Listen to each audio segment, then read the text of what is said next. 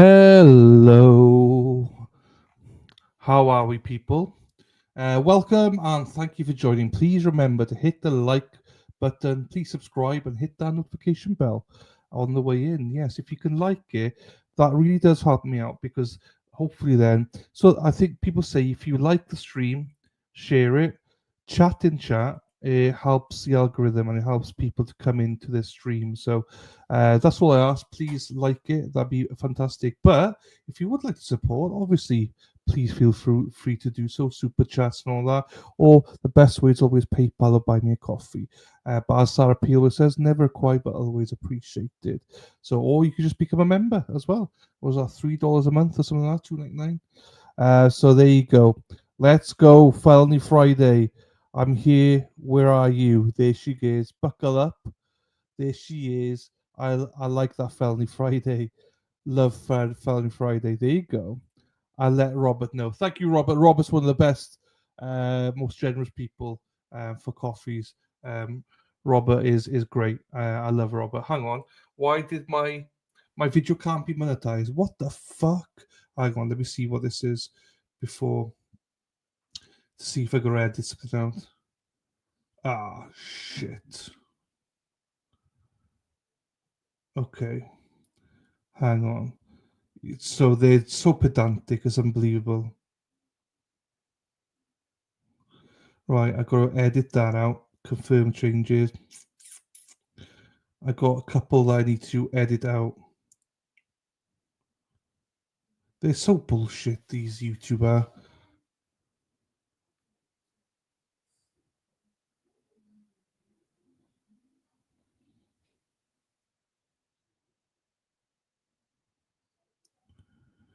Ah, fuck them. Right, I'll deal with it later. Right, here we go, everybody. Um, it's I love you. See, it's nice. Thing is, right, I will say this right about most of the people. Most people hate me, but I love them. So I love you, J Mac. I love you. Too many fucks spoken. No, I don't know. There's some videos you get stricken for, not copyrighted for, so they take your money then. So you have to delete them and stuff like that. It's a nightmare. So I've done nothing. It's just that these videos, they're a nightmare. You gotta be so careful which videos you play and stuff like that. So J Mac loves it. There you go. Oops, what's that? Is that a rimming thing? A rimming sign at the end there? Like a yeah. Who hates you? Let me out. I'm fucking hey. There's a queue. Josie knows. Josie knows. Josie's my ride and die bitch. No, sorry, she's not a bitch. Sorry, she's my ride and die. I should say she's not a bitch for sure. She's for sure not a bitch. She's amazing. All the mods are fantastic, and all of you ride and dies, you're brilliant. Thank you very much, as always. Um, there you go. Right, let's play. So this first one, right, genuinely happened today.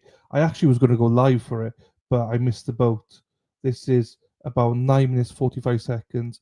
By the time I thought I'd go on it, it's finished. So there you go. Thanks, my darling.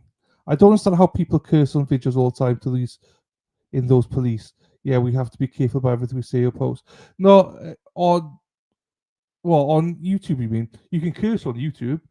You can curse. I curse all the time. For some reason, YouTube don't like cursey in the chats and stuff like that. I get can't post, can't post, can't post, can't post, can't post on my own streams.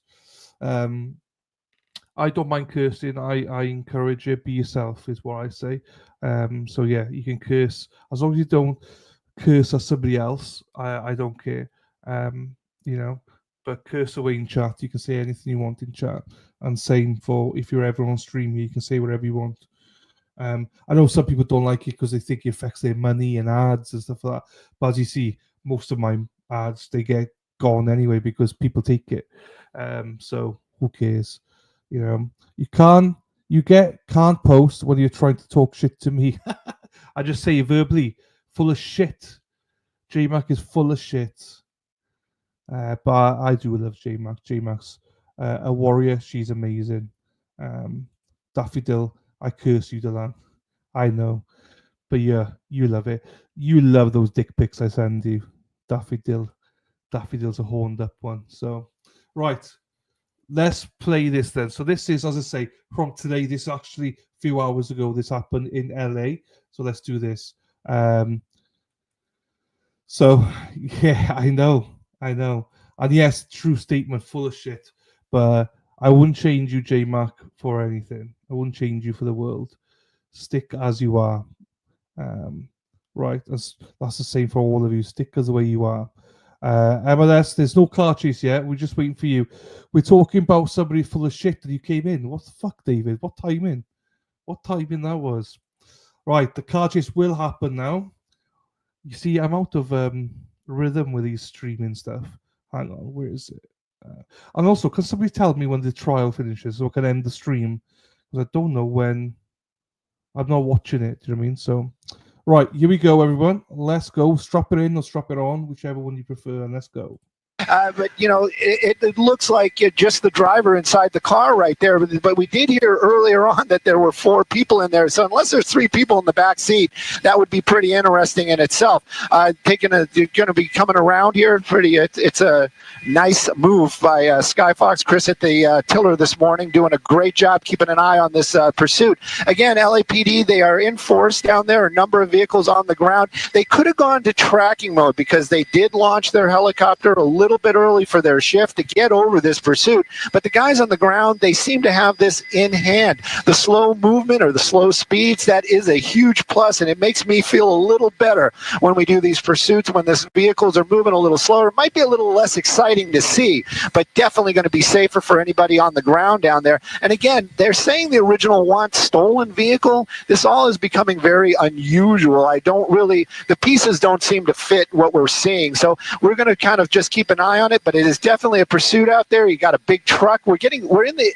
area of the Veterans Hospital. That's the reason why it's kind of like littler streets out here. But again, I don't know if this person knows where they're going or they're just driving and having LAPD follow them around. Well, I mean, we could breathe a sigh of relief here that at least the driver is driving at a slow rate of speed through these surface streets. So that is good news. So perhaps it is still a following at this point.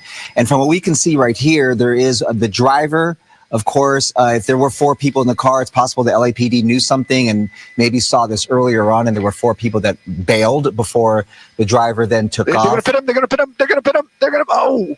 Okay. I'm sorry. I always forget that my mic is open. Yeah, there you go. Here we go. Here we go. I figured it was going to happen underneath the trees. Yeah, there you go. That nice was a pit successful maneuver. one. But you know what? That's not good. Ooh, and the airbags deployed on that officer's vehicle. Wow. This is not good at all. The vehicle, and they left it in reverse. There you go. The door's open. Okay.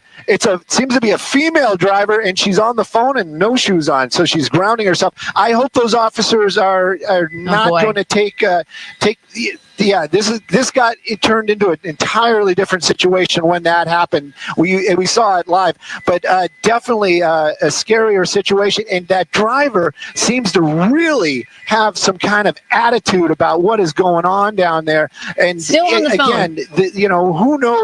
Who knows what she's got, what her issues are. But right now, LAPD, they're not taking this lightly at all. They definitely have less than lethal available to them. But if this attitude and aggression continues, we're going to be very careful on how we show this. But again, I hope those officers are all right. We did see the airbags being deployed in those vehicles, in that vehicle, and then the doors popping open. That driver jumping out almost immediately. And I thought she was on the phone, but it looks like she's just holding her ears right there. I'm going to get a tighter shot just for a few moments. Yes. But definitely this woman's having taunting officers kind of right now. She's definitely undergoing some sort of a mental health crisis here, and she's screaming at officers there. Interesting, there were reports that there could have been more people in the car at this point, with that car now coming to a stop up above on a curb now. That it doesn't look like there's anybody else in the vehicle. Looks like the airbag may have deployed there as well. Maybe not. Airbag deployed. The officer's airbag deployed. But now it's a situation where these officers will try to talk to her and try to bring this to a peaceful resolution. Montana and this Birmingham is very Avenue. difficult for those officers. you have to understand that, you know, like they just basically that was an assault that'll come out basically as an assault on an officer after they did that pit maneuver. That vehicle basically, we saw it driving head on into that cruiser. I heard the airbags deploying, the cruiser's airbags deploying, the officers getting out almost immediately. That is a plus. Hopefully they are okay. But there is only one person down there, one officer with less than lethal. You see that green weapon right there. And what you're seeing right there is a person on a rooftop that basically was just in the area when all this happened. There they go. They're just going to take her into custody. That's probably the best move. That's called the swarm, and they're just going to take her into custody. But again, hopefully she gets the help that she needs, and whatever that problem was, it's going to be taken care of. And again, the original wants stolen vehicle, but I'm sure there's a lot more to this story.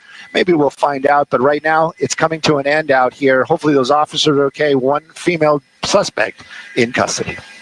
From what we could see from the time that we were on this pursuit through the Westwood area, now through Brentwood, it didn't appear that anyone was hurt in any of this. That's the good news here. Mm-hmm.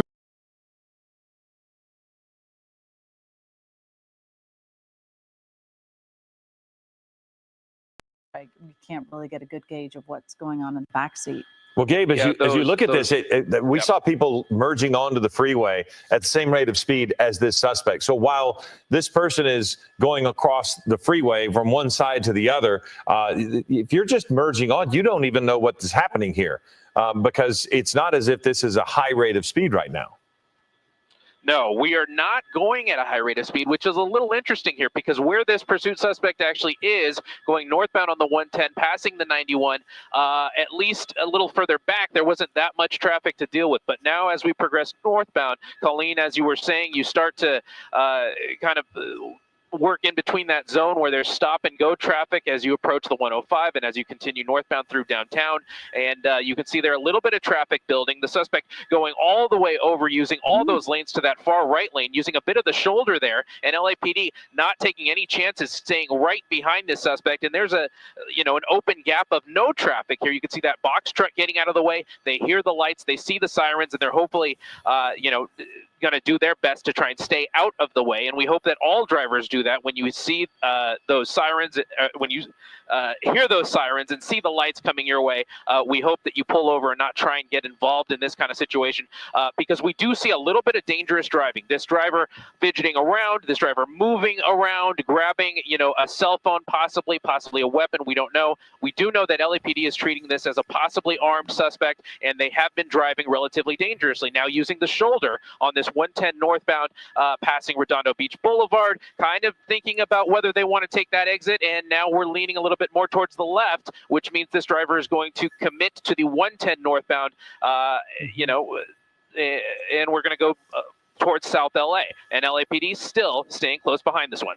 Yeah, you cannot expect to go much further north on the 110 freeway and not hit significant traffic at this time of day. I mean, it's just going to happen, but that's not necessarily something that is what we want to see, because the way this person is driving, lane splitting, going across back and forth into the carpool lane, onto the shoulder, passing people on the shoulder is one of those things that I've always found very troubling in these chases, because it's just something that the person who's in their commute doing their best just to get home is not waiting on. You're not expecting that, and you certainly don't see 7 police cars coming on the heels of this. So it's very dangerous, even though this person at this point is not going unusual speeds to try to elude authorities, but it is a very dangerous pursuit, and it could get much worse as this person gets into traffic if we find out he's armed or if they are armed. Because this is a suspected armed robbery suspect, but we do not know exactly where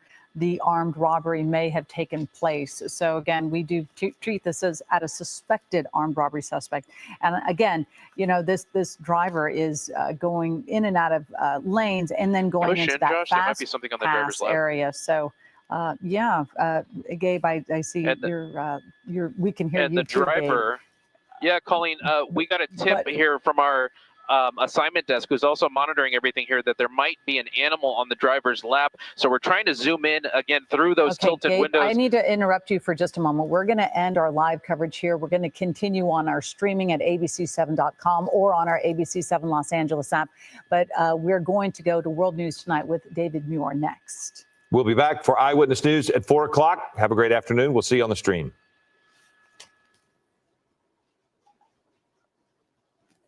So now we're back on the stream, and you could see exactly what we were talking about there. Gabe, when we were on linear, you were about to say what you had learned from our assignment desk, and you said that right as the suspect put his hand out the sunroof and began to show his flag like he's doing right there, a flag or a banner.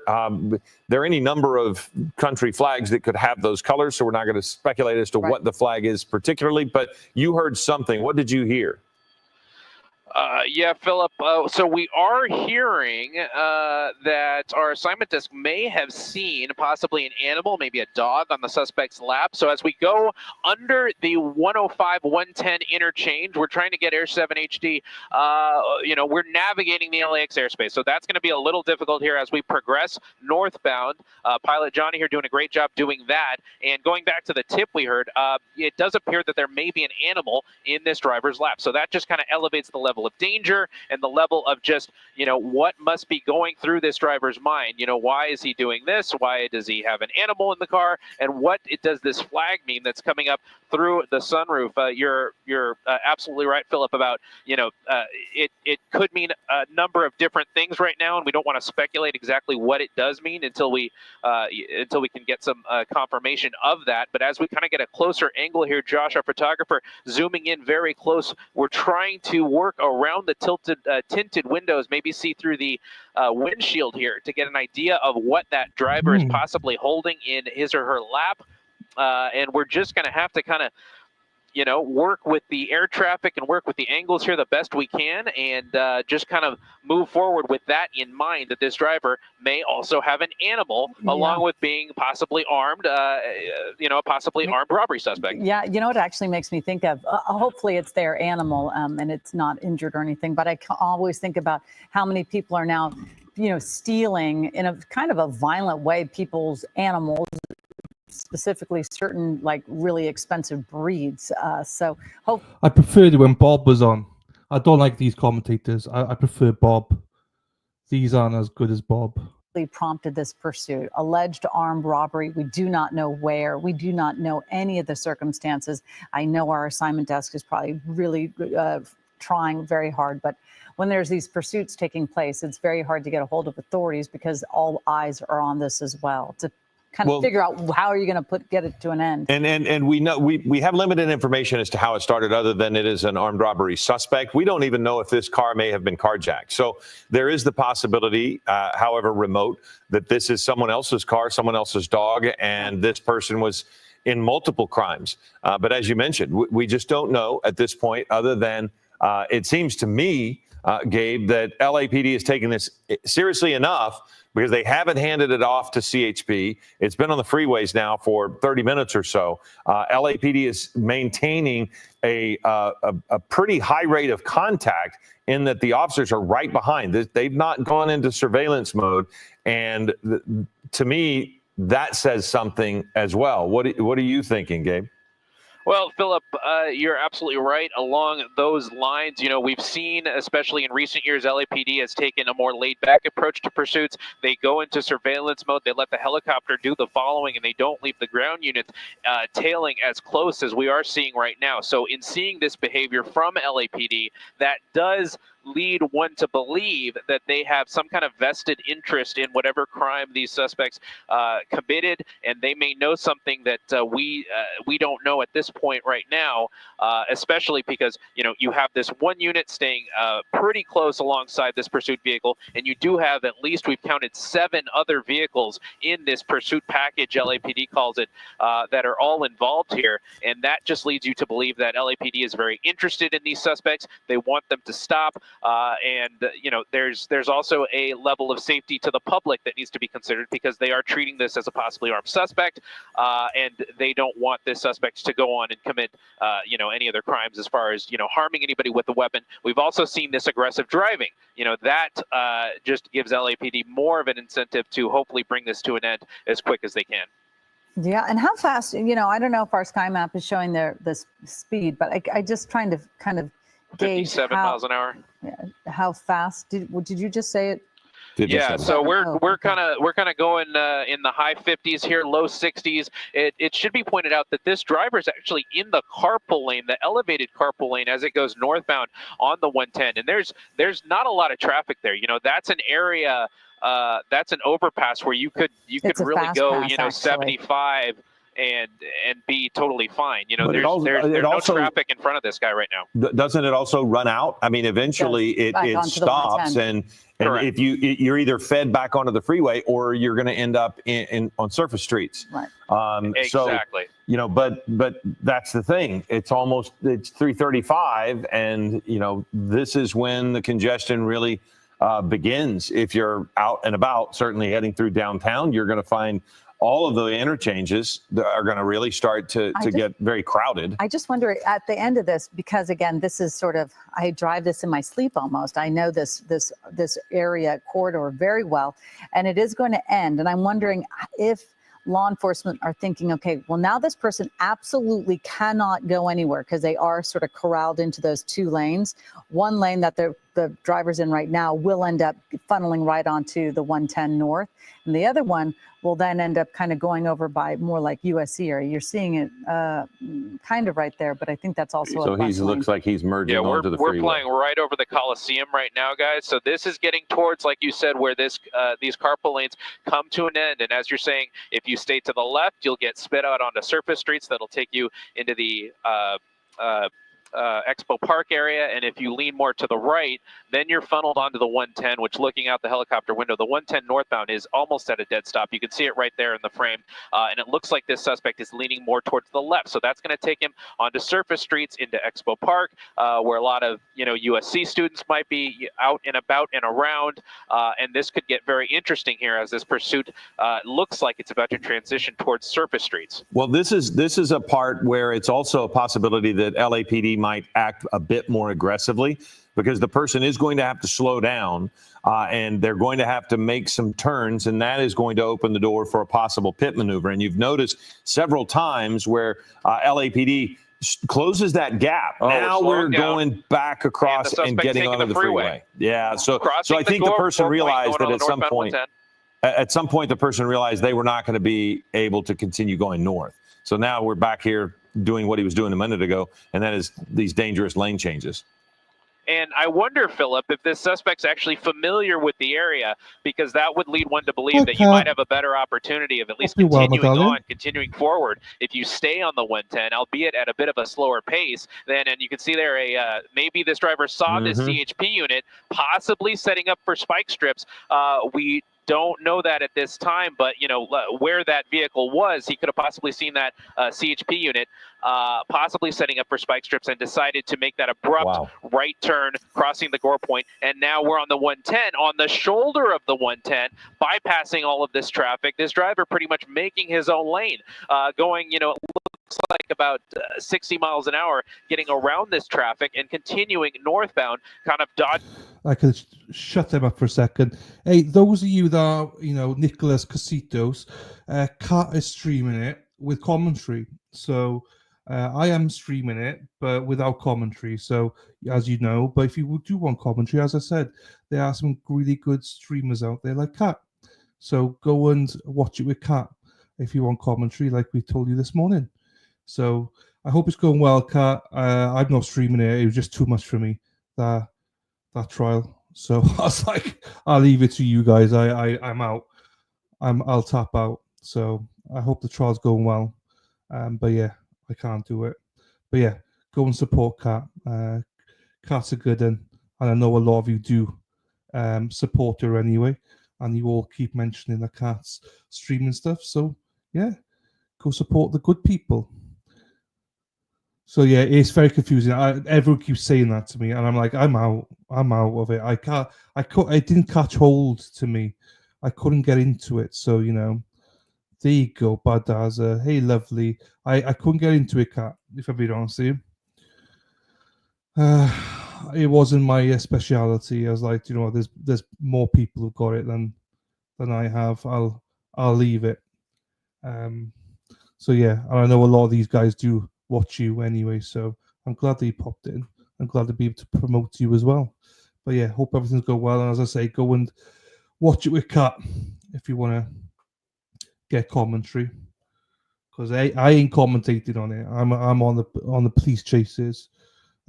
This isn't live. If people think we watched the live one just now, it was over and done within 9 minutes, so we're just waiting to catch another live one. So this is from a couple of months ago. Why does he have a flag on the sunroof? I don't know, Brooklyn. I don't know. It might be Rasta. Might be. They think there's a dog in it and maybe 2 people. Who knows? Badaza. Who knows? With these kind of things. It doesn't make sense to me. So we'll see. But yeah, we're still waiting to see another live. The only problem with these live ones is that the last couple have been like 4 minutes and they're done. So we have to keep on our toes. Anyway, here we go. This is the best angle, Colleen, that we've had really at the driver itself, and we want to be clear. It was a tip of a possibility of an animal in the car. Not that we weren't able to confirm that. And looking at this angle, it does appear, gratefully so, that this driver might not have an animal in the car, which hopefully, as far as distractions are concerned, that's one less distraction that this driver has. Although with the sunroof open, with the flag outside, throwing weapons out of the vehicle, it's just hard to say what. I'd be honest with you, I would be more pissed off if there was a dog in there. I'd be more pissed off because you put the dog at risk. Don't mess with dogs, mofo. If there's actually a dog in there, I'm going to be quite upset with this person, and I want them arrested for a lot longer. I think if you do stuff with children and dogs or pets or whatever you want to say, especially dogs, I like dogs more than I do cats. Not like I hate cats or anything. I don't mind cats, but if you're traveling at these speeds with dogs or children in them, then you deserve to get automatic jail, prison time, 10 years minimum. This was an armed suspect, and it is likely they knew this, which is one of the reasons probably that they just have not given up control of this chase. This, again, because it's on the freeways, so many times when you see the freeways, it's a CHP chase.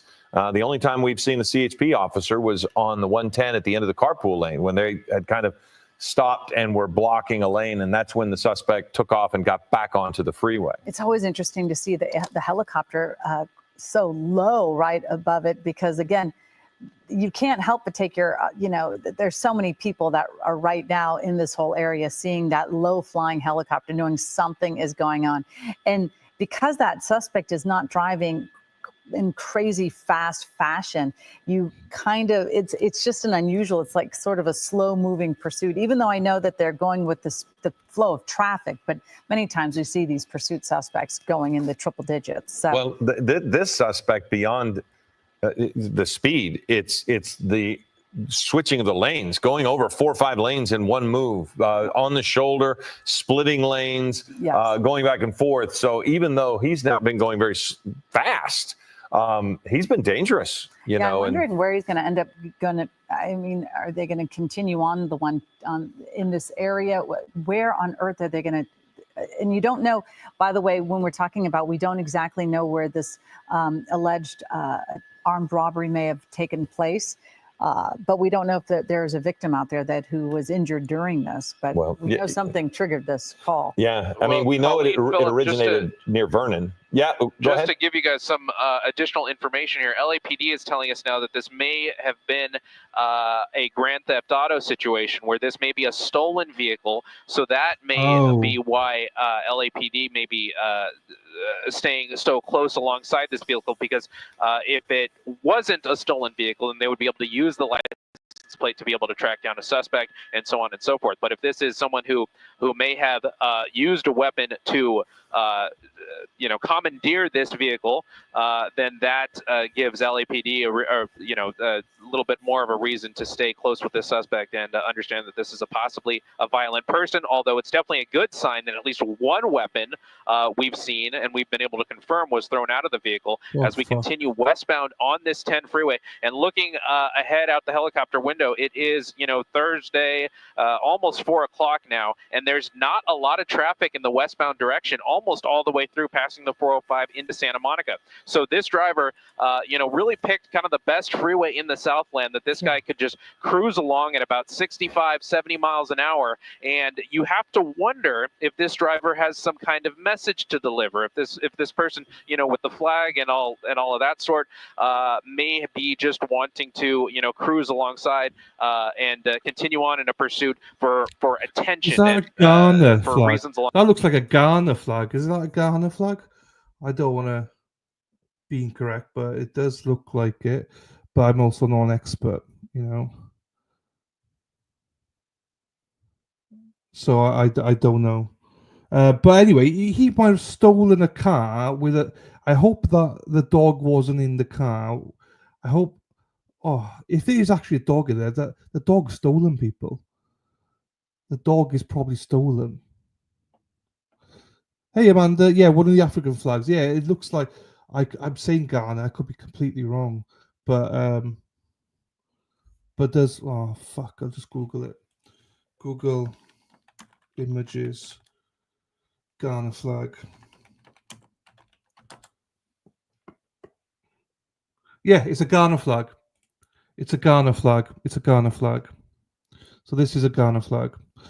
He says Thursday. So this is not currently live, Amanda. This is not live.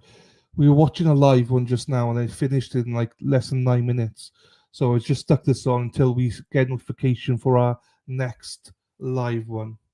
So yeah, we're waiting for the next live chase. So until then, we'll watch a couple of old ones to get us the juices flowing.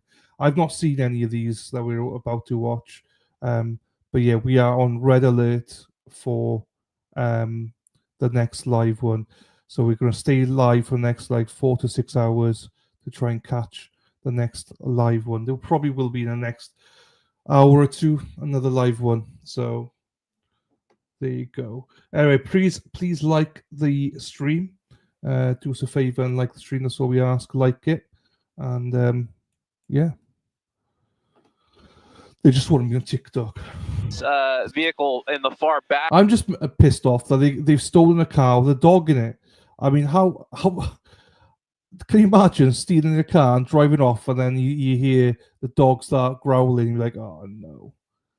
Oh, no. As far as, guarding how close people get to this pursuit, they don't seem to be that interested in keeping people too far away from this pursuit, which maybe because that weapon was tossed, that gives them some reason to believe that this suspect maybe is a little less dangerous. But, it's hard to kind of move forward with that logic, because you always have to, and most law enforcement agencies always have to treat these situations as someone that could be very dangerous. As you see there, the driver now messing with the flag a little bit. It appears to be attached to maybe the rearview mirror, and that's what's holding it on.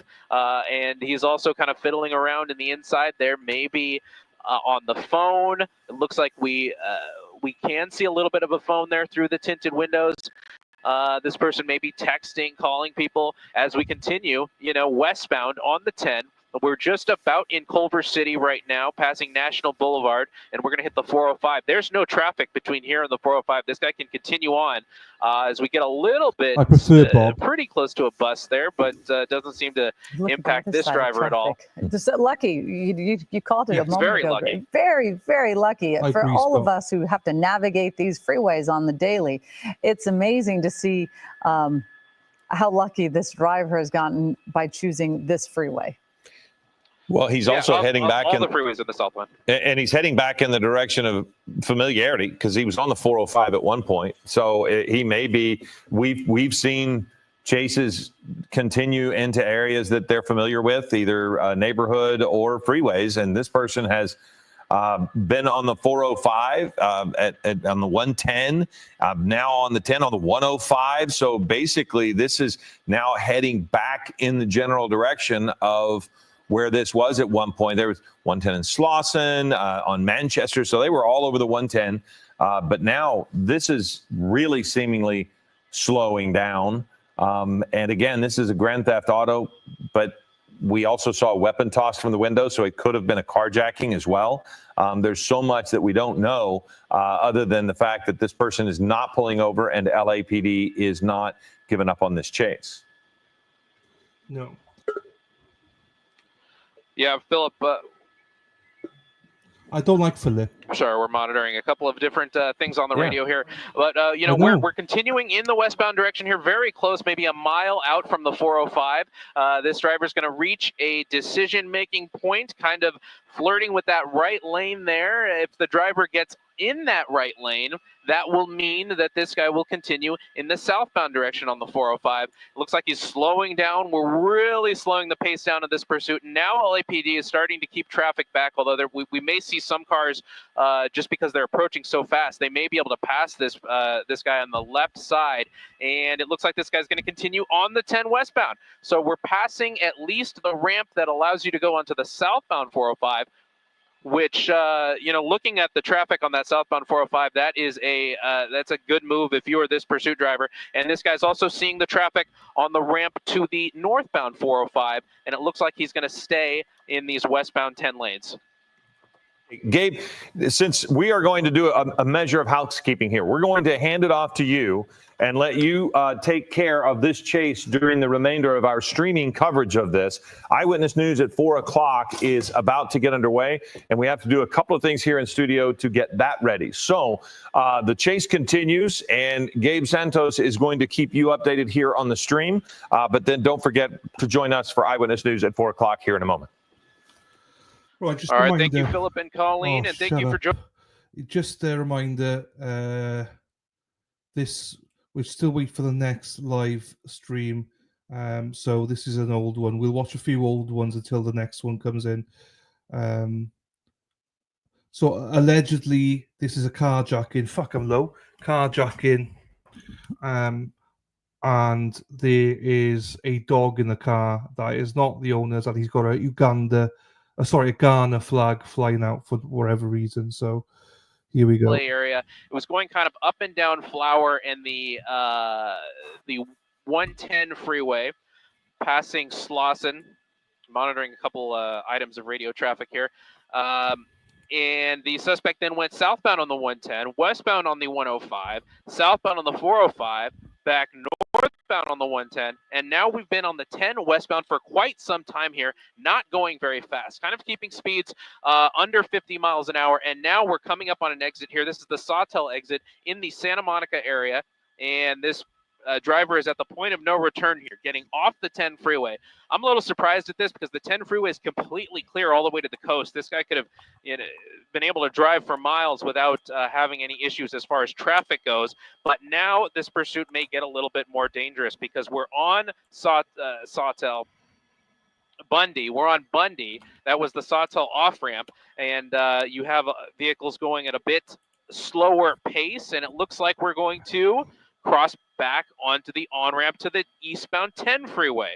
So a little bit of an interesting development there. It was kind of a toss-up over whether this driver would stay on surface streets, but judging from what we've seen earlier in this pursuit has been mainly on the highway. So, you know, looking at that, it's kind of no surprise that he got back onto the highway. Now we're getting on the eastbound 10. There's a lot of traffic on this eastbound 10, almost all the way towards downtown. This driver will have to make a couple of decisions here. He'll have the option, as you see there, to go on the 405 north or the 405 south, both of which are highly congested right now. This driver has no option but to deal with the congestion in either direction, whether he's going east, south, north, and it looks like he's going to stay on that 10 freeway, at least bypassing the option to go on the 405 north, continuing on the 10 east, and LAPD not letting this one go at all. They haven't given this up to CHP, which again is a little bit interesting because of the amount of time that this driver has been on highways. in a lot of cases such as this, you would see LAPD give this up to CHP and then let CHP deal with it for the duration that the pursuit is on a highway.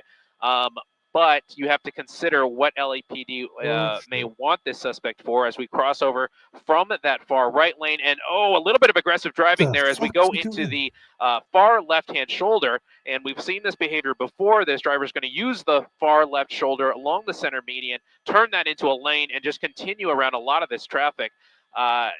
It's kind of a blessing in disguise, I would say, because I would be worried to see if this driver gets blocked in, what kind of behavior that would lead to. At least if this driver is still moving, he's not trying to crash into anybody, which that we've seen in a lot of pursuits where they get where the driver gets stuck, they panic, and they resort to ramming their vehicle into other vehicles. We definitely don't want to see that, and that is just what can happen in situations like this. So we're still on this left shoulder on the 10 eastbound. We've passed the 405, and we're going to continue through Culver City, Mid-City, and you never know with these situations. A lot of the time you see these drivers stick to places that they know or start doing circles around places that they know. In this case, this driver has made certain on and off ramp decisions and exit decisions to imply to me that he kind of has a familiarity with at least the South LA area and maybe a bit of the West Side. That's just a guess, but with a lot of the decisions he's making, one could believe that may be the case. I'm just monitoring some of the LAPD radio traffic here as we continue on the 10 eastbound. We have multiple let's see, we have an LAPD helicopter over this. We have a CHP plane over this, which again are all kind of normal procedures with a pursuit like this, staying on the highway.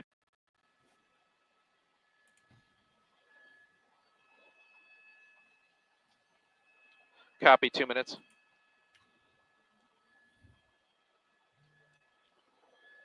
Copy that.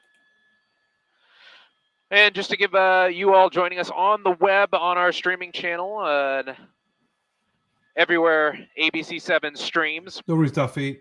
We have Eyewitness News at 4 p.m. coming up on the television, so you'll be able to tune to Channel 7 and see continuing coverage of this pursuit of an armed robbery suspect, possibly armed robbery involving this Mercedes. We believe, at least from the latest word that we've got from LAPD, that this Mercedes has been stolen.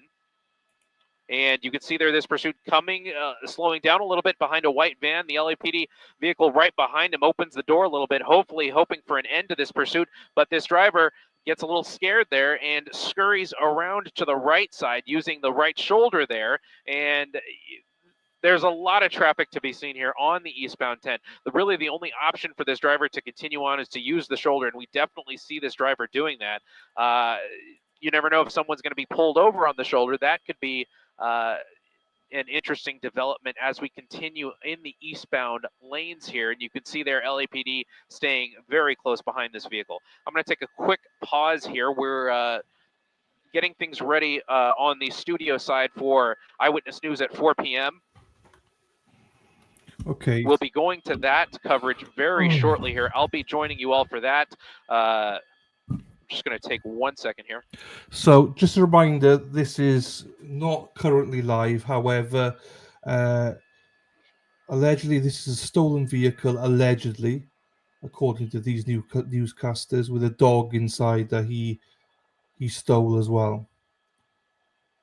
All right, we're 30 seconds away from Eyewitness News at 4 p.m. I'll be joined by the anchors of that show. I believe it's going to be Ellen Leva and David Ono.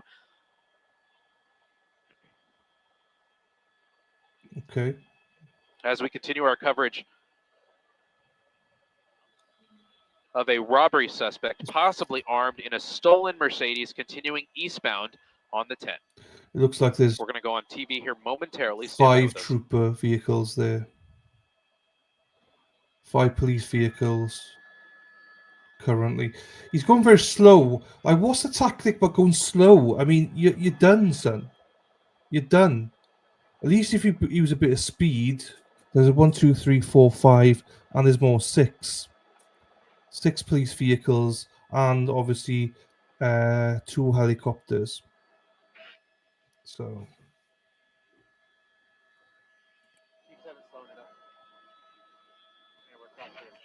Yeah, Giovanna, this pursuit is definitely coming to an interesting point right here as we see the driver coming to a complete stop in the middle of lanes on the 10 freeway. We're in the eastbound lanes in the Culver City area, just passing Robertson Boulevard, Palms. You can see their LAPD staying very close behind this suspect. As you said, this is a robbery suspect wanted for a possible Grand Theft Auto, possibly involving this vehicle, this black Mercedes. We've been over this pursuit for the better part of an hour now. This pursuit started in and around the South LA area. It was going up and down the 110, up and down Flower, and then this pursuit was able to continue southbound on the 110, westbound on the 105, southbound on the 405, and then back northbound on the 110. We took the 10 all the way west, almost towards Santa Monica. The driver got off on the Sawtell exit on Bundy and then started continuing eastbound on the 10 freeway. What's interesting about that is that there's a lot of traffic in these eastbound lanes that this driver is going to have to deal with, and we've seen this driver utilize either the left shoulder or the right shoulder to get around some of this traffic.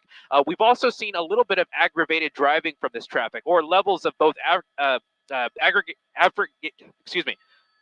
aggravated driving and some calm driving. Like right now, we're seeing this driver kind of slow down and go even slower than the This pace of pisses me off. very slow traffic. And then we're seeing points where when LAPD gets close, this driver will use some of those shoulders and really kind of drive at high speeds around some of this traffic. It looks like it looks like something was thrown out right there, and we've seen that from this suspect before. Earlier, when this driver was on the 110 north, we saw the suspect throw a gun out of the window, which checks out with what we believe this suspect to be wanted for, which is possibly an armed robbery. I wasn't able to get a good eye on what that suspect threw out right there. The other interesting thing you have is obviously there's a flag hanging out of the sunroof of this stolen Mercedes-Benz. Those colors could equate to a number of different countries, maybe a cause.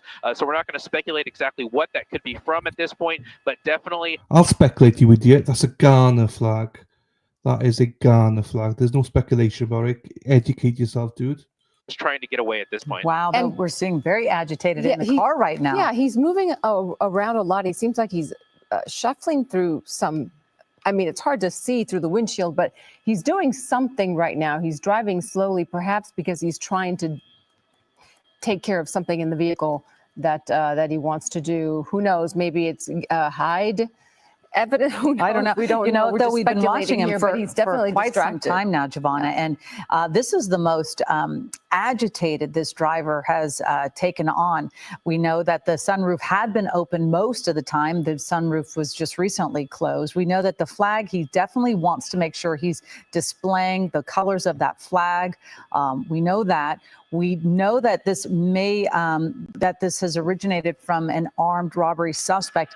Now, Gabe, did we find out, is this a stolen car? We believe that to be the case from the latest word we have from LAPD right now, is that this vehicle is stolen and this suspect is wanted for possibly the Grand Theft Auto of this vehicle. So that's the information that we're running with right now as far as what LAPD is telling us. Check. All right, Gabe, yeah, we can hear you. And because this is a Grand Theft Auto vehicle, potentially, that's what authorities are telling us. It's possible this flag was on. Hello, Trakisha. I hope I don't butcher your name. Sorry, that's a lovely name, Trakisha. And thank you for the sub from Kat, not Williams. And obviously, we support Kat here. She's a great streamer. And I encourage you all to go subscribe to Kat and to watch the streams with her as well.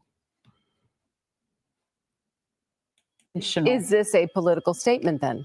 Or something. It's intentional to have this flag out. What the statement is they're trying to make, I'm not quite sure. All right, and now it's definitely intentional there, guys. You know, you have to wonder what exactly the reasoning is to have that flag out of the sunroof. Earlier, we saw the sunroof open, and now we see it closed. So, not sure what that means exactly as far as what the driver is going through. I wanted to point out, you know, we saw this driver using the shoulders, using the left shoulder, and using the right shoulder. But on the right shoulder, we saw a vehicle actually parked in those lanes. So this driver had to get back into traffic, and now he's back into normal lanes, continuing really appreciate you, Kat. slower than what now he's going a little bit faster than some of the traffic. But I wonder if that's just because some of these drivers hear the lights and see the sirens, and that's why they're kind of going a little bit slower. And what's happening now is all these other drivers are using the shoulder, and they're kind of making a pathway for this pursuit to get through as people hear it coming towards them, which is really, that's kind of the best thing you can do, is just to get out of the way, stay out of the way, and let this pursuit go past you. But it's very interesting to see, we're well into rush hour now, and this pursuit continuing eastbound on the 10 freeway around the Fairfax Avenue exit. And traffic stopping there, as you can see on the freeway here. And you see 3 patrol units behind him. And I don't know if you noticed, but that officer right behind the suspect's vehicle opened his car door, his driver's side door. Perhaps he thought that was the opportunity to get out. But the suspect then merged over to the right and is now driving between lanes, which we've seen him do before earlier in this pursuit. We've seen him change, from 2 to 3, 4 lanes at a time, and then drive in between lanes as well. But he is driving much slower than he was earlier, although to Colleen's point she made earlier, this hasn't really been a high-speed pursuit. He has been following generally going he has 60, 65 on the freeway. Right. We see so many high-speed pursuits. And the one other thing too, this driver seems to flirt with taking an exit, but then never really commits to it and then veers right back onto the freeway. So clearly this driver feels more comfortable driving on the freeway. Not sure if Why because the driver may so not slow? know the certain areas, but again, Giovanni, you and I both. Don't get me wrong, I'm glad he's going slow because that means there's going to be less cause of accidents and stuff. But come on. We're all pumped up. We want some action. I don't want anyone to get hurt, obviously. But you're not going anywhere, dude. You're not going anywhere. Law enforcement expert. He's joining us now over the phone. Bruce, it's always great for you to join us in these pursuits because we call on your expertise. Because this one, as every pursuit, they're all different. They have a lot of similarities. Obviously, they're in a car and they're driving. But this driver has not taken the advantage of having these open freeways and really open up that engine of the car. We know it's a fast car. They haven't really been. I don't think I've seen this driver go over 65, 70 miles an hour yet on this pursuit. What are you thinking when you're watching this pursuit? Yeah, like you said, every pursuit is different. They have similarities because they're running from the police. But other than that, in this case, he's kind of obeyed the speed limit. Yeah, he's weaved in and out of traffic, but he hasn't been a danger to the public. So I know it started as a following, and now it's in a full pursuit mode. And that's something that the watch commander is taking into account, is the driver's actions. Yeah. And Bruce, a question, because sometimes authorities will pull off of a pursuit. Sometimes when they know who the driver is, they have the license plate information. In this case, they're staying close behind. Is it because it is a grand theft auto suspect? Well, also because there is a robbery of some sort that went down, and the suspect is possibly armed and dangerous. What people don't take into account is the GTA, or Grand Theft Auto, which is taking the vehicle. However, in order to get that felony filing, you have to either alter the vehicle or hide it from the true owner. So basically taking it like it is now, it's basically like a joyride. Yeah, absolutely. And, we're talking about the weapons. Earlier, we saw the suspect throw a weapon out on the 110. And we know that the suspect also has thrown something else out. We didn't get a good eye on what that suspect threw out on the freeway. But again, police are not giving up on this. This is not going into the CHP area. I know we're approaching La Brea right now on the 110 on the 10. So this is a highly traveled area.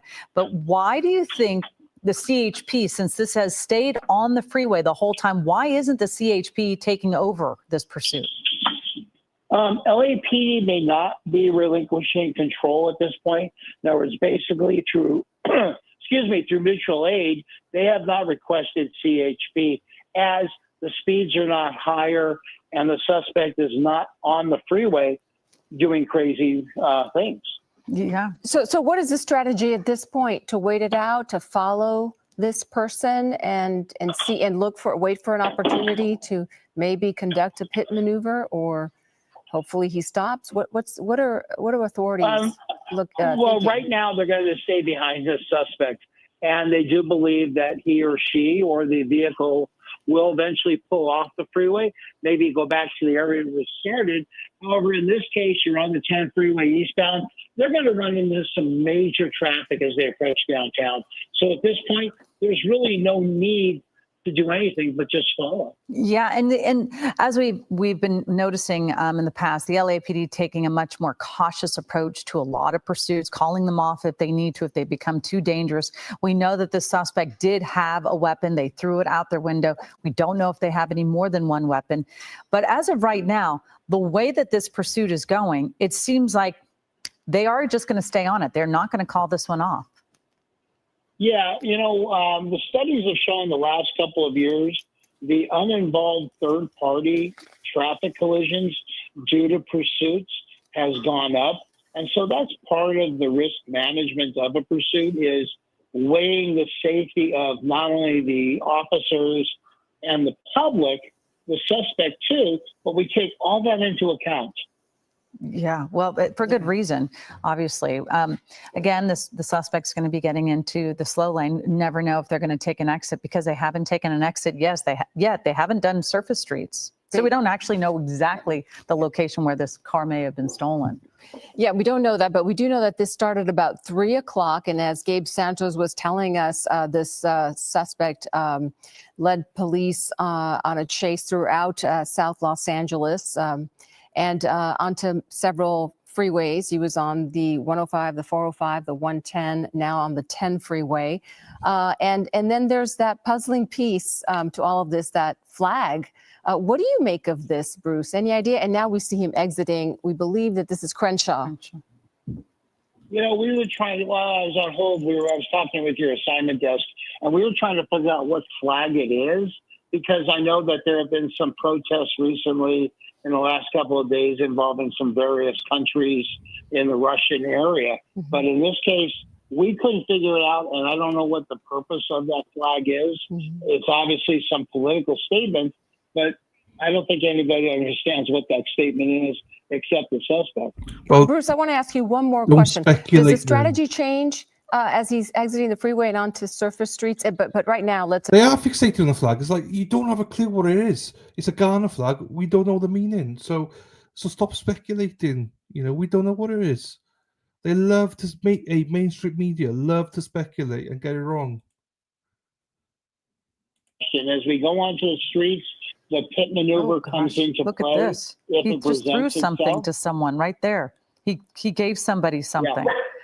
And now I don't think the police know that yet, because that one gentleman with the white shirt that was at the corner took something from that suspect. The suspect threw something to him.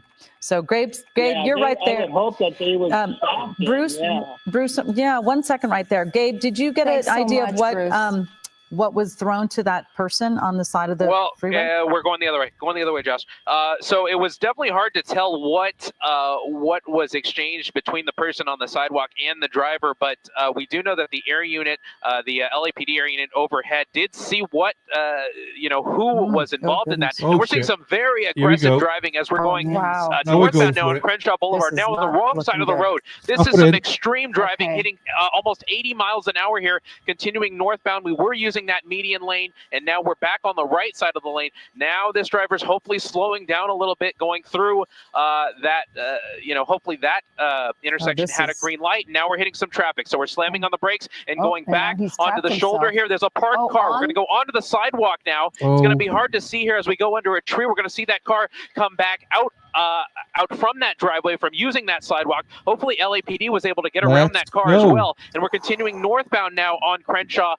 Really excessive rates of speed. Definitely unsafe for this neighborhood. If you're in the mid-city area, just stay Just pray that no one gets hurt. I know this is an old one, but I pray no one gets hurt. Driver may try to jump out of the car if he gets stuck. That could definitely lead to a very dangerous situation. It looks like LAPD taking no chances. They're getting around this traffic as well. And those 77th Division officers who've been following this pursuit from the very beginning are staying very close to this vehicle. Now that first patrol car right behind the vehicle, they have the doors open. And it looks like we may have had some contact here between the suspect vehicle and that silver Nissan over there on the right side.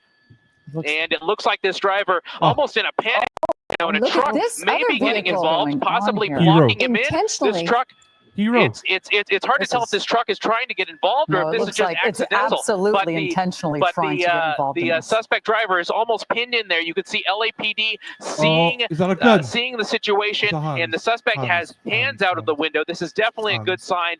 Who knows if this truck is possibly law enforcement or just a concerned citizen. LAPD has guns drawn, and the suspect has their hands out of the window. And hopefully, after we saw this pursuit go through a very dangerous phase on surface streets from Crenshaw Boulevard north of the 10, hopefully we're seeing this thing come to an end here now. Yeah, I'm wondering about this. The truck. You're kind of thinking, I hope that truck stays there, but I'm also kind of concerned for that person inside the cab because if they're asking him to leave. Yeah, just get out of the car. To exit the vehicle. They're telling him to get out. They're telling him to get out. And these LAPD officers have to also be concerned of the drivers that were going southbound on Crenshaw. They're yelling at them to get out of the way too, to leave their cars parked and get out of the way because there's the issue of crossfire. If officers have to use their weapons for any reason, they want to make sure that there's nobody in harm's way. And you can see that suspect not using the door for some reason and climbing out of the window, hands on the pavement, and he's going to continue. Trying to climb out of the window. That would be a very unusual way for officers to tell a suspect to get out of the vehicle, but you never know. Maybe they actually don't know how to get out of the cars. Every now and then you get into a car and you can't figure out where the handle is to get out of the car, and you're kind of freaking out now that you have to get out of the car so quickly because it looks like his pants are stuck there, and there is nothing easy about this exit of the vehicle, that's for sure. He does look stuck at this point. In LAPD, they may be using this other vehicle on the top right of the frame to try and get a little bit closer to the suspect and use the vehicle as a source of cover. They're going to use the door to get a little bit closer and hopefully either grab the suspect and bring him into custody that way, or at least get close enough to be able to see if the suspect is actually stuck or if he's dealing with something else. Right, and he may be under the influence. That is always a possibility. And we did see him throw one gun out of the vehicle. They do not know if he has any other weapons in that vehicle. So they have to take every precaution possible. Yeah, it is odd that the suspect is climbing out the window. We do wonder why he didn't just open the door, but flexible though. Clearly thought it was going to be a much easier exit as well. Did not realize they'd be stuck right there on the windowsill of the. I mean, I can't. I feel for the suspect trying to get out of this car right now. It can't get out. It can't get out Just quickly. Don't want to And well, these officers are put a lot of people nervous. in danger this afternoon. So no, I'm just saying in general how you can get the officers are trying to figure out how do we get you out of there without putting our lives at risk as well. Yeah, they don't know. It's a precarious and almost, a borderline dangerous position because we are in a very populated area. We're in the middle of the Mid-City neighborhood, in the middle of Crenshaw Boulevard. There's apartments and homes on both sides of the roadway. It's hard to tell if those, what the suspect may have dropped there in front of them, but he does appear to be stuck. So definitely an almost embarrassing situation for this suspect to be in. LAPD working on what their plan. And he's got blood rushing to his head as well, so he will be dizzy as well. To try and get close to the suspect and help him that way. But it looks like they're going to continue issuing commands to the suspect and hopefully getting him to exit the vehicle in a proper manner, or at least find a way to his pants are down. Help him crawl out of the vehicle some other way. It looks does like appear that his the pants are stuck, but here he is coming through. He's making. He's rolling out. He rolls over, and it does appear, judging by this kind of behavior. No, I mean it's highly unusual. It does appear that this suspect may be under the influence of something, because this is just not normal behavior. He's rolling out of the vehicle, crawling on the floor, and LAPD just has to deal with it. They're going to continue issuing commands with him, and we can only hope that very shortly here they're going to move in and just take this suspect into custody. Look, the best possible thing about this is that he is cooperating. Exactly. He has exited the vehicle. He is following their instructions. He is doing everything that they are telling him to Tens do, we all believe, round. at least based on what we're watching. So this is a good sign that this will end with no one being hurt. Again, we don't know how this all started and if anyone was hurt in the initial, theft of this vehicle. We're told this is a grand theft auto situation, but based on what we're seeing, it looks like this is coming to an end. Yeah, we know that they Gabe, they're obviously giving them lots of commands for them to kind of pull off their shirt and make sure that they don't have any more weapons. But we did see, Gabe, I think at least on 3 accounts that suspect taking something out of the vehicle, either throwing it on the freeway, throwing it on the side of the freeway, or giving it to a bystander who they approached off the freeway. Yeah, we definitely saw those 3 occurrences. One on the 110 North, where the suspect actually threw a gun out of the freeway, and out of the vehicle onto the freeway, and we were actually able to zoom in and confirm that it was a weapon. And we did see something else thrown out of the vehicle a little bit later on, and then, of course, that exchange with a bystander near the Crenshaw Boulevard off-ramp from the 10. Surely LAPD will be meeting with that individual to see what that was all about, and now that leads to the conclusion of this pursuit on Crenshaw Boulevard in Mid-City, where LAPD continues to have to treat this suspect as armed and dangerous, and now they have to also understand that he's possibly under the influence, so that may lead to erratic behavior. So that may be why LAPD is being fairly cautious with this, taking things very methodically and slowly, issuing commands, and then when they have the appropriate teams in place to move in and arrest this suspect, then they will do so, but they're going to definitely take their time to make sure that they can do that safely. Yeah, and at the minimum, this is a terrible inconvenience for all of the people on the roads who have been affected by this pursuit, and then now the end of the pursuit here on Crenshaw Boulevard. It's 4:20. This is high traffic, high commuter time. People trying to get home with their kids or leave work or do whatever they need to do. But Crenshaw is a busy road, and so here those officers come. They're going to clear the vehicle. They're going to make sure that no one else or nothing else of a dangerous capacity is in and around the vehicle. They're going to open the trunk, and now they're moving in from their vehicles towards the suspect, and they're going to grab one arm, they're going to grab the other arm, slap the cuffs on, and bring this to a conclusion. We're just glad from how erratically this pursuit got at the very end. We're just glad nobody else was hurt except for maybe this suspect getting a little embarrassed there, exiting the vehicle. Okay, that sucks. Right. It was a live chase, but it ended 35 seconds in, which sucks. So I have another one here. It lasted literally 35 seconds, it lasted, and then it just stopped. Right. This one's in Oklahoma. This is from 1st of April. This is a gun pursuit, armed robbery suspect, rolling gunfight. It's only 20 minutes. I got excited. I thought, yes, we got a live one, but it's like 35 seconds. It's like, nope. Okay. So this is Oklahoma. This is a Oklahoma trooper, April 2nd, highway patrol. This does look exciting. So let's have a look at this. Where's it gone? Let's do that.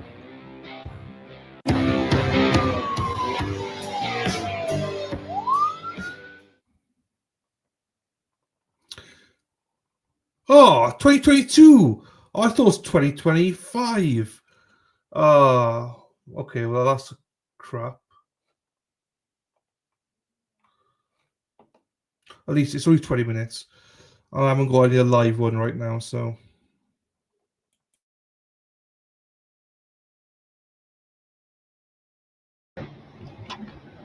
Pursuit. Ring on the inside shoulder. 950 City, I'm secondary unit. I'll call it. Back on the inside lane. Adam 950 was okay, back on the inside lane. He's cut through traffic to the outside lane. Adam 950 was okay, I'm cutting through traffic.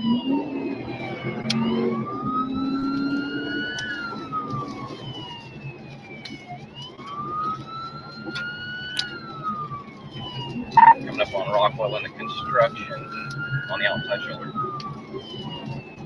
Rockwell construction, outside shoulder. 179 around. Clear 179 around.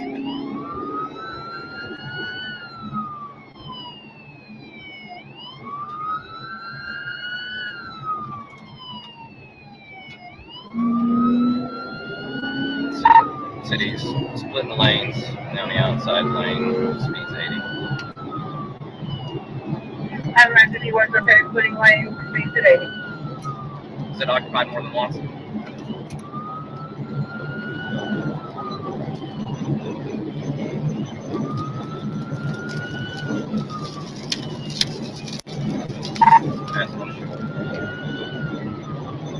Adamant City was okay, I'm passing on the shoulder, speed at 1020.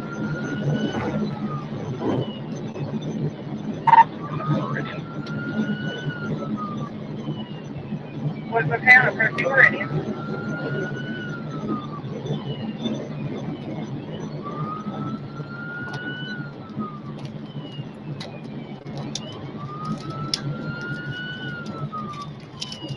Overland Sienna 435.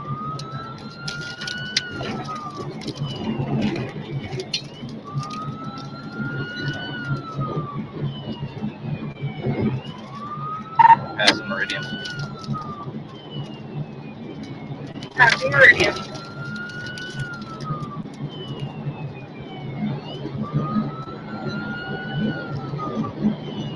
Now to the inside shoulder, speed's 100. Inside shoulder. Passing on. Speeds at 100.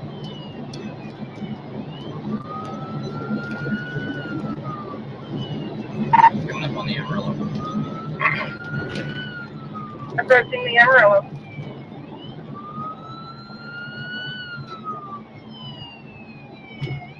Northbound 44. Northbound I-44.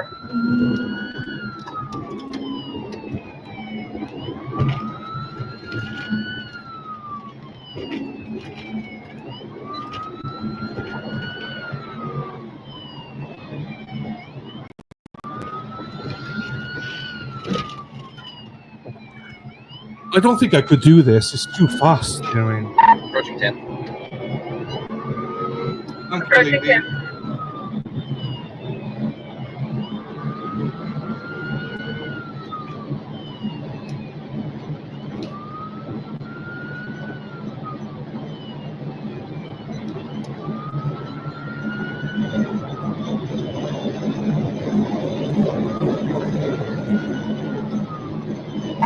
Passing 10, nearly struck a OCPD motorcycle officer on the inside shoulder.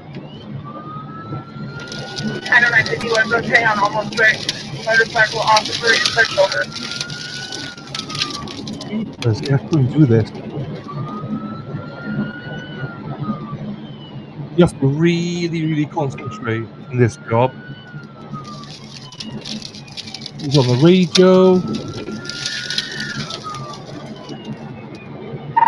Passing 23rd.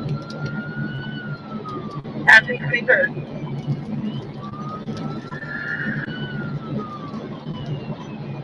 Speed's 110.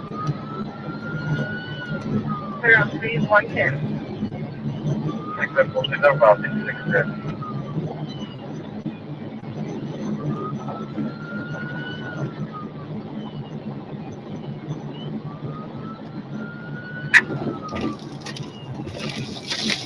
Wow. Dodge everything. You feel like you're driving right now. I feel like I'm driving it. I'm shooting a brick. T-shirt. It's like hazard. Approaching 50th. You know when they go with the each other, up in the air. Back to the outside shoulder. The officer was finding Clear him. on back on the outside shoulder. I was still at the car, found dead. And they were doing very. I got a flat tire, I think, man. I'm sure I'm going to be a I'll wait with you. pray that no one gets hurt. Yeah, you got a little smoke coming. That's the main thing. Please, no one, God willing, gets hurt. Because of mania. City's coming to disregard. Back to the inside shoulder. Got one up traffic. Inside shoulder, back in traffic. I'll play that. Frankie, there's only one occupant. Yeah, I believe there's two.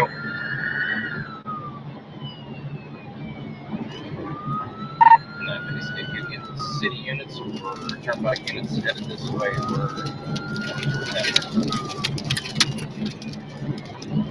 Item at 15 was okay, public service with city at this time. 360 city. Yeah, can you get another? Yeah, I think I blew a back tire, so. Not like. Item 360 was clear. You can need to get city units that way. Well, 674 is over. 674 was clear, call 28. 50 is my back left tire looking flat, showing 50 aside. it looks a little soft, but not too bad.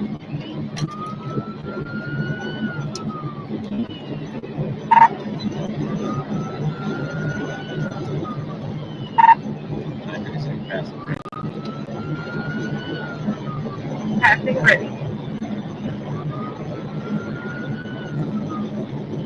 674, so they get you call and they split the traffic. There's a few things. More. 674 was okay on leaving lane.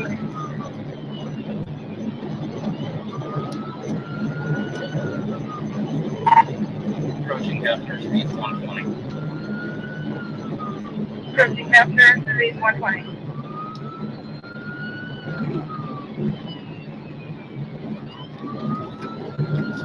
Unsuccessful TBI tip. 624 is going to get up practice.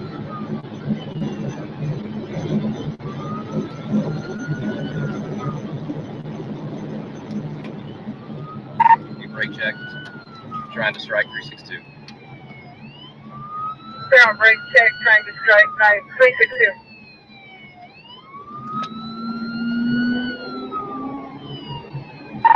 Occupants digging around in the vehicle. Clear on occupants digging around in the vehicle. 362 city, be advised, just point the pistol. I don't know, it doesn't make any sense. Well, you're right, it doesn't make any sense. Pass 122nd. Clear on passing 122nd.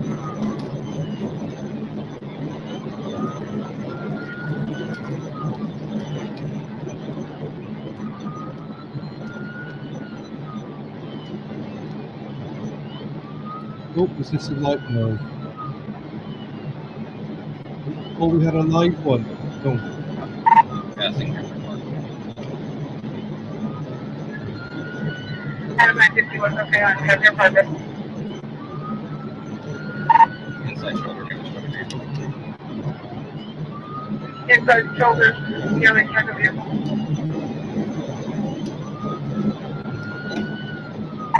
Passing 150th. Correction, exiting 150th. Exiting 150th, vertical unit, exiting 158. Taking the turnaround at 150th.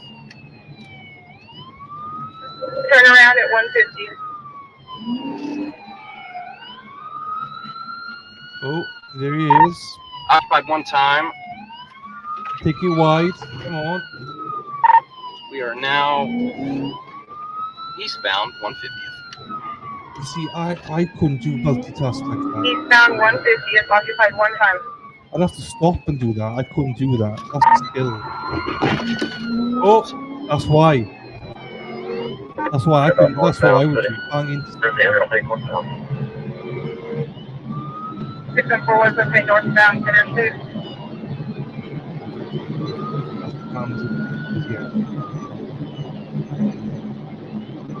I could drive the same property. I can't keep my rear end. Yeah, that's a light red ahead of you. That's why.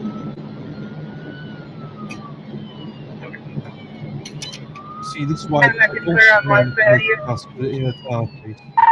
Clear, he's cutting through the ditch at. We can't multitask as men, so we shouldn't be allowed to do Heading it. through the ditch at 164. Back southbound, he cut on the white car and then let my head hit the trailer to avoid striking. Southbound. IKTC got there past me. Things that were clear on the southbound. Almost struck a white vehicle. Alright, the white car, I'm heavy yield down on the shoulder.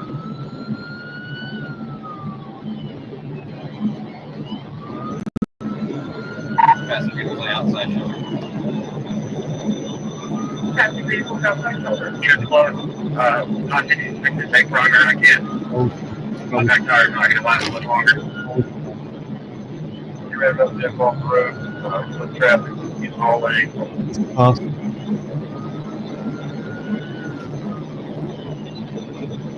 Clear.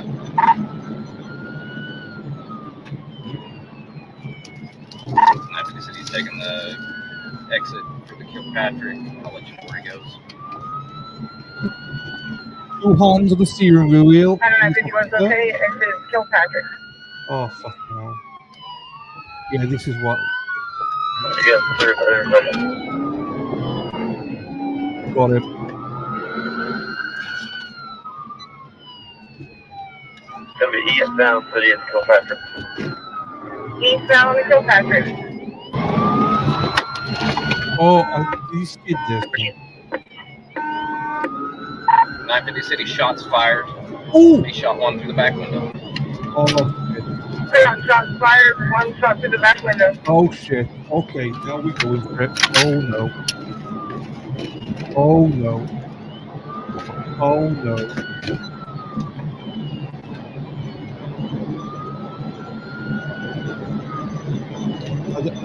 Oh. So do we got any more units up here? Kilpatrick, I'm eastbound, coming up on 10. Clear on approaching 10. Attempting to get more units. 362 City, I'm still secondary. I'm trying to keep up. Oh, what's gonna do Adam now? 361, okay.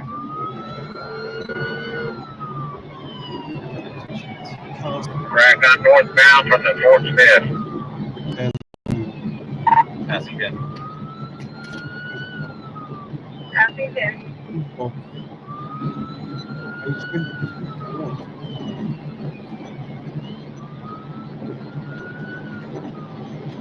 Wasn't Still one again. Still pointing again. you again?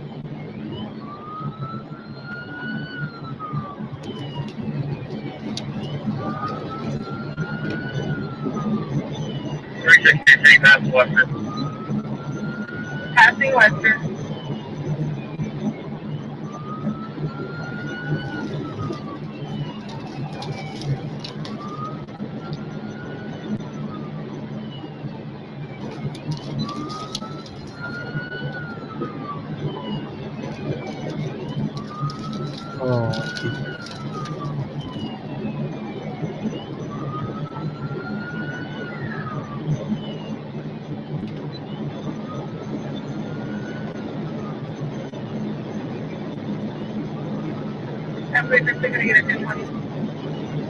Why are they not moving over? Maybe. 363, we're still eastbound. We are coming up on 77, passing it now. Clear on passing 77. Oh no. Oh. Adam, 455. Oh no. Oh no.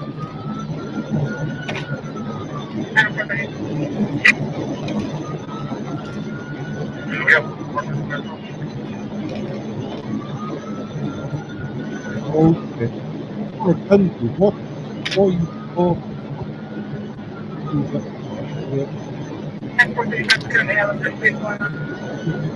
Oh, here we go. Here we go. Oh! You get it. You get it. Oh, that was like 16 city unsuccessful TBI. Just that line. Adam 661 clear on unsuccessful TBI. something almost. Go ahead and notify 3 when you're there.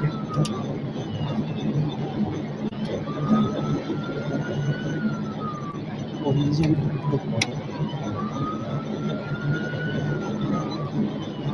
oh, he's small. Oh.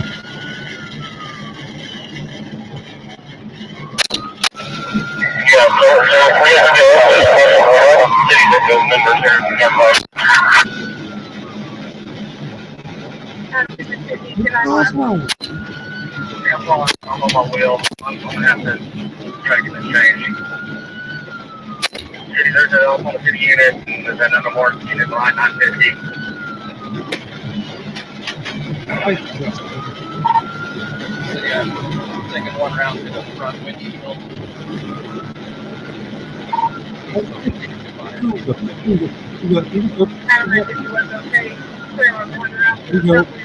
Oh no, you okay? Okay, sorry. No wait, no. Now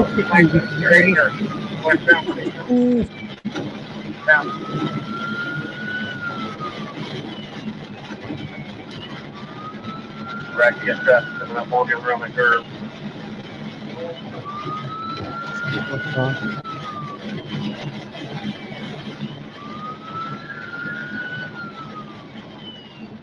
Hey, when we're live, the tick will go off.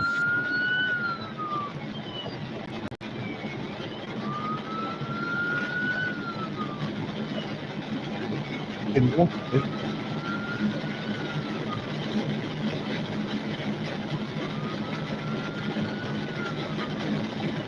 Right now then, I'll wait. On the 173, I believe. We're approaching 173.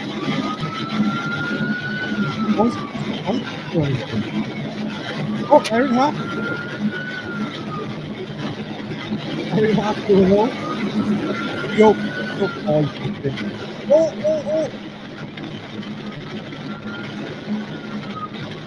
Oh my face. Just really funky.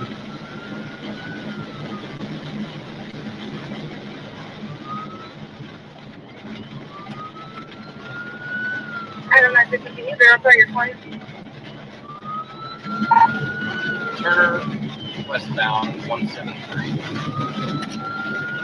Clear on westbound, Turner Turnpike 173. Yeah. Direction eastbound. Yep. Clear direction eastbound 173. I-35.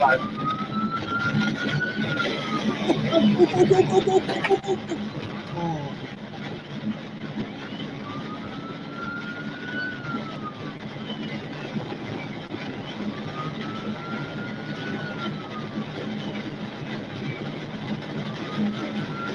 We had him there.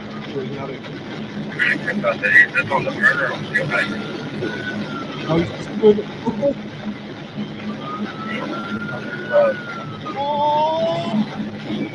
Was okay on east of I-35 on the Turner Turnpike, just east of I-35 on the Turner. Yeah, we're about to set them off. No, he's still he's running all down the info correctly. Paramedic vehicles off the roadway.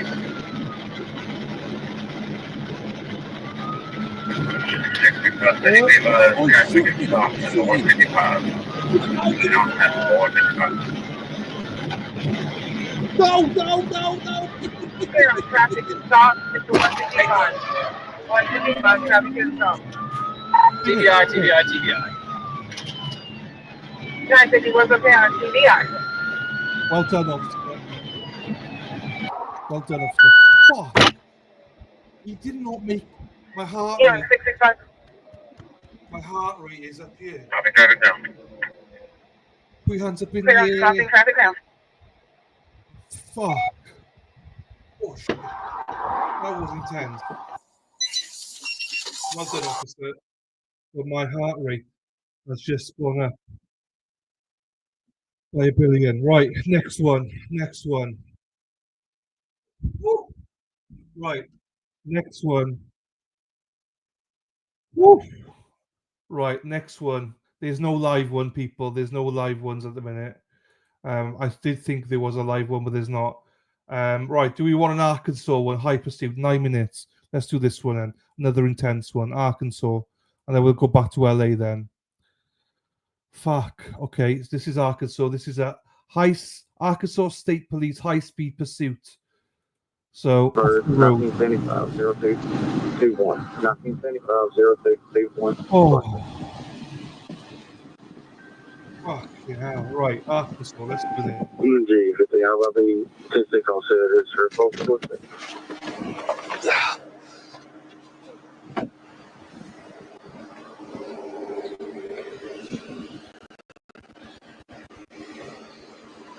James, you know your license expired?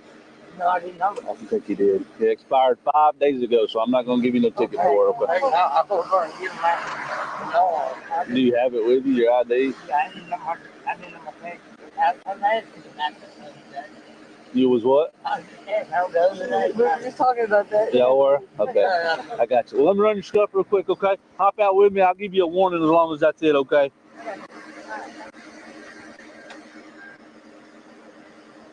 Smells like you're burning oil, man. Oil. Hang out, ready? Any weapons on you at all, James? Don't pass it down to make sure. Where you work at? Right there. What kind of fence? I just know this guy's barbed wire. Yeah, not barbed wire, but I am addicted. about 5 foot 3 feet. Yeah. For what, cows? Yeah. Goats, okay. That'd be good. Give me 1 second. My mission is we're going to get another live one. We're going to get another live one, hopefully. We're staying on, hopefully, till we get another live car chase. It's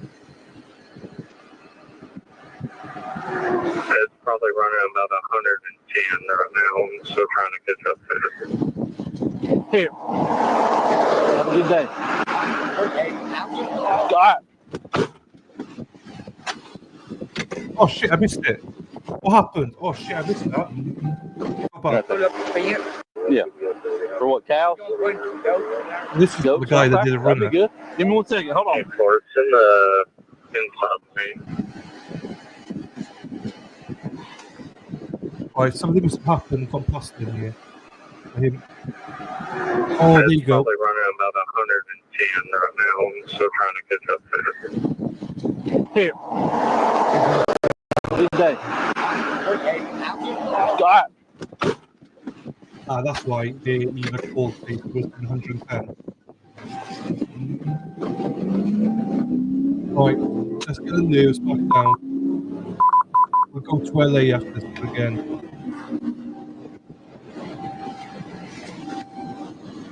G26 TAPD unit. What was your traffic on that vehicle?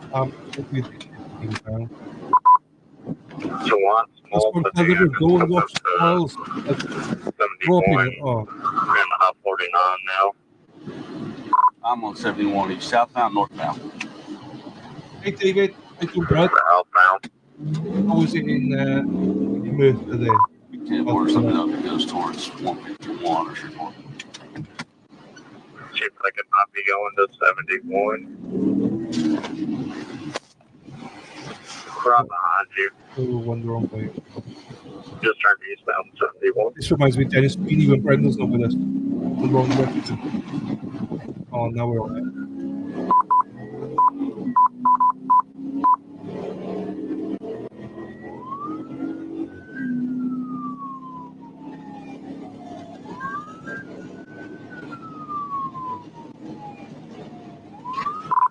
G26, so got a car might be fleeing from me, just turned on Old Blackman Ferry Road up the Highway 71. Go ahead and show me 1037. White Ford Fusion.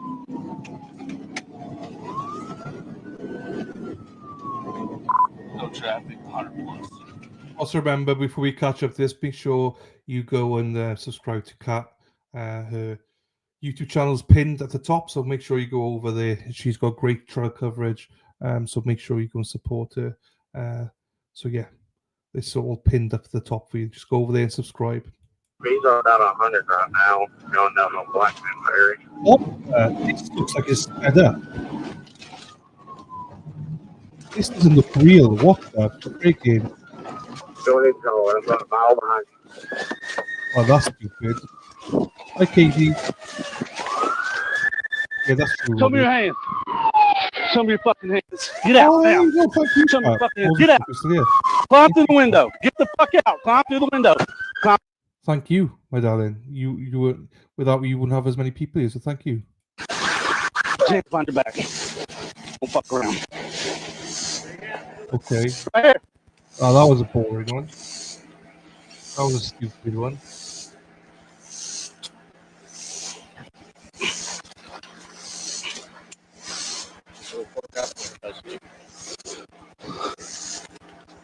Who's letting on, people? Hold your side.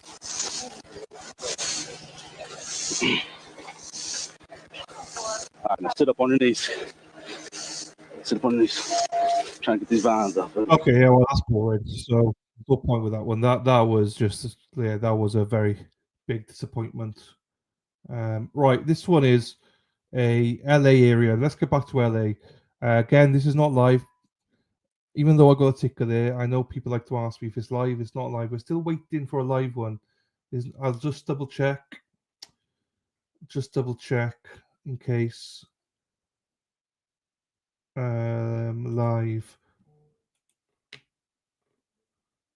No live ones.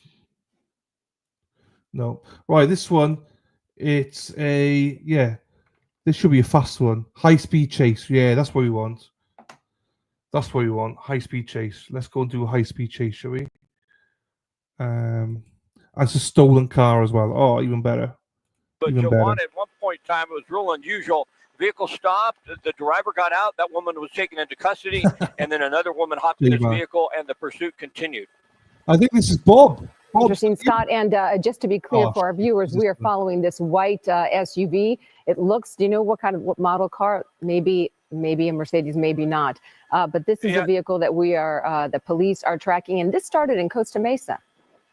Yeah, that's correct. The vehicle comes back stolen. Costa Mesa PD was on it for a while, then got onto the freeway. CHP was the primary for a while in South LA. The sheriff's department was on it. They take it back over to CHP, and CHP decided to back off with the patrol cars. There's no patrol cars behind the vehicle at this point in time, just an LA County Sheriff's helicopter overhead. The windows are tinted. It's an Audi Q5. Once again, came back as stolen. And at one point, eventually the 105 westbound is just going to come to a stop at the shoreline. We're basically just south of LAX right now. If we open up a little bit and give you a little perspective, Like you can see the runway there. You can see the airplanes, and we're just on the south side of LAX. Now, it's certainly challenging for us if the car goes northbound and crosses, say, on Sepulveda, if it had that chance and went underneath the runways, we'd have a hard time following it. If it goes to the shoreline, we can take the shoreline route low level, and that's not a problem. But it looks like at this point in time, they're doing a U-turn on the 105 freeway, and basically now we're headed back eastbound. Looks like at least this individual slowed enough to make that turn, Giovanna, in a safe manner. So we haven't seen an extremely dangerous pursuit as of yet. But you know what happens a lot of times in these types of situations? The driver gets desperate, and as time goes on, we see more aggressive driving, and that's when these things get extremely dangerous. You mentioned that one of the first driver stepped out of the car and was arrested. So I wonder if we can assume that we know the identity of this second driver, and perhaps they're trying to contact them or making contact, because I don't see, as you mentioned, there are no law enforcement patrol cars behind it. Yeah, that's certainly possible. I mean, they have one person in custody. They obviously know that person who's taken into custody, knows who's with them. I mean, you got to be careful and not speculate too much. I mean, it's possible they didn't, but more than likely. And whether or not they're telling police who that individual is another story. Because the vehicle is stolen, it's not going to do them a lot of good to run the plates to really come back and try and get any information on the suspect. Now, we believe there's only one person in there, the driver, and that's a female. That's the information that we have. But when you have a vehicle that is blacked out like that on the windows, it can be really hard to tell for sure that maybe there's not somebody in the back seat, you can't or there's tell. not someone else in that vehicle. But those windows are tinted extremely darkly. That's not legal. That's a great shot. You see the LA County Sheriff's. Robin G, they're not legal. They're not legal, Robin G. So there you go. But also, yeah, why are you speculating there? You haven't got a clue. You can't see anything. There could be 20 people in that bloody car. You just don't know. For their own safety. So we're on the 105 freeway headed eastbound, and it appears this is a transition to the 405 north. And as I mentioned earlier, that makes it a little tricky for us because now we have to try and make a decision. Oh, that was Bob. We lost him there for a moment. I'm not certain. We have to make a decision on how we're going to continue to follow this because we can't take the 405 freeway north. That would cross right in front of and right through the approach course to LAX, and that will not happen. So at least for the moment, it looks like we may have lost the vehicle. If we pick up the sheriff's helicopter, and it's interesting, it looks like the sheriff's helicopter may have lost them for a moment as well. Is that the vehicle? I don't believe so. So sometimes these things get tricky, Giovanna. You get into an area where there's a tunnel, on with and him, that's that area right there. We thought they were going to go on the 405 north. You see a patrol car there getting on the 405 south. The vehicle may have stopped underneath that or inside that tunnel. We're not sure. Was that the sheriff's helicopter or the LAPD helicopter that sort of went south just a minute ago? They're orbiting. We understand they're on the freeway. Did you hear north or south? That'll help us. We're trying to acquire. Okay, so to the right, Marcel. So Marcel's there as well. At exit 45, that's got to be the next exit, probably El Segundo. So the vehicle is going to be right in this area, Giovanna, but it can be extremely difficult to pick them up once they go through a tunnel and you lose them for a moment. It looks like even the sheriff's helicopter went and lost on Imperial Highway now, I understand.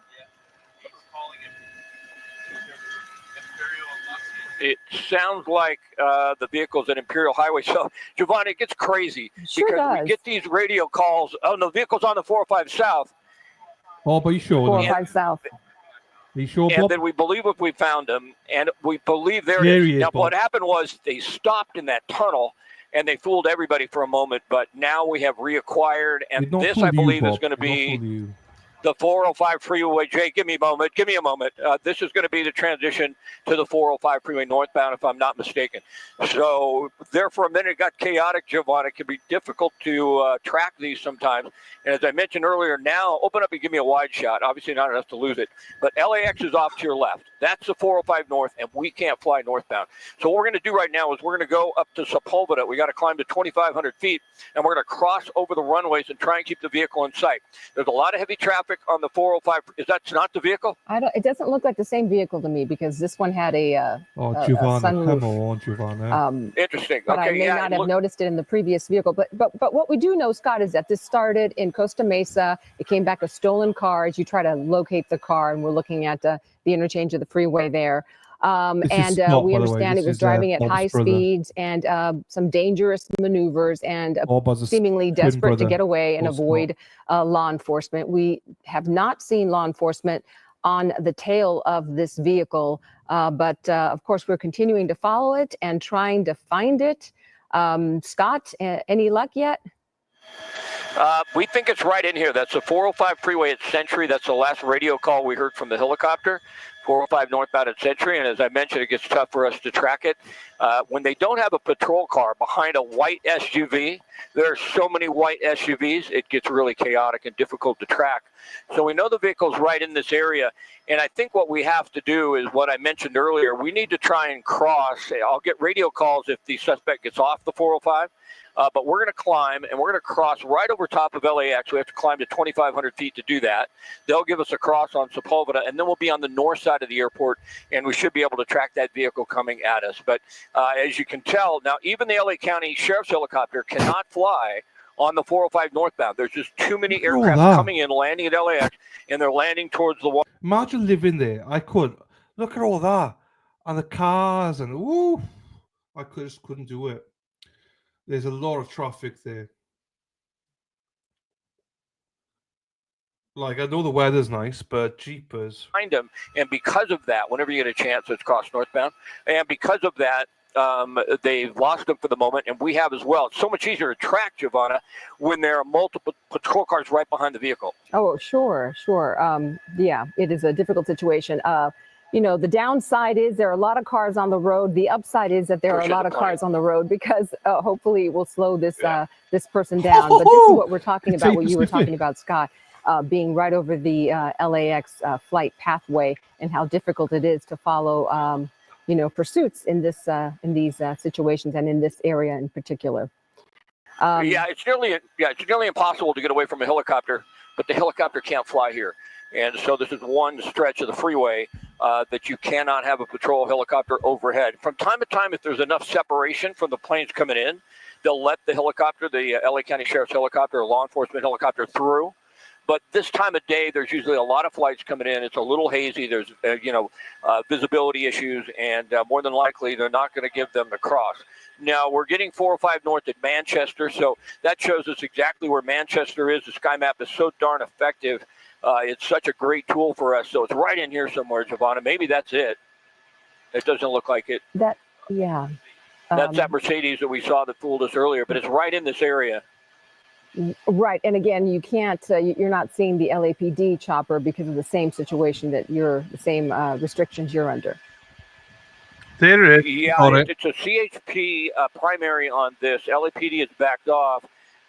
The county helicopter is behind a white tractor trailer in the right lane, if I'm not mistaken. So we're getting bits and pieces of information and trying to piece it together so that we can acquire. So now that's La Cienega right there, I believe, Marcel. Yeah. And so we can come off that at La Cienega, come off that and push in to see if we can find them. He's clever, though. There's the white trailer, possibly the right semi. And Scott, while you are looking, I want to welcome our viewers. I'm Giovanna Lotta. This is Eyewitness News at 11 a.m. We have been following a pursuit underway in the LA area, the West LA area. This is the 405 northbound. Scott Rife is in Air 7 over it. We had a visual of that vehicle. It was a white SUV, reported stolen from Costa Mesa. And at some point, the initial driver in that pursuit exited the car and was arrested. But then another woman reportedly jumped into the driver's side and then continued the pursuit. So we're trying to figure all of this out as Scott Rife is trying to once again locate that car. Any luck? So, what? Yeah, Giovanni. So the original driver got out and got arrested, and then a woman jumped in. I was like, not me, motherfuckers. Catch me if you can. Catch me if you can. It's more dangerous having a woman because the women can multitask. They can literally multitask. So if she's got pew-pews, then watch out. Jeepers, that's crazy though. Guy gets arrested, woman was like, nah, not today, mofos. See you later. There. So it's got to be right in here somewhere. Maybe that's the white tractor trailer there. It's still behind it, Jay, as far as you know, for the information you have. So, Giovanna, we're getting bits and pieces from the sheriff's department, and since they don't have a helicopter directly overhead, they're not getting the exact information. And then when it gets to us, it's like telephone. Well, we're really trying to piece it together as best we can and find this. But what's interesting about this pursuit, and we will find this vehicle here in a minute, is that there was a stolen vehicle out of Costa Mesa. There were two females in it, from what we understand. At some point in time in the Lakewood area, the driver got out, was taken into custody. Then the passenger jumped into the car and took off, and the pursuit's been ongoing since that time. That's a 405 freeway, and I think that is the 90 freeway interchange, if I'm not mistaken. And that vehicle's got to be right in here somewhere. Giovanna, it's a difficult find from time to time. No, it's tough. There are a lot of cars out there, and as you pointed out very accurately, there are so many white cars on the road these days. It's a popular color. Lots of white SUVs. Is that it right there? To the left? It's like finding a needle in a haystack, really. Because as you also pointed out earlier, there are no patrol cars, following this vehicle. That could be it. Now that. No, I don't think so. I think that's that Mercedes. It keeps fooling us, if I'm not mistaken. Yeah, it looks just like it. Yeah, but that one doesn't have a sunroof. Far right lane, so that wasn't it. Yeah, it looked just like it, but there's some curved lines on the Q5 on the side of that Audi, and that should give it away when we get in tight. Now, there's a patrol car there on the shoulder. Once the vehicle crosses here, hopefully that'll give us a little heads up, and the patrol car will start to follow. But we understand it's in the right lane. Open up a little, Marcel, right there, and we'll just see if we can keep an eye on the same spot and then pick up that white Audi SUV. That is not it either. That looks like a Lexus possibly. But boy, we know we're in the ballpark, and it should come through this area at any moment. All right, Scott, we're going to let you continue to try to find this vehicle, and we're going to move on and check with you a little bit later in this newscast. Right now, we want to bring you a story about the largest illegal fireworks bust in California history. Eyewitness News reporter Sid Garcia is live in Gardena, and he has more details for us. Sid. Lieutenant Christopher Cuff with Gardena PD giving us an update. But let's go ahead and show you what happened over the weekend. This bust happened early Saturday morning. The major bust happened as Gardena police, along with CAL FIRE and other agencies, went to this commercial property on the 17,000 block of Vermont Avenue, about a mile and a half from police headquarters. 3 people were taken. Because CHP decided to engage, and as soon as the driver saw the CHP unit behind them, they took off and really accelerated, driving erratically now, swerving in and out of traffic on the 405 North, coming up on Culver Boulevard. We're in Culver City, and you can see now it's so erratic, it's extremely dangerous on the freeway. So open up a little bit, Marcelo. The patrol car is still behind this vehicle. That patrol car is, it wouldn't surprise me at all. Is that a CHP motor unit there as well? It is. So it wouldn't surprise me at all if they back off, because when they backed off, she was not driving this aggressively. Now that she has seen the patrol cars right behind her, she's taking a stance where she's going to do anything to try and get away, driving erratically, swerving in and out of traffic, and really causing a lot of risk for the general public. Yeah, you can definitely see that she's flying past the other vehicles and exiting here. This is Tiller Avenue and Washington Place. Is that correct? Sepulveda Boulevard? Yeah, it's Washington. It's a Washington Sepulveda Boulevard off ramp into oncoming traffic, into the intersection, making a left turn onto Sepulveda Boulevard, and that gives you an idea now. Unfortunately, that this individual, we believe it's a woman, is now actually getting very desperate. What the fuck? You said he was a woman, Scott. Why is Giovanna telling us as a woman, Scott? If you're not sure if it's a woman. Mainstream media always putting false narratives out there. Here into oncoming traffic at one point in time. And Giovanna, it was a calm, slow speed pursuit until the units got right behind this vehicle. I don't see any units behind it now. It wouldn't surprise me if they just go into tracking mode. Look at that, into oncoming traffic.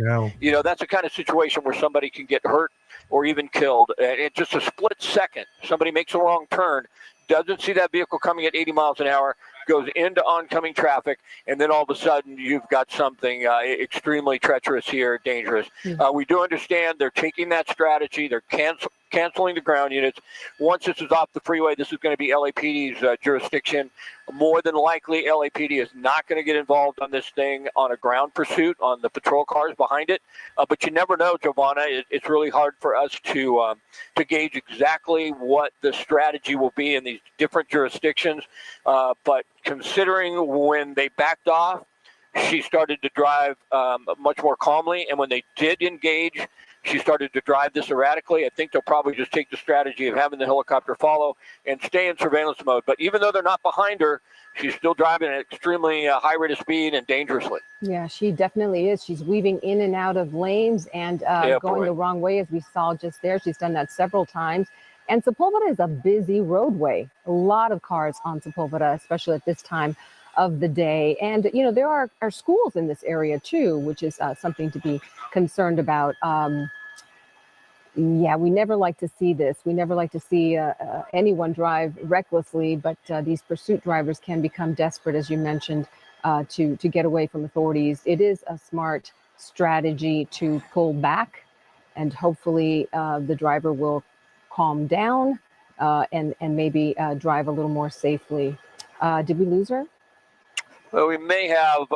Certainly, it's the safest strategy. There we go. Good job, Marcel. They got off their Pico for a moment and then turned northbound on Cotner. So we're in the West LA area, not far from Santa Monica, and you can see, at least for now, she's driving less erratically. She's not running through stop signs and red lights and into oncoming traffic. And they did go with that strategy that really seems like the best bet and the safest, and that is to just follow along with the helicopter and not get the patrol cars behind her. But we're coming up on the intersection of Olympic, and I believe that's Sepulveda on the right side of your screen, if I'm not mistaken. There's a patrol car, and behind the building, we had lost the vehicle for a moment. I don't think that's it. That's not it, I don't believe. I don't believe that's it, Marcel. When she saw that patrol car, she may have turned around. And so we're still waiting to see if she comes out. We lost her behind that building for a moment. Did we see her make a right turn? Because I believe I did not. Cotner continues beyond that street. Is that Santa Monica Boulevard? Yeah. Yeah. That's Sepulveda. There's the 405 freeway. That's Sepulveda that parallels it. That's Cotner right there that she was on for a moment. She could have continued. We just don't know if we lost her behind the building right there. So that's what we're going to have to try and figure out as we push northbound here. We can a strategy for us sometimes is to look out for the. Okay, it looks like we're hearing back on the 405 northbound. So I don't see the air unit overhead. And to back off with the air unit is a little unusual, whether they're going to throw another air unit on this or not. But one of the things that always helps us to keep the suspect in custody or in sight. Go ahead. That may be it, Scott. We're going to let you continue to follow this. Is this the vehicle? But we're going to let you. I don't believe so. Follow it, and we'll check back with you. We'll check back with you in a little bit. Still to come, someone really doesn't like Elon Musk. We'll show you what they did to dozens of Cybertrucks. That's coming up. But first, a warning if you own a Toyota Tacoma, the new crime trend police are tracking in Orange County. And check your freezers. There's an ice cream recall, and it's not just one product, but several brands affected. And there's a new list of best places to buy a home in California. The places may surprise you.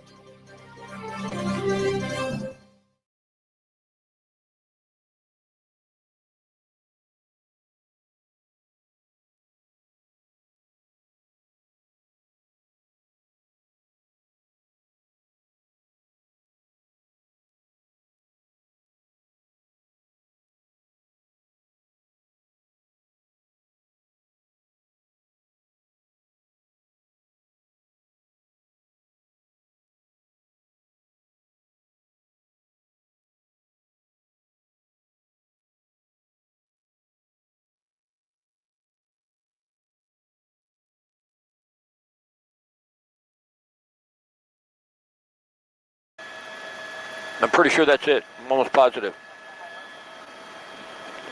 No, that's Sepulveda, but that's got to be the vehicle. Looks just like it. That's it. That's not Olympic. All right, let's go further. Let's follow it. Open up out of your shot so I can see it out my window for a sec. This is it. Yeah. Okay. Open up out of your. So I just want to see it outside. Okay, I got it now. Could you give me a pedal turn to the right, please? Hold it right here and give me a right pedal turn.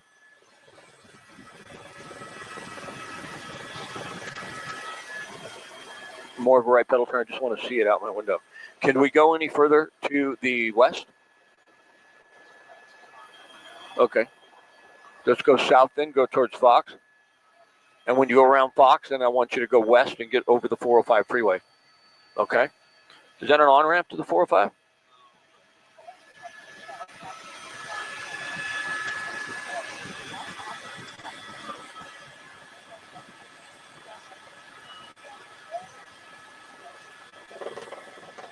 There it is.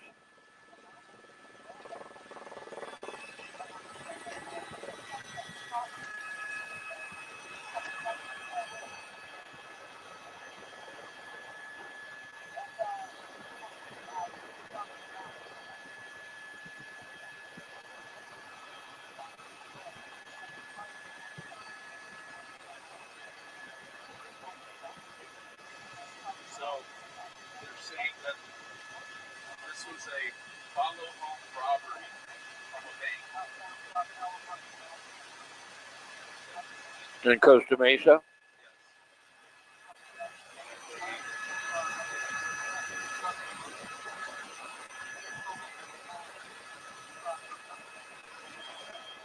Okay, I think Marcel's giving me some info. He picked up it was a follow-home robbery. Did they rob the person and then take their vehicle? Okay, good. Marcel, could you say again? They followed them home from a bank and stole the car. Interesting, okay.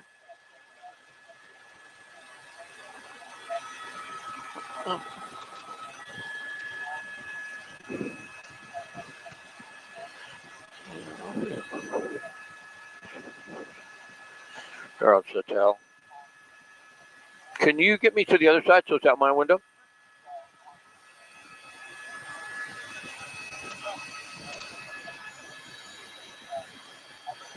Right, I'm putting feelers out there. I keep putting feelers out there, and there's been a few suspected car chases, but nothing confirmed. So it's a bit annoying that we still haven't got a live one. We had a live one, it lasted 9 minutes.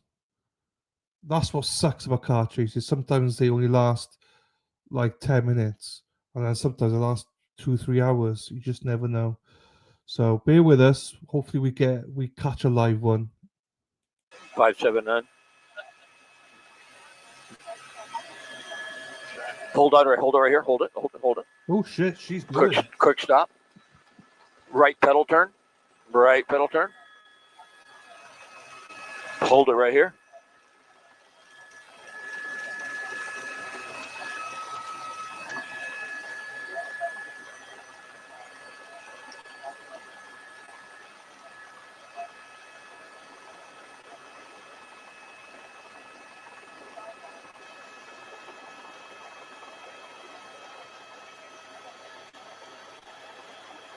Slowly. All right, very good.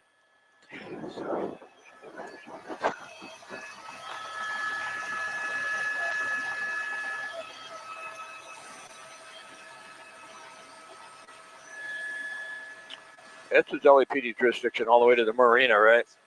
No other agencies, yeah. She's still on, you making a turn here? I lost him. Oh, he's going south. Okay, let's go this way.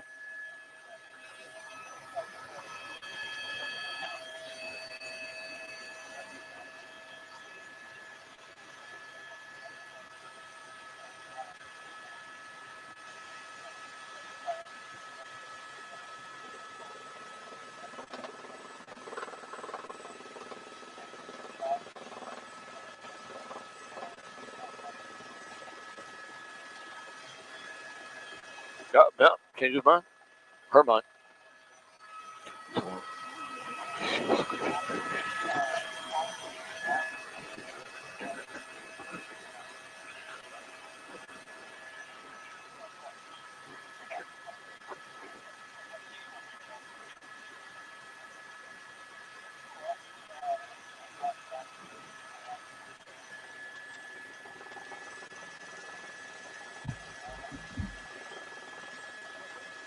Stop. Stop right now. Got to go north a little, or it'll go right under this. It's good right here. Up, turn around. Oh, right, okay. She's small C. That does. Back southbound. Now back this way. Okay, now she's picking up. Pushing over there, get some speed up. Now we're going. Now we're rocking. Tuck in a little tighter. Scott, you pink phobe.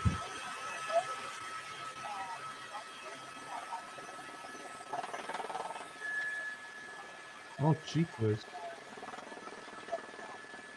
This must get quite fast. Well, we have a little additional information now. We're trying to piece this together, so, take this with a grain of salt. But it appears initially this started as a follow-home robbery. May have followed someone home from the bank, tried to rob them, and then stole the vehicle in Costa Mesa around 10 o'clock this morning. So this is the type of suspect. There was two females that they're really not going to let go. They're going to continue this pursuit. They're going to surveil them, and these are the type of individuals. It's not a traffic violation. It came back stolen. That's bad enough, but follow-home robbery type situation. They're certainly going to take this extremely seriously. Now, we're coming up into the Marina Del Rey area, the Mar Vista area, southbound on Inglewood Boulevard, headed down towards the 90. This is an LAPD jurisdiction area. We'd lost the vehicle several times because it'd gone through a tunnel. It was in the airspace. It's at LAX. Been an extremely difficult pursuit to follow. At one point in time, we understand there were two females in the vehicle. The driver got out, stopped in the Lakewood area. She was taken into custody. Then that time, the passenger, also a female, supposedly, reportedly, jumped into the vehicle and took off. So now we're seeing the suspect stop right underneath the 90 freeway on Inglewood Boulevard. And this is a type of situation when you don't have the patrol car right behind the individual, they can get out and make a run for it. So the helicopter overhead right now, look at that, they're going around in circles. So a lot of times, Giovanna, that's a procedure to turn around and see if anybody is still right behind them. And it looks like that's exactly what we saw from the suspect. They got in that tunnel or underneath that overcrossing and turned around. Well, it's two cars. Hang on. Which one's which? Yeah, two identical SUVs. So we'd followed one. It wasn't the right one. Yeah. Oh. Yeah. Can you imagine? Oh my days! If she used her noggin and saw two identical cars, she should have just stopped.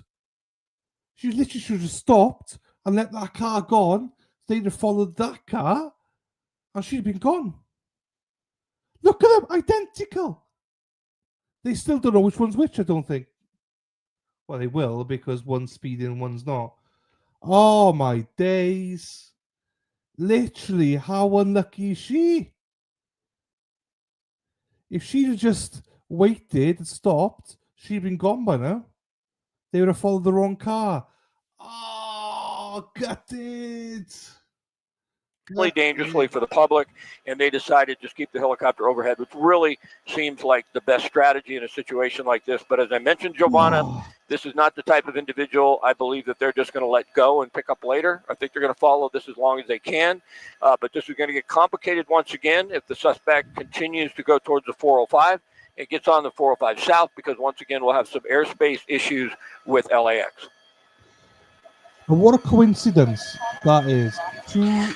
Yeah, I want to be really careful about saying that for certain because, these things can happen in real time. But we did get some information. We believe overheard from the law enforcement agency that this started as a possible follow-home robbery where they followed someone home from the bank. Whether they were robbed or not, I'm not certain. But then they stole the vehicle. That's the information we have right now. It's not completely confirmed. I think it's fairly accurate.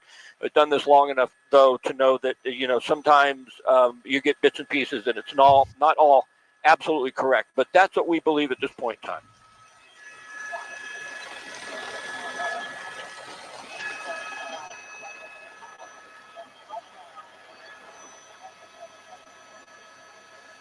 That is correct. Loyola Marymount is right around the corner, and Jefferson will run you to Lincoln, and then from there you could take it all the way to PCH. You could take it all the way to the shoreline. It looked up. There we go. So back to the east, and what I've seen in a couple instances with this suspect, they've made a turn, and it appears that they're making the turn. I mean, who knows for sure, right? But it appears in some instances just to check to see if law enforcement is right behind them. The helicopter is overhead. The LA County Sheriff's helicopter is making orbits. Whether or not the suspect can see the helicopter, most of the time they stay behind them. That's unclear. They can't see us, especially through those dark windows, and you can see how far behind and high we are because we have separation issues. We need to be above law enforcement, and so because of that, there's a CHP motor unit, and Marcel could hear the transmission. He monitors the scanner, so fantastic at doing that, and the motor unit was told not to engage. So that gives us an idea how they're treating this. They're not going to engage her.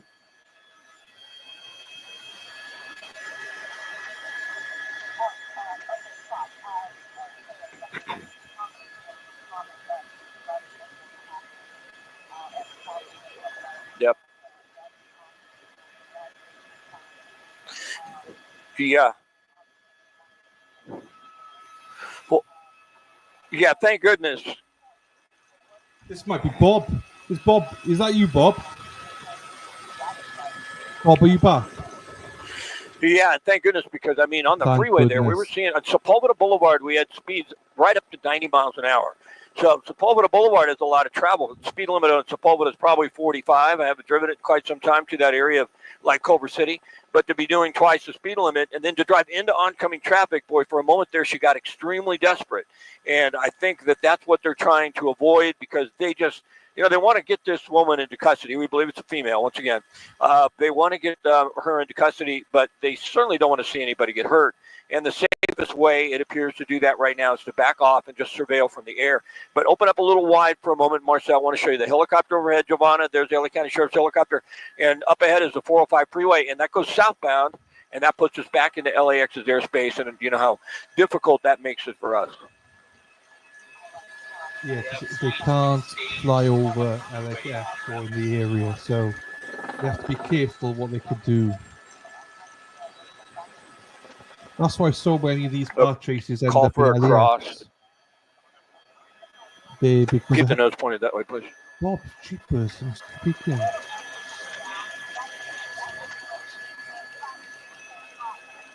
Yeah, that's why a lot of people head towards LAX and dump their cars there because the helicopters can't go there. But I also think, but there's cameras there, so they're going to follow you. Just keep climbing now. Keep climbing. All right, slowly south. Okay.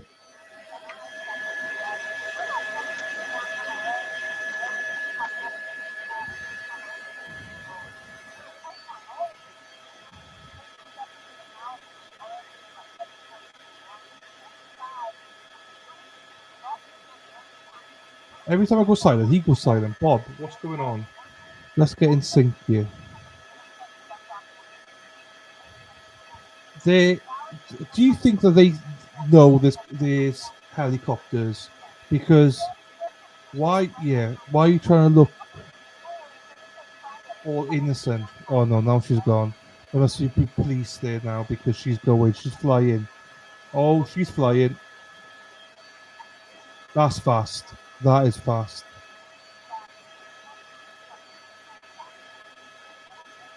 Allegedly. I know. We don't know, but we assume. I know, lovely. I know. It's what the media do, though, isn't it? They assume. Thinking about it. Well, she has to stop, Bob, because of bloody...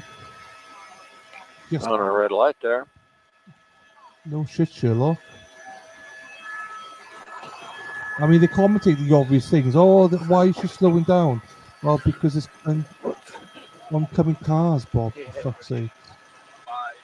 There's a red light, she's just gone through it. Yeah, well, it's a car chase. So, quite likely, she's going to run a lot of red lights. If indeed it is a female. But they did say that a man was arrested and then a female just jumped in. But now they say there's 2 women. I have no idea. They have no idea. Oh, that's nice. Oh, that's a nice rooftop. That's in Middlesbrough or something. That was nice. You'd think that he would go to like a garage or something, just park somewhere, dump the car, and then pretend, just walk out, and hope the cameras don't pick them up or something. Yeah, I know. It wouldn't surprise me. So just slow it up, You got the same idea, Bob, yeah? That's the street we're following. So. Okay. And we need to be tight because there's a lot of trees.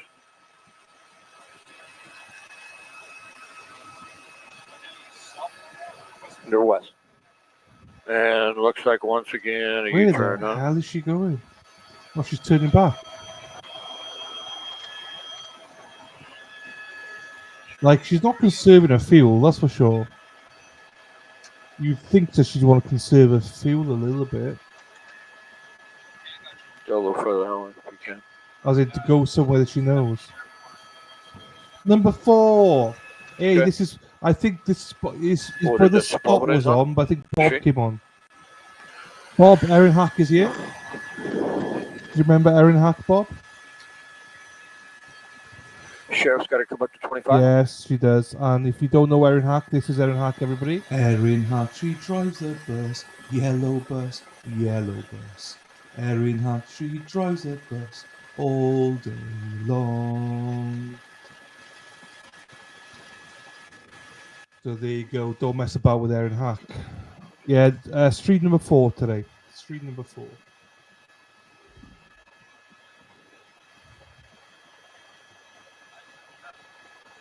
We did Don Adelson. So many vehicles look exactly like that one. But I need to do the interviews like you told me, Erin. Yeah, and that sunroof helps. It does help, but... Oh, enjoy your wedding weekend, Erin. Enjoy it. Oh, yes. I hope you go to slow down and make a run for it here or something? Nice Open time. up a little bit. Why are they slowing? Is there a car in front of them? No. No. Are we on Sepulveda? Or is this... That was weird. Why did they slow down right there? Unless they thought about going in the garage. Maybe. I know you keep calling her E. It's so hard. Yeah, we're pretty good. We're 45. He did, Hypo. He did get some blame. And you know, if there's anything gone wrong, it is Dana's fault. I think for a Open minute. up for a second so I can find the vehicle. Right, Bob. I think they're trying to get That's into the Sepulveda garage. right there. I think that was a parking Right. garage. I got it. Or garage, as you say it. Yep, I got it. What do you think, Bob? Do you think the same as me? Gone quiet now.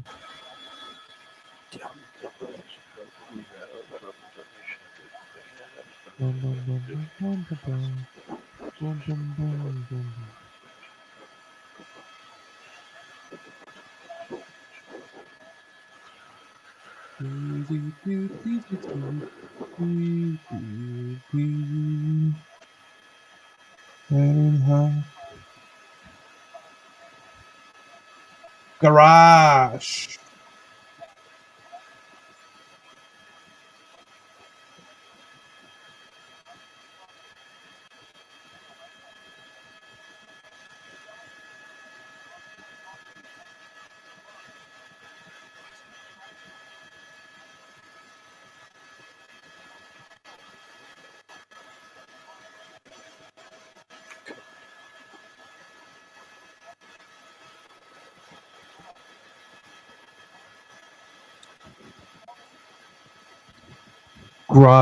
Garagey. Yeah, good.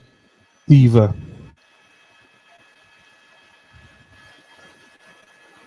Why? What is she doing? I really don't understand what she's doing. And what's that car doing next to her? Hey, Kim. Garage. How are you doing, Kim? Why are they lined up like that? That looks suspicious. Are they talking? No. It does look suspicious, though. Why are they lined up side by side?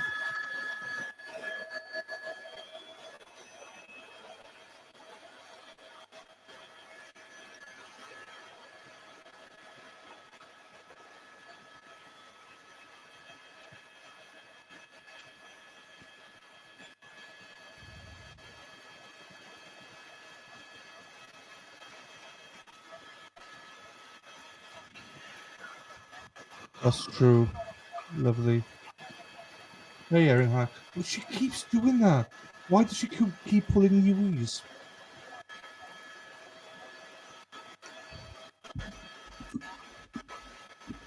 I hope you got the tan you wanted, Erin.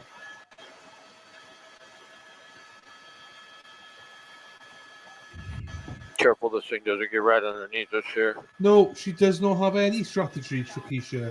Zero. It's annoying to watch it.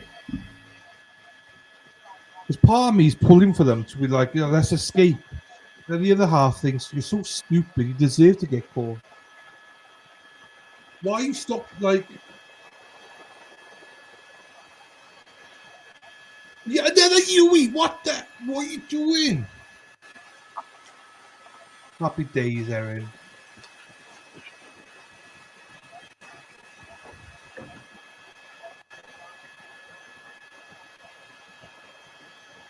What are we doing, people?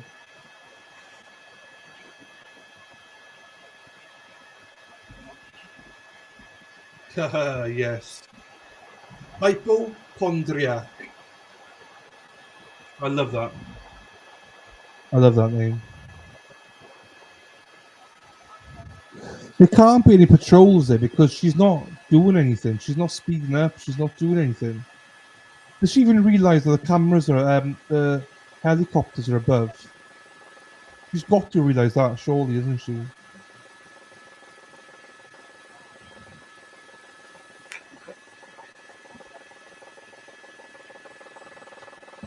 She's trying to drive like normal, but it's like, look, we clocked you. We know you're gonna be arrested. Erin, you drive the bus, so...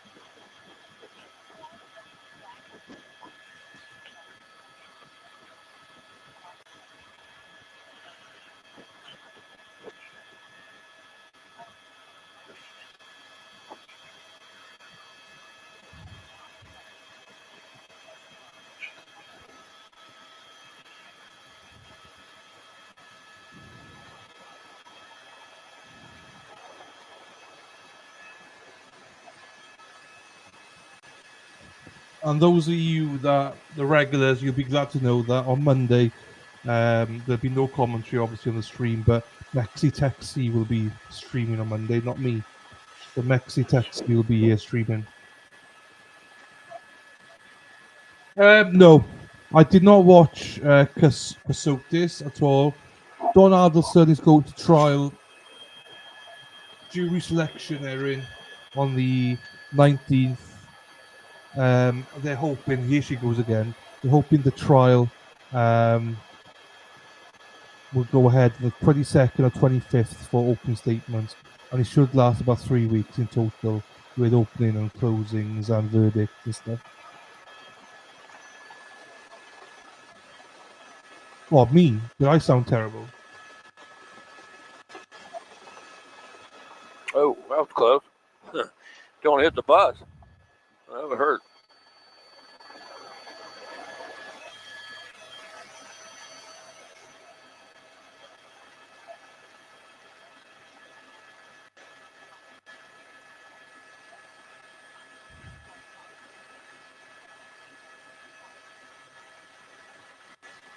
No, I'm not there Monday. I'm at the hospital Monday, but Mexi's here Monday though.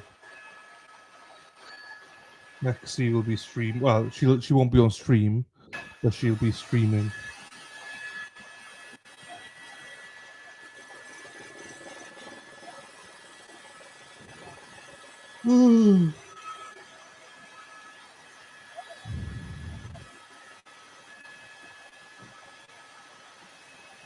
Oh, okay. This why another UE? For what reason? He's going to run out of fuel at this rate. Going back and forward. Yeah, YouTube keeps banning my my chats now.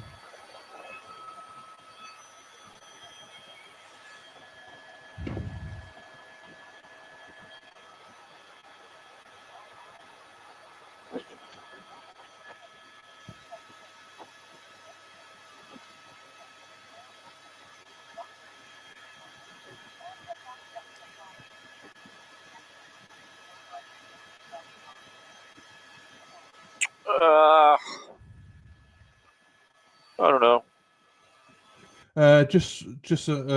I can't cover it, but there's an active shooter at Emory, wherever Emory is. So just so you know, active shooter in Emory. I cannot access it from the UK, otherwise I will show you, but it will not let me access it. But yeah, active shooter at the minute in Emory.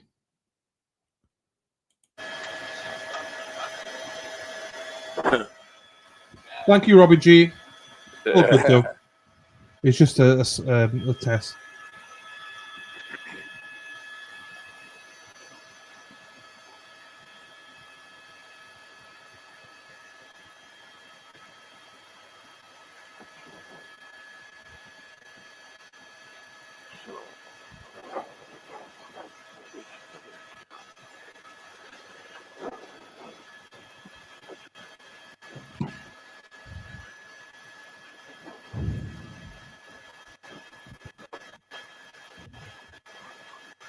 Yes. In my dental one. That's all. Oh, what was this?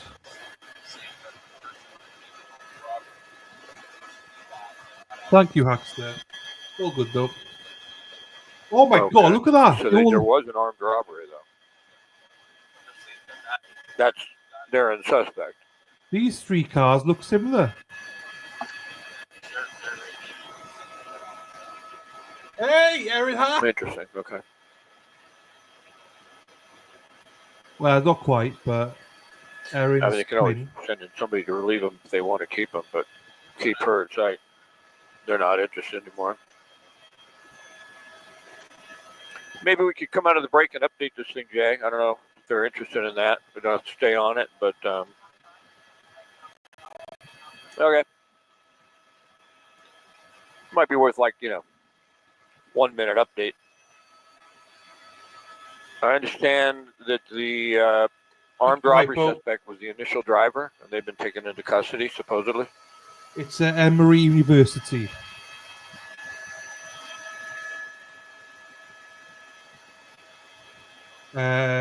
Campus is in Atlanta. There you go.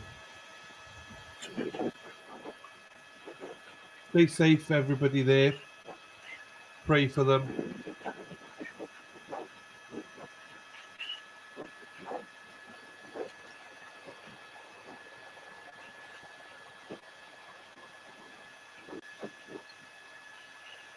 You know what? Do you want to see it?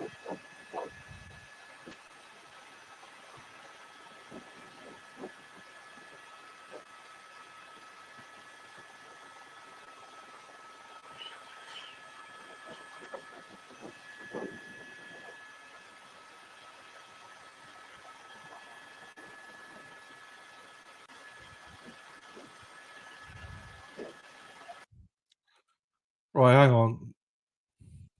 Let me show you this because it's active right now. It's live right now. Outside. We could come back to the other one. I just want to show you this. Correct. That would be actually the north side of what's happening. And then on the south side, more toward Emory University, there is another huge collection of police vehicles, some of which have been shot at by someone beginning around 5 o'clock this afternoon. We heard the gunshots. I didn't hear them specifically, but one of our colleagues, Rick Snyder, who joined us earlier in the newscast, described having heard at least 10 shots from a long gun, what he thought sounded like a semi-automatic rifle, and he has experience with these sorts of things. And in the last 10 minutes, we've seen police officers enter a CVS there. The report that went out to, the emergency alert that went out to people in the Emory area was that it was at the CVS. We don't have specific confirmation of that at this point, but we have been told that one DeKalb County police officer has been shot. We don't know that officer's condition at this point, but this clearly seems to be an active circumstance. And yet we're watching these officers, in some cases, standing in a way that would seem to put them in harm's way. Are we looking at someone carrying a stretcher?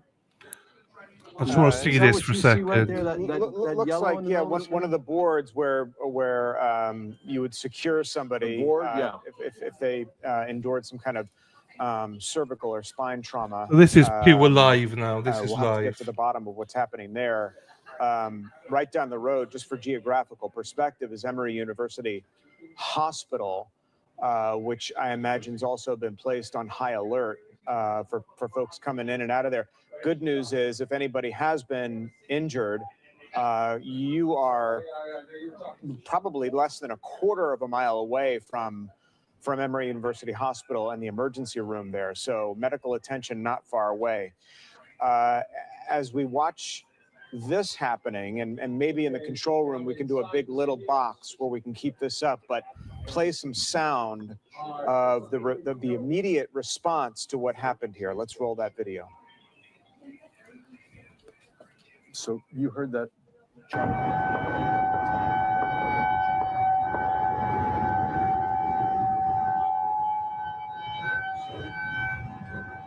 seeing a number of officers going inside the CVS with the stopper. What you're hearing there is sirens going off just after that alert went out, sent by Emory University, saying that there was an active shooter located near the campus and to run, hide, fight. This all unfolded, that alert going out just after 4 o'clock, and we're seeing a huge police presence centered around the CVS store located at Emory Point, which is located just across from the campus of Emory University and also quite near the CDC headquarters. And in the last half hour or so, as we've been on the air here, we have seen that large police presence continue to center around this CVS. And it looks like many of them have gone into the building now. Some of them carrying a sort of a stretcher. Yes, this is live, people. This is live. Police officer has been shot.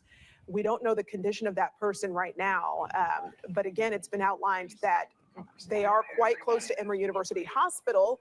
So unclear whether they're trying to transport that person now to get care. Yeah, on that note, we have Fox 5's Kim Loeffler, who's standing by at Grady Memorial Hospital, the level 1 trauma center for our area, where gunshot victims are taken for treatment. Kim, What can you tell us about what you're seeing there and the response over at Grady right now?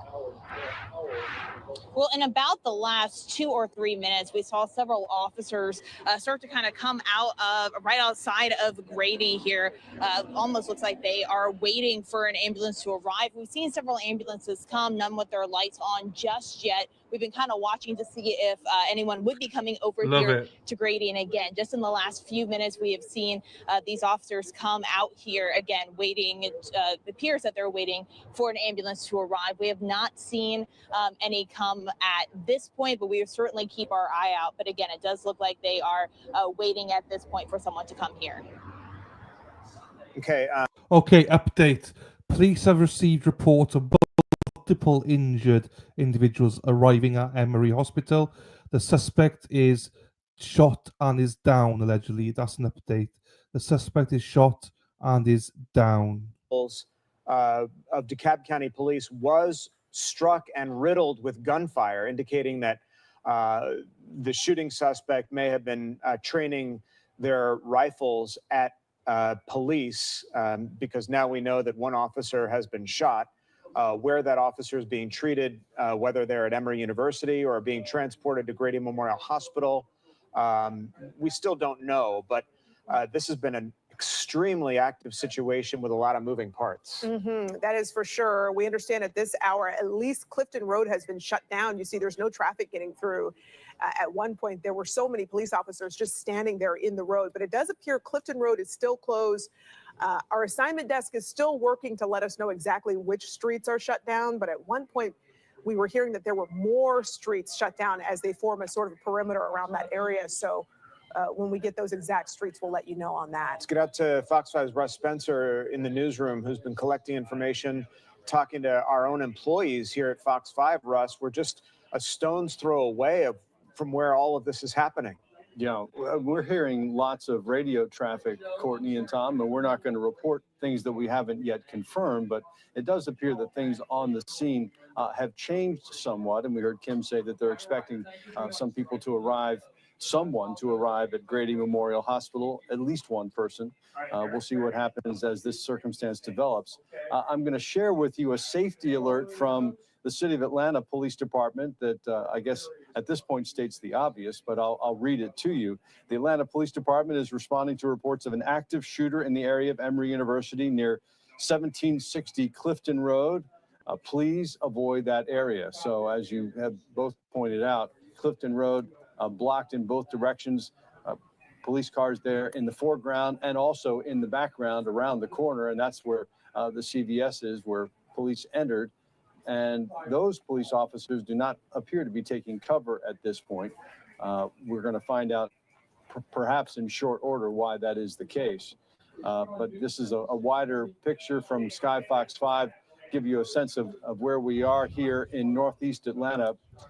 Fox 5 is on Briarcliff Road, and the parking lot of Fox 5 and the back of the building faces the CDC. As we go out to our cars at the end of the day, we can see the CDC building right there, and it's on the other side of the CDC is what we're looking at here. This Emory Point is right across Clifton Road from the CDC. All right, now what we're looking at is pictures from earlier. I described to you when police were on the scene. This is the police car that was riddled with the bullets. This is earlier video from probably 15, 20 minutes ago. So I don't want you to be thinking that we're looking at live pictures again. Our chopper has to go.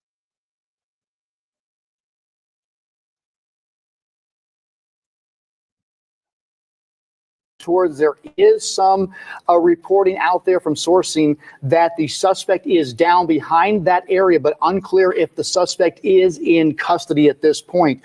So that would be the best news possible. But you've seen from the response here and the messaging still going out to stay away or shelter in place that the scene has not been secured. But again, I just got a text from someone who texted me originally about a law enforcement officer who was hit during the exchange, who are now telling me that the suspect possibly down behind the CVS. But again, They have to confirm there is just one single suspect at this point, and of course, take every precaution. Did that suspect drive here? If they did drive there, they then have to find that person's vehicle to secure that vehicle to make sure there is no other threat that they might have left in that vehicle. What I'll tell you as well is if they have a name on this suspect by now, they already probably have agents, police, and the ATF heading to that suspect's home, working to get a search warrant to start looking in that suspect's home to make sure there are not any more threats out there. Because again, you have to wonder, why did this take place? What was the intention? It's very close to the CDC. Right. We know the political environment out there. It's too early to say any of this. But again, they're not going to take any precaution here that's not, for them. Here's now we're spinning it. So this is what we heard. This is a good perspective here as we turn it.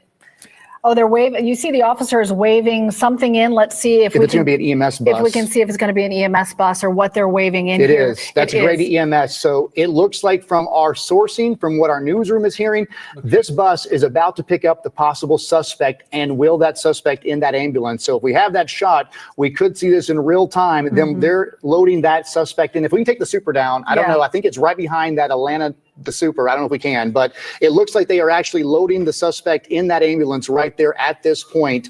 We just can't see it behind the banner, but we're working to get that for you. Yeah, certainly seeing those officers waving it in quickly. And again, all centered around the entrance point to the CVS there, as everything on that intersection is blocked off. You see officers really huddled around the ambulance. We're kind of at the mercy of these traffic cameras right now, which we're glad for that perspective, because you see some of the activity that's happening around there. And for them to be letting out these individuals now, you don't see police running. It does appear this will be our suspect being loaded behind the breaking news banner, which you can see on the right of your screen, all the actions behind that banner. Right. They are loading that suspect from what we understand, and you saw those people being released. So there is some good news you're watching in real time. That is significant because it's the first time we've seen anybody walking away from this central point that has been the focus of all the attention from law enforcement since that first communication came out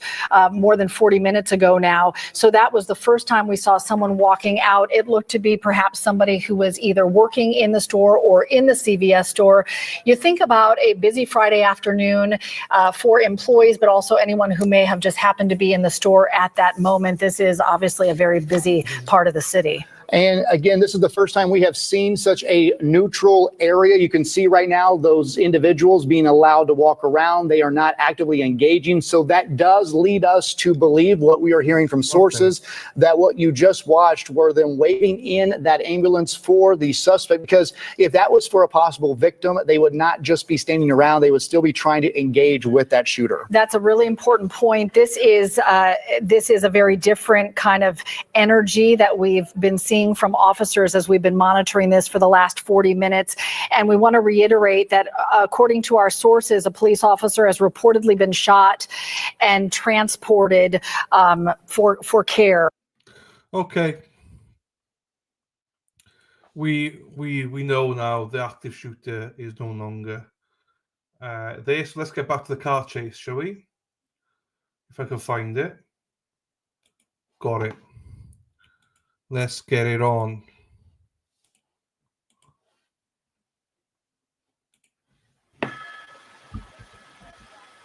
Let's get back to the woman. Let's get back. Let's get ready. Let's get ready. Let's get ready to rumble. Erin Hack. Psych. We're back. So allegedly, the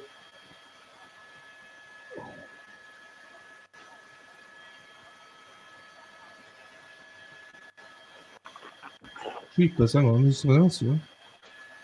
Yeah, Jay, why don't you get news copter going just in case we start to get a little low on fuel? Another shooting in Kansas. Maybe. Wichita, Kansas. No, not often, Robin.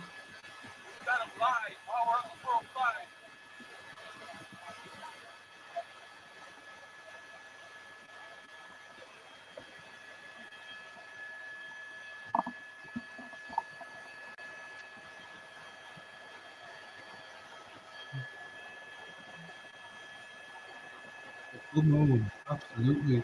Right.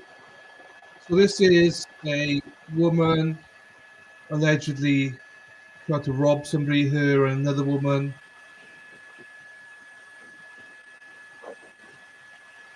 And now we're back.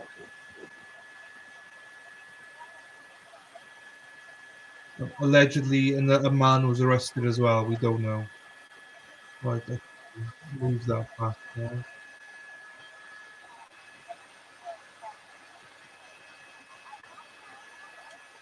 Beep, beep, beep, beep, beep, beep, beep. I can't see anything about the Kansas one, but 2 people shot in Kansas.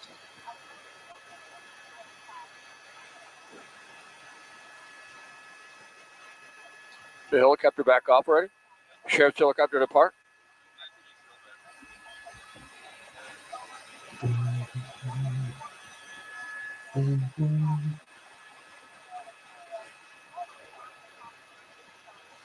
You would, Robin G. That is true.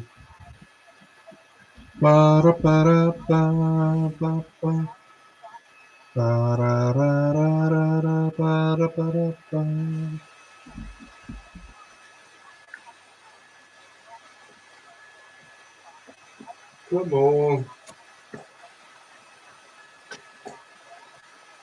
Like, you always get excited when they.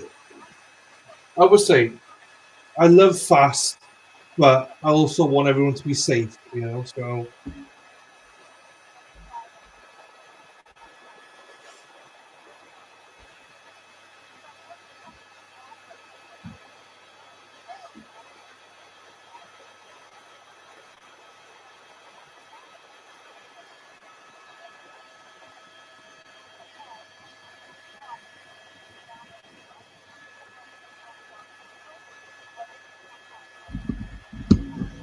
Oh,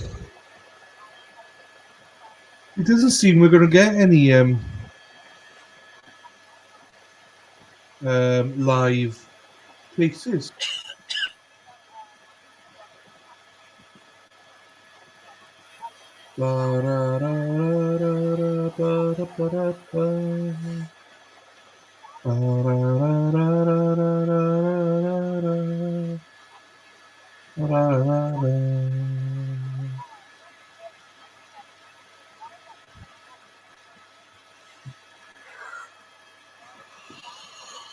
That's not me yawning, that's them.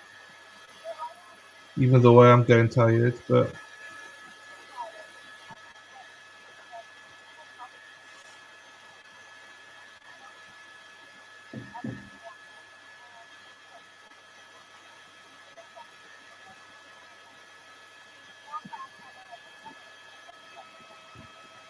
Erin Hack.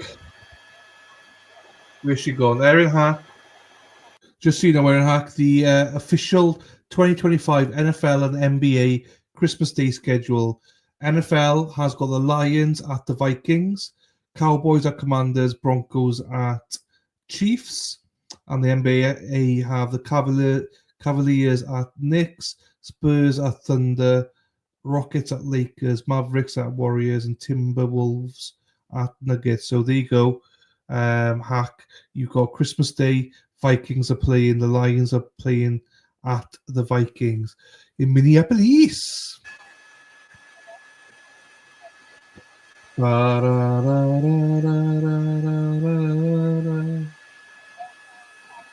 the 405 yet? Past the 405?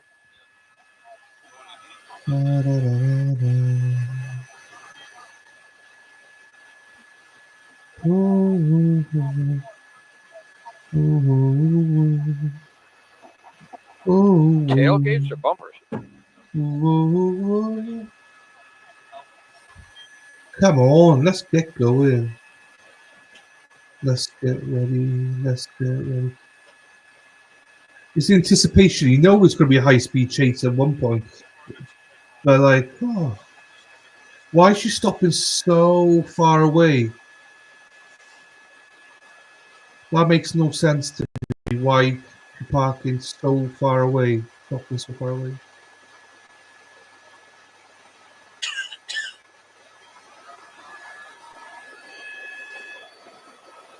on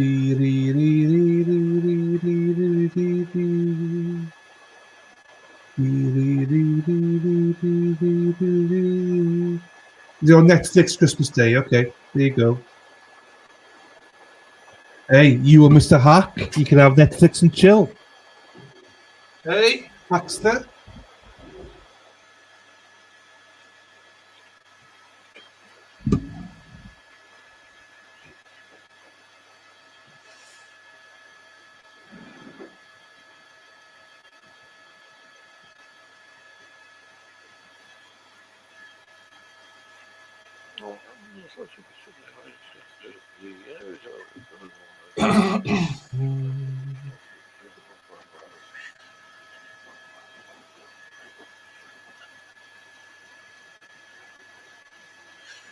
Oh, yeah, no kidding. I wonder about that. Huh? That was just a. She'd get if she goes down there. It's a cul-de-sac. She's fucked. She could never turn right there because it's like cul-de-sac. She'd be fucked, Robin. She'd be fucked. No, pie noons for me. Oh, jeepers, that is even worse. Hangover hack on Boxing Day. The hackster will have a hangover on Boxing Day. Uh-oh.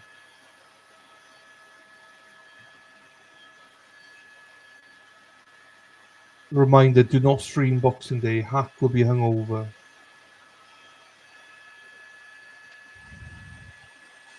It will be out of gas soon because she keeps doing all these U-turns.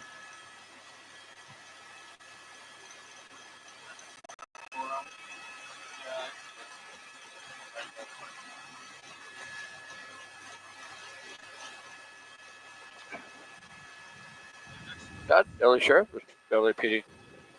Yeah, she could have Sheriff, turned Robin, but it would have been to the cul-de-sac. As in the housing, whatever you call it. I'm not sure what you guys call it. Oh, that is, man. They're following him.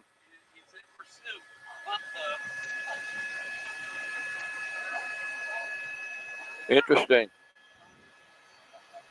They're going to turn around and go back the other way and see. Was that person trying to follow me? That's exactly what they're doing. They want to see if that band's trying to follow. How was that paranoia? Paranoia. Oh, she's speeding right up now.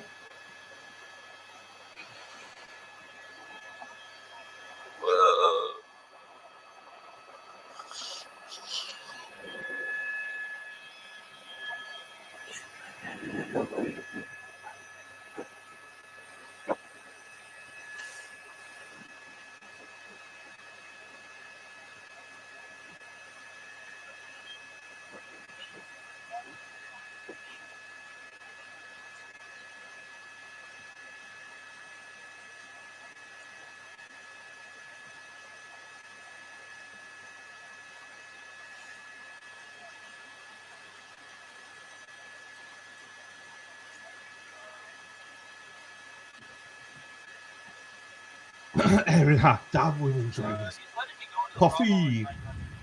Jack. What's that? Is that a restaurant? Jack. Jack. What? They just turned south? That changes everything because you're not going to be able to go south. So going down the 9, we'll have to take the 110 south. I doubt they're going to let you go south there. It can't be from the area. I got the sheriff's helicopter go south. Coffee's well, for now, let's see, You can run, but look at that. I could never live there, people. I could never live there. I'd be lost. You could run, but you can't hide. Oh, there's a patrol car behind them, right?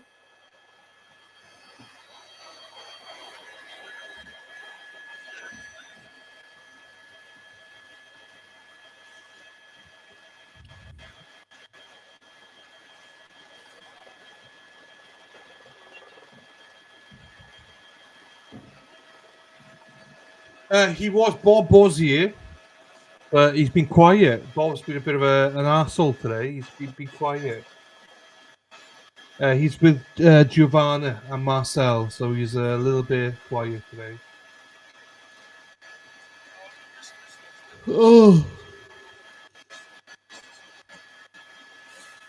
some point we're going to have to go east of 110 and go south.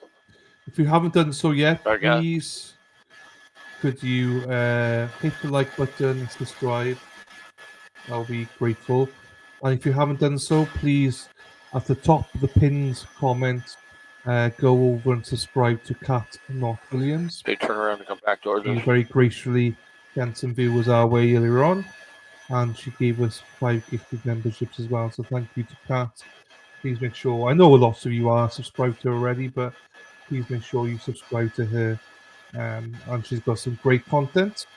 She's also doing the Nicholas Casitas trial, but she's offering commentary and stuff like that. So if you do want to watch it with commentary, I suggest you go and watch with Kat Not Williams.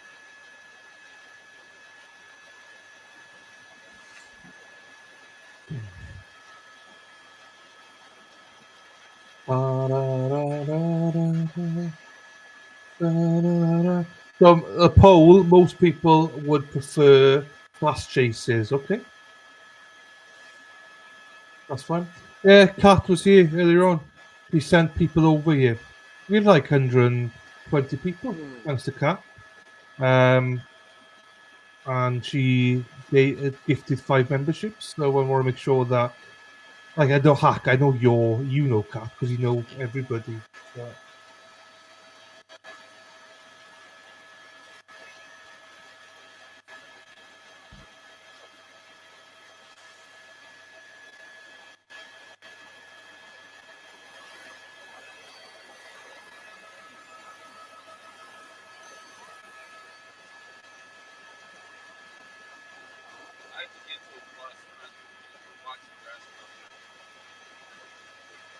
Oh, he's still here, Kat. I didn't realize you were still here. There you go. Thank you, Kat.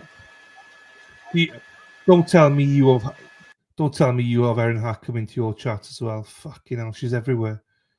Absolutely everywhere Erin Hack is.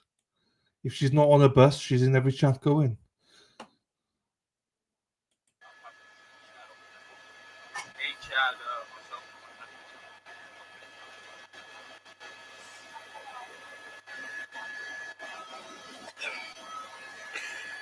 We're going to roll, I guess, go around the south side, try and pick it up, go to south 110.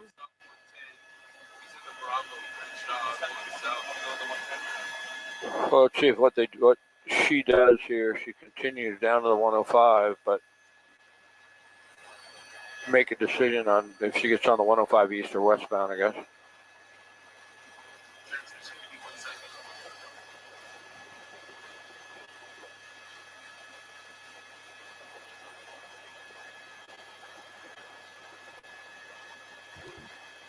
Dana, how are you, fella?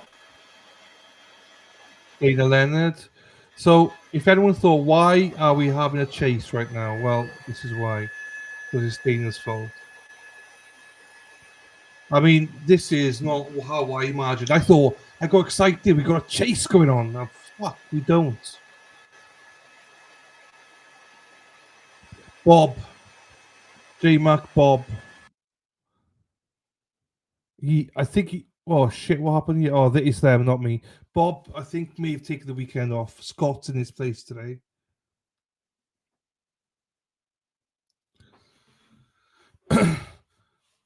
Oh, it's all right, good. It's all right, bud. Oh, this is the stream, not me, everybody. I love when I go to a chat there. You try having her as a mod there, Kat. She kicks my ass every day. Literally kicks my ass every day. Don't be sweet now, Erin Hack. Don't act all sweet. Why are you so nice to everyone else, Erin, and not to me? I'm joking. Erin Hack is lovely to me. I have to say that. Here we go. We're back. I'm joking. Right, I let's go love back you, to Hack. the west, cross over 25. Really, see if we can catch a vehicle coming at us. Also, if Erin Hack does speak to you, that means she likes you. You're a good person. So take it as a compliment, Kat. Because if she doesn't speak to you, you know you're fucked.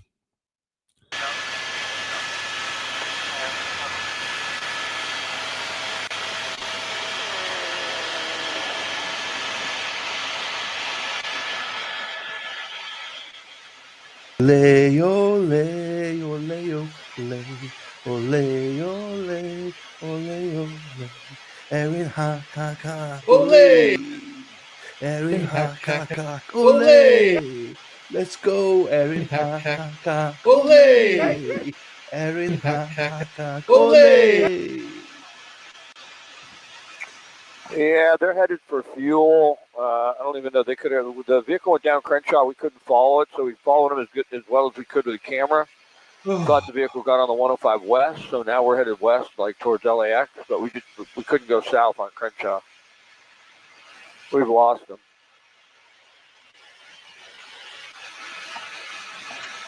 Sheriff's helicopter, but I think they bugged out. They're low on fuel. You see, okay, boss. Okay, boss.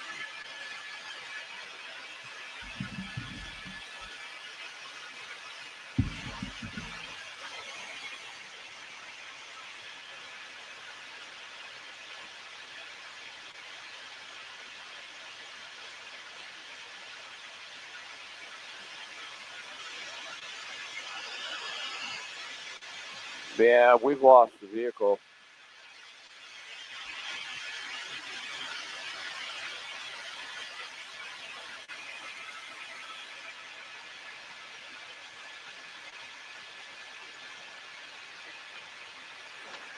And without that vehicle overhead, we're not going to get any updates, so we don't even know if they're still on the 105. That's not it.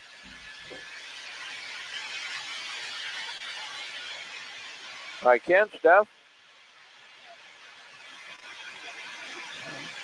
Oh, thank you. Yeah, Marcel was doing a great job. It was just a tricky one. He said thank you. Bye-bye. Talk to you tomorrow. Is that it? Wow. Good one.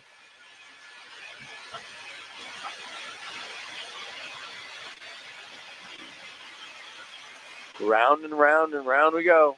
Oh, don't say to that because I'll play Aaron Hackbus song. Don't say that. Okay, he's on the South Harbor. We already called LAX.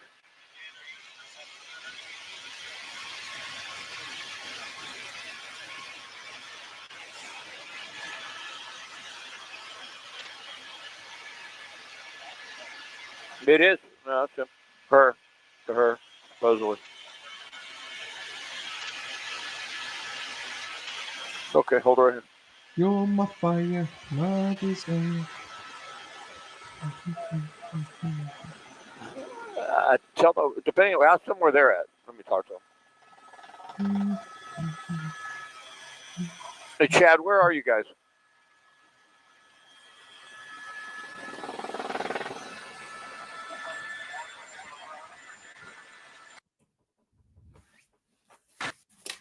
Just on the 105. The vehicle's west 105 coming up on Sepulveda.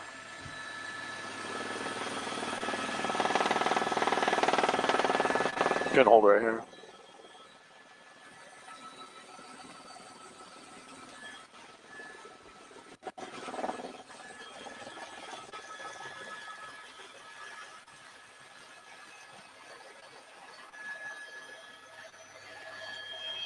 Oh.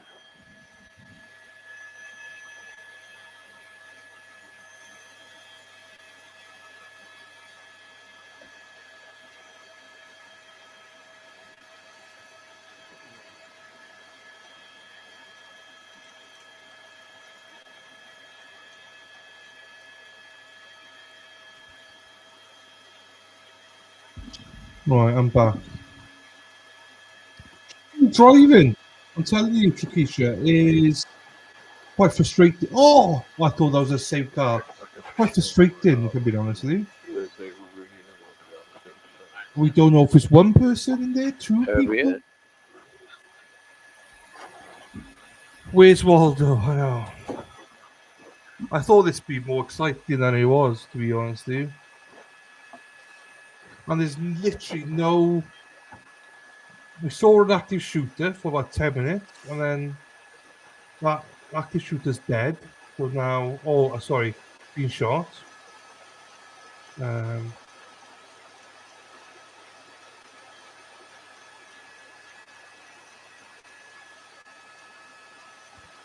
Sean and Dylan have streamed together a couple of times. I'd hook them both up. I know, I love Sean. Potentially, we are big, potentially criminal fans on this channel. Big fans of Sean. And FM 2.0.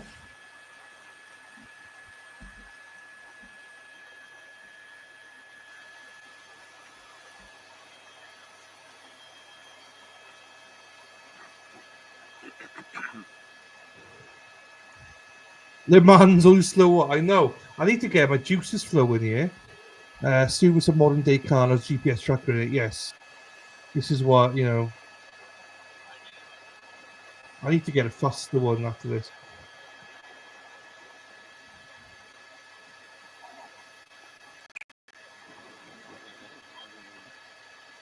Oh, there's one here. What's this about? Back on Imperial. Deja vu. Scott, we're just as pissed as you, dude. We're just as pissed as you, Scott. Bring it, Scott. Come on. Bring the energy, brother.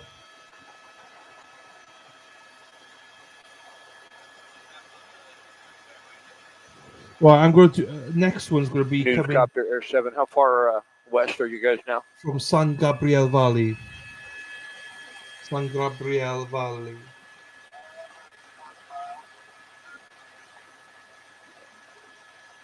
3 miles from LAX. What do you mean? Are you being Hawthorne?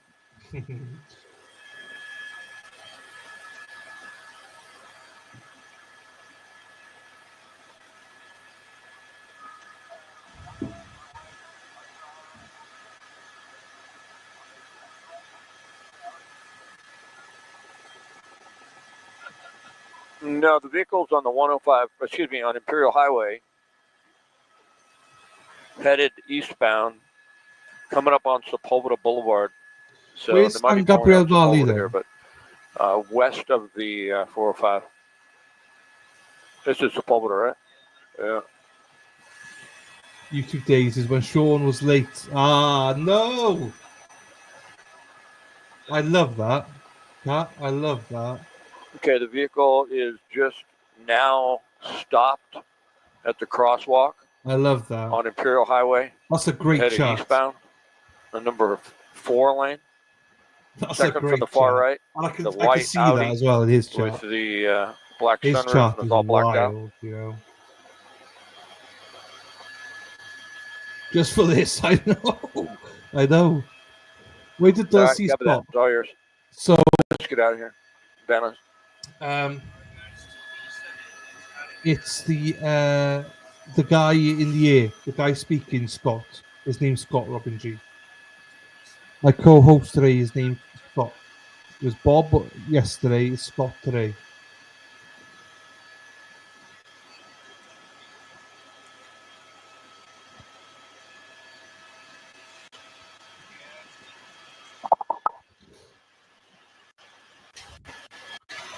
You see, that's fine. Good question. J-Mac. Yeah, copy that. We handed it off. We're headed back. Come on, J-Mac. Get on it, girl. J-Mac, you're full of shit.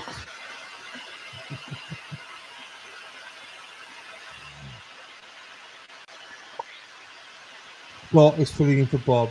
It's Scott, Giovanna, and Marcel up in here today. Look at that. Look at that.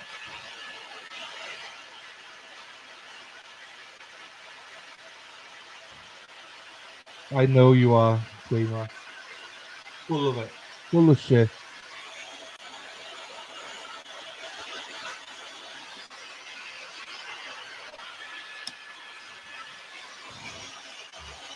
Do you know what? That's the kind of stories I love to hear about good people. Sean is good people. Did you miss the buggy a day? Sean was late by like an hour, so we started gifting to see if you could make the whole chat green. That is amazing. I love that. That's amazing. That would have really made his day as well. I know, you probably know, Kat, as well. If you're a streamer and you see something like that, you know you've got a good community. That's amazing. I love that story. Right, what's the breaking news here then?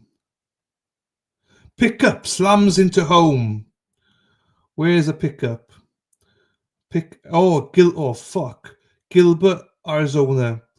A pickup truck has just smashed into, hit and run into a house. Oh, shit. Oh, thank you, Kat. Oh, don't be silly. You're not expected to. Thank you, Kat. You've been more than generous today. Thank you so much. I do appreciate you for that. But there was no need for you to do that, Kat. Honestly, I promise you, never any need for you to do that. But yeah, welcome, Kat.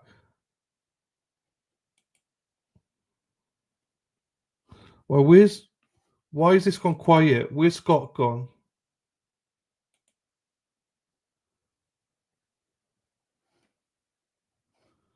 You thought you said vicar smashed into a house. No, not quite a vicar.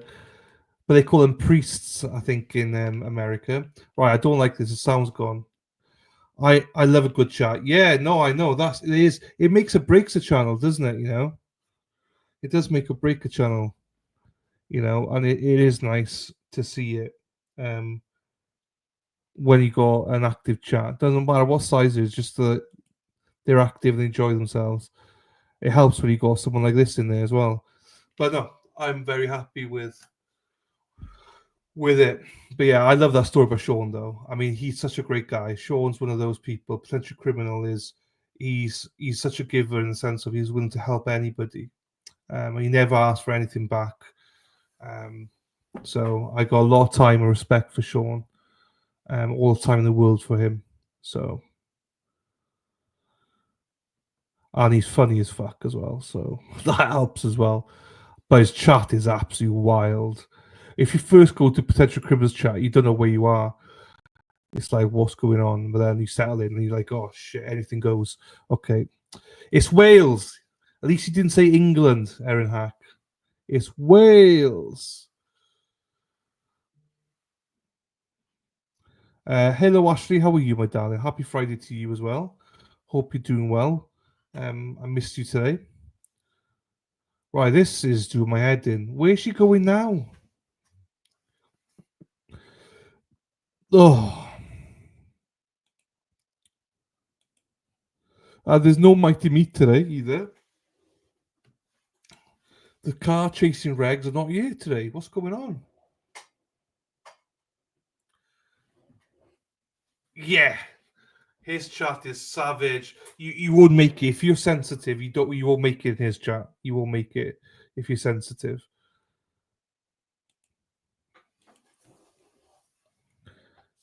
I remember when I first got on his channel, they were like, "Who's this fucking dickhead?" and stuff. I was like, "What the fuck?"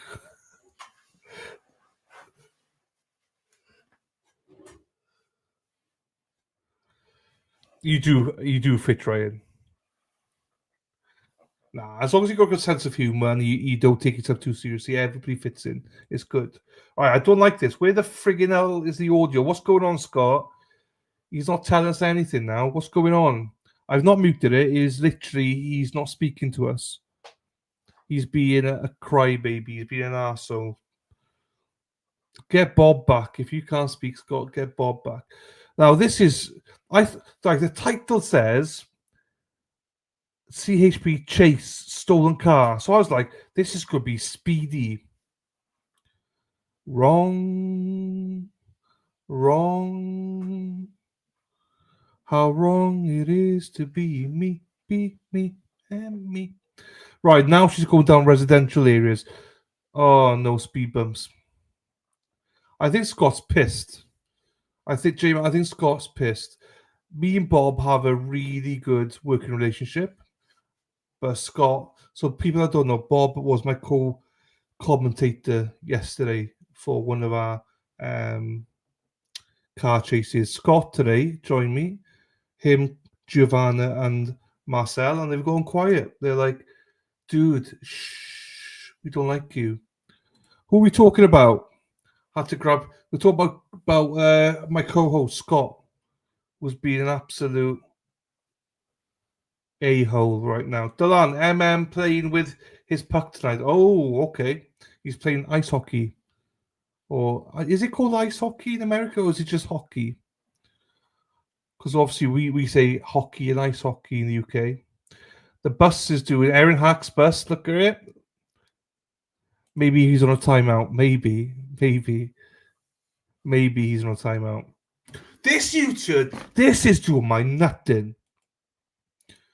Make your mind up, woman. She keeps doing these U-turns all the time. She's not. Hey, Tricky, you're 100% right. She's literally not. Do not do the U-turn. If she does a U-turn, well, a motherfucker.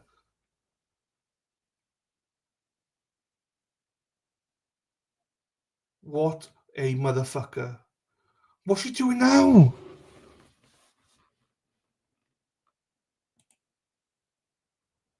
Jolly Holly. Well, women can never make... I did not want to say that. I'm glad that you said it. I did not want to say that. I do not want to be labeled as sexist or anything like that because men are just as bad. But I'm glad you said it, J-Mac. Women can never make up their minds. I did not say that. J-Mac said that, people, just in case. Ditch the car. Yeah, do you know what? If she ditched it now and went into the mall or whatever it's called, she's got to be low on gas. Yes. You can't say it because you're a mofo. You're a motherfucker, as they would say in Boston. You're a motherfucker. I was called a motherfucker so many times in Boston when I was there. You motherfucker. No, don't back her down now. Don't back down now. You were speaking for all the women. Come on. Right, ditch it and go somewhere, get new clothes. Hypochondriac. It's not her car. She stole it. She stole the car, so it's not her car. Not her car whatsoever. That's the problem. She stole it. So apparently she and... Well, first of all, we heard that the guy driving it got arrested and she jumped in and drove off. Oh, here we go now. She's on it. You can see how quick she just accelerated there. See, Scott, we don't need you, Scott. Scott McGinnis is probably thinking, oh my God, why are they speaking about me so much? An arsehole, you did. You did call me an arsehole. Don't you worry, Robbie G. I know. It was from the heart, I know. Literally, what first comes first came to mind, Ashley M.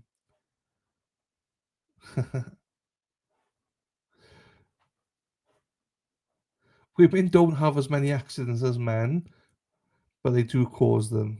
I don't know. They can multitask. I can't multitask, and women can, so... Caught on video. There you go, Robin G. And Rhode Island was crying.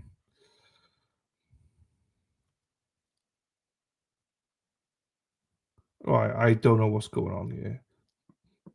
There's no comment. Oh, look at that. Okay, we got a McDonald's drive-through. Yes, J-Mac, yes. I'm going to play one more after this, and if there's no live chase, then I'm calling it a night because it's getting a little bit silly now. I can't believe that the first chase lasted 9 minutes, and that's it. How unlucky were we? I love these, though. I'm going to do more of these. I'd be pooping my pants. I'd be literally, isn't it?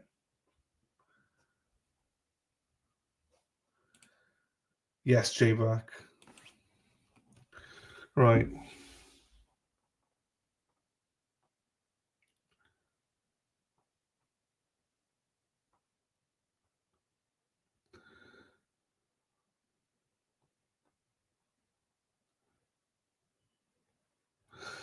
I just want this woman to be caught now because I literally am just like, you are doing my head in now. She must be, there must be some sort of speedy thing here because this is ridiculous.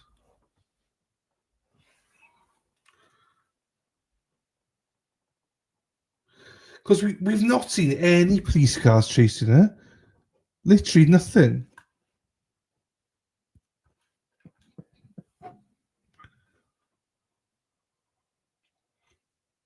She just drives around, does UVs, and that's it.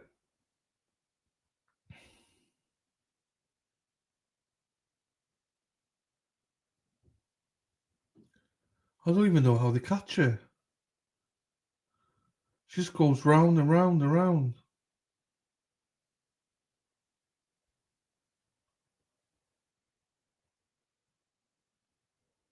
Oh my god, don't tell me. I don't even think they catch her.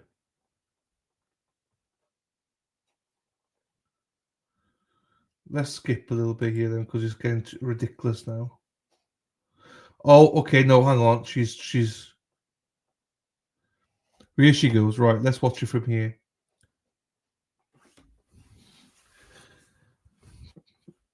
Oh, I thought it was speeding. It's not. Can we watch it in 2.0 so it looks like a high-speed chase? I know. I do think she gets a little bit quicker now. It's just weird without audio. Why do they have audio on? That's just stupid of them. I got off the commentator. So she's going up to 60 miles per hour. No, down to 48. She is going like there now. She could get lost in there. But obviously, she doesn't know that. So, where's she gone? Oh, no. I thought that was her. Has she stopped? Wow, has she stopped? But then you got nowhere to go, love. That would be stupid of you to stop there because where are you going to go? The helicopter's lost her, it seems. Helicopters, and there's no police chasing her.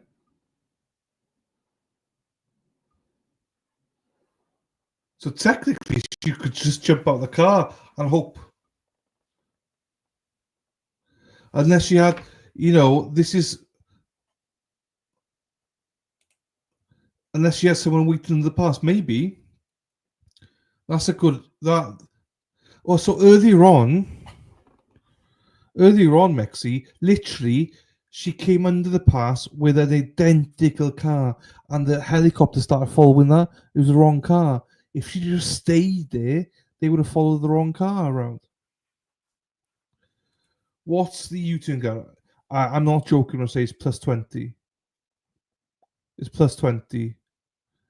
I would have always planned ahead, but you're organised, Mexi. I was just telling everyone that you will be the one streaming on Monday, and everyone got excited. Oh, there she is.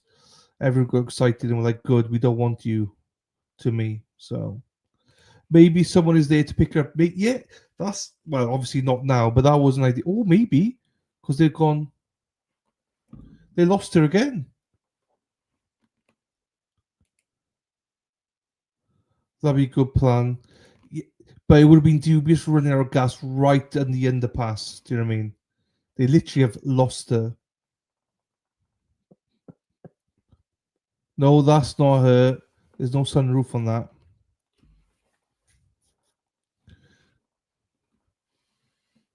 Literally, if she just parks up and walks, she's gone. I mean, obviously her DNA is in there and stuff, but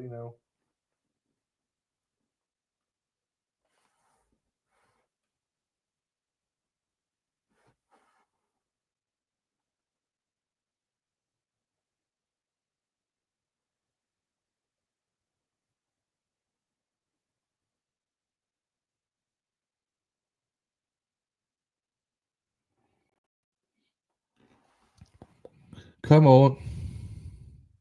That's not her.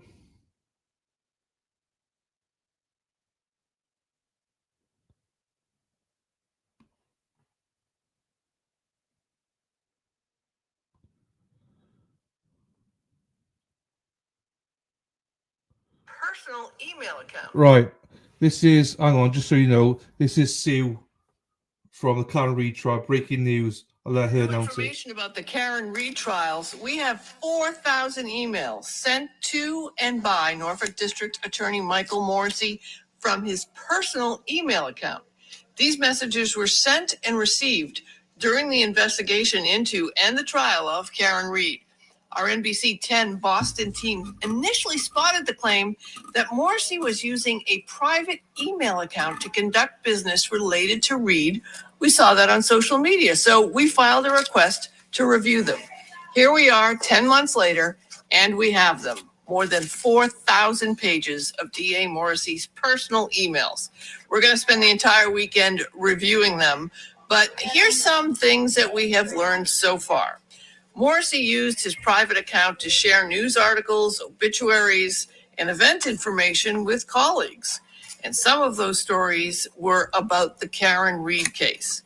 He also shared posts written by Aidan Kearney, the blogger we know, of course, as Turtle Boy. Morrissey's office is prosecuting Kearney for witness intimidation charges that they say are related to the Karen Reed case. Now, our team has reached out to the DA's office about the use of that private account to conduct official business, and we're waiting for a response from DA Morrissey.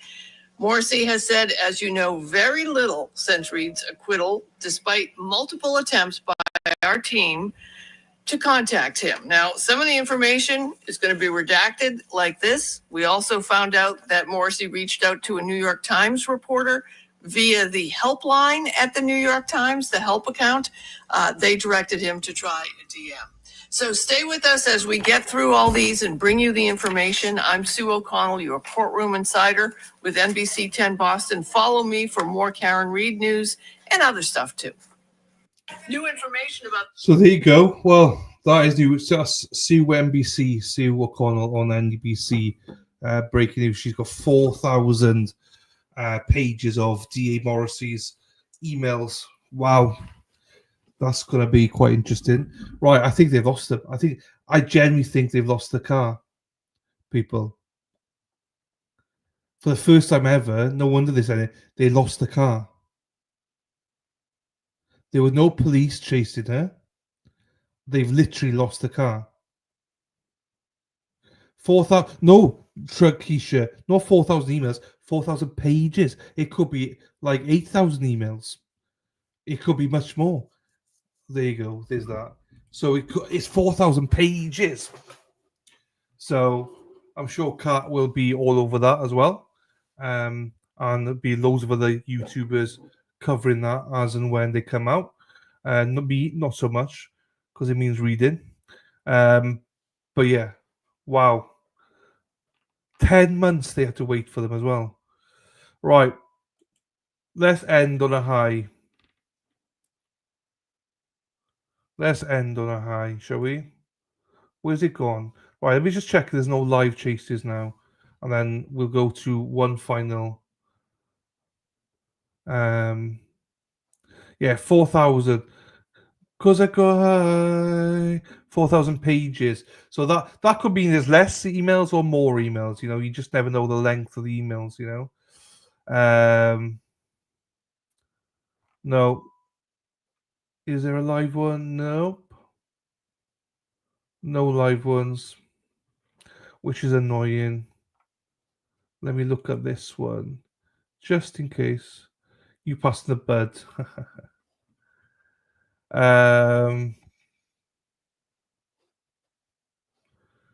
Since I go high,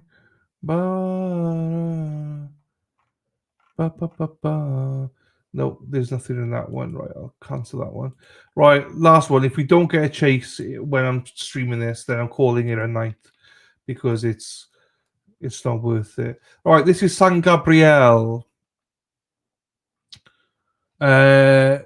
Authorities are chasing a DUI suspect across the San Gabriel Valley. So let's watch this one. I don't know what this is, but let's watch it. And if there's no live chase in the next hour, we call it a night. Whether he will continue on or whether he will finally decide to call this the end of the road for this particular pursuit. You can see there CHP, those 3 units with their guns drawn. The northbound 605 freeway is going to be closed a little bit north of the 10. And frankly, I'm a little bit surprised now because of the behavior we've seen earlier in this pursuit that this driver's staying stopped for as long as he has been. Earlier, the window was rolled up. It's still rolled up. Or now the window's rolled up. Earlier, it was rolled down. Well, you just said they was rolled up earlier on. Get it right. It does son. appear that the vehicle's still on. Well, the lights are on.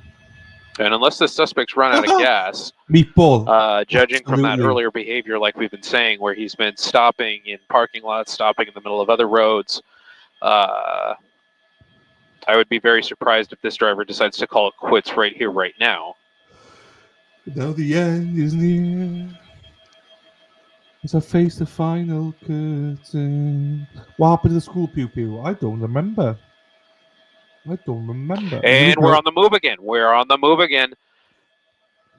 Just like clockwork, when you see certain behaviors exhibited by these this particular suspect in the past, in this very pursuit, you have to think that he's more than likely to do it again. And here he is again, racing northbound on the 605 freeway, now taking an exit. This is going to be Los Angeles, I'm told.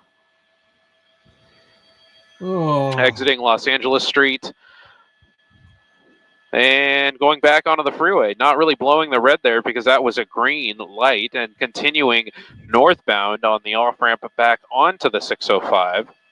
There might be an option for this driver to stay on surface streets. It looks like he's going to be taking that. Staying on River Grade Road.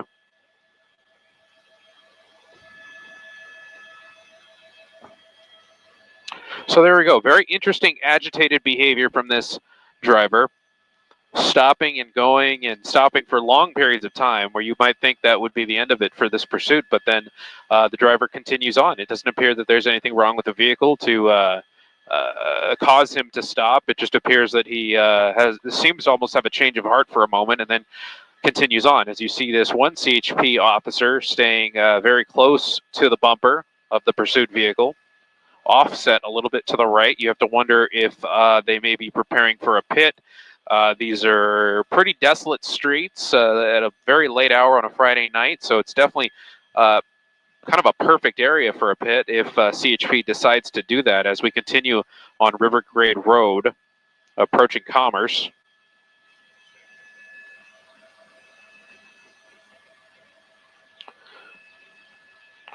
We're seeing about 40 miles an hour from this driver continuing northbound. Tracking along the 605 north, but not using the 605 north. Yeah, no, nothing. Oh, well, that was a disappointment tonight. I thought we'd have at least one big police chase, but oh well.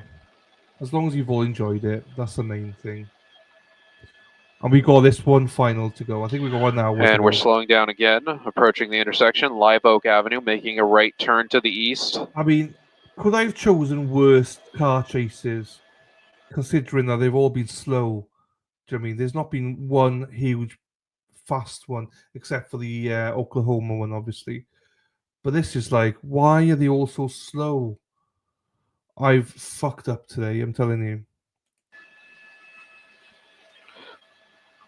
When officers were close behind this vehicle, they were able to determine, or at least see, that there was only one person inside the vehicle. Signaling, using his left turn signal.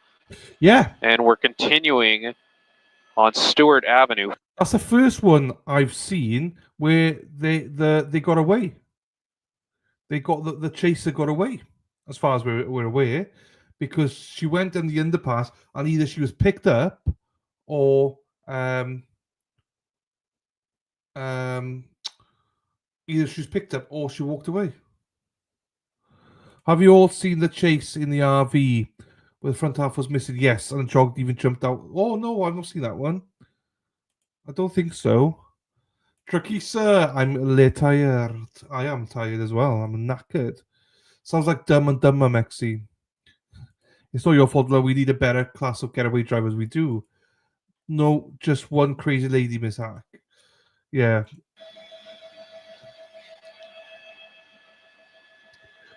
Not a lot of traffic in this area. Pretty much an industrial area here south of Irwindale.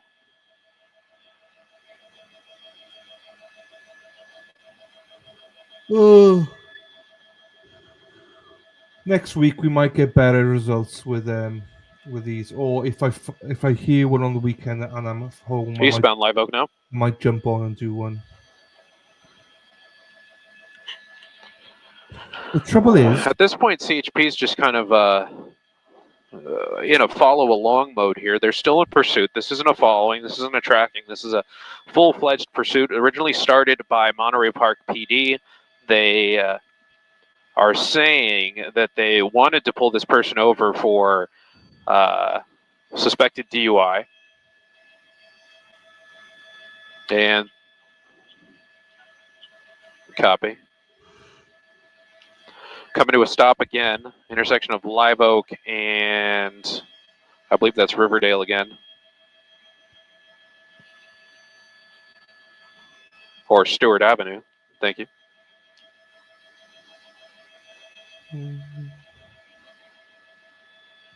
No, thank you, Trakisha. CHP with their doors open. This is Thank you, darling. I appreciate you being here and being so chatty in chat as well. I really appreciate that. Thank you so much for that. Yeah, it's been good to see you, and thank you for subscribing as well, my darling. Thank you very much. You're always welcome here when Kat's not live or something. Catch you later. Have a great weekend, my darling. Have a great evening. Because it's 11:30 in the evening, so I'm not sure. What is it? 6:30 for you guys? Later, hun. There you go. northbound River Grade. Northbound River Grade. Yes, all for DUI. Kind of hanging out in the same general area. CHP dispatch actually ran the plates on this vehicle, and it came back to an address in Duarte. So this kind of goes back to what you usually see with some of these pursuits is drivers like to stay in areas that they know. And because this vehicle may be registered to an address in Duarte, this driver may be familiar with the San Gabriel Valley and may be most comfortable staying in this same general area, staying on these surface streets, and staying kind of in the 605, 10, 210 corridor. But we'll see what happens. Anything could happen at this point as we go westbound Arrow Highway from Rivergrade, just south of the Santa Fe Dam area.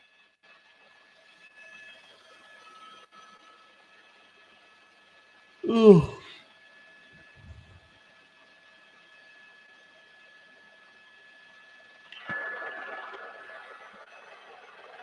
That's true, Bud Dazzler.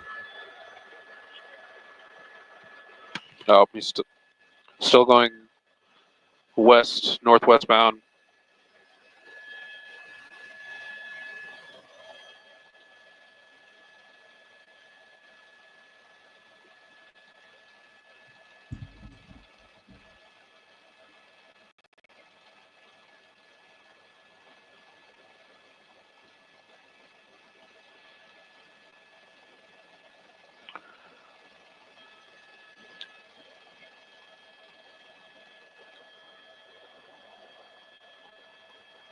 This is so annoying. Why have I chosen this again? And now what we have going on is the LA County Sheriff's Ship is going to tap out from this pursuit and let the CHP helicopter take over just in time for this driver to get back on the northbound 605. Not exactly accelerating to freeway speed, sticking at about 30 miles an hour, approaching 40 miles an hour. You can see the night sun now from the CHP helicopter lighting up this pursuit. Copy.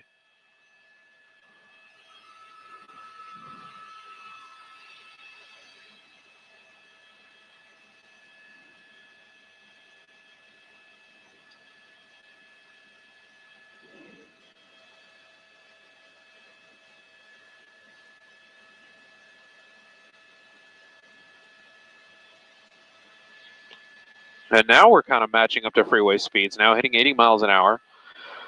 In that number 3 lane, that one CHP unit staying right behind the suspect.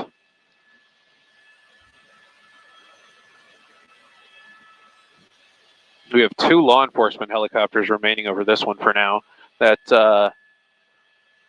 LA County Sheriff's Deputy helicopter is staying with this one along with CHP down low. We're coming up on this 210 interchange. It looks like we're going to be committed to the off-ramp. I believe that's going to be to Duarte Road.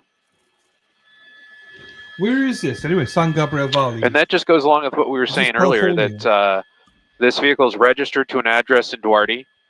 So it does make sense that this suspect would want to go back to that general area. It's someplace where he's familiar.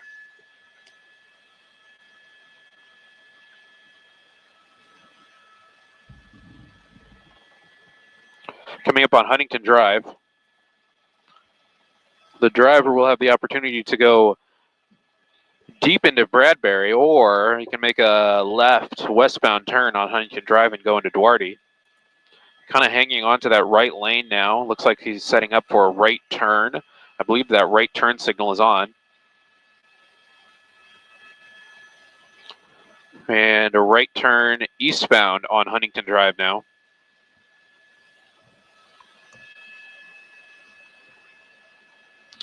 Very slow speeds below the flow of traffic.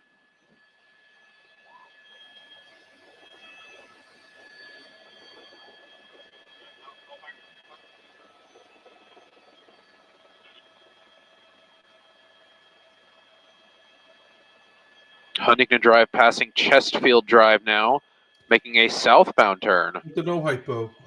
Oh, yeah, shit, yeah. Now you're saying that. I don't know. Unless it's a beam. The sheriff's officer is calling 10 miles an hour. Now we're turning into an alleyway.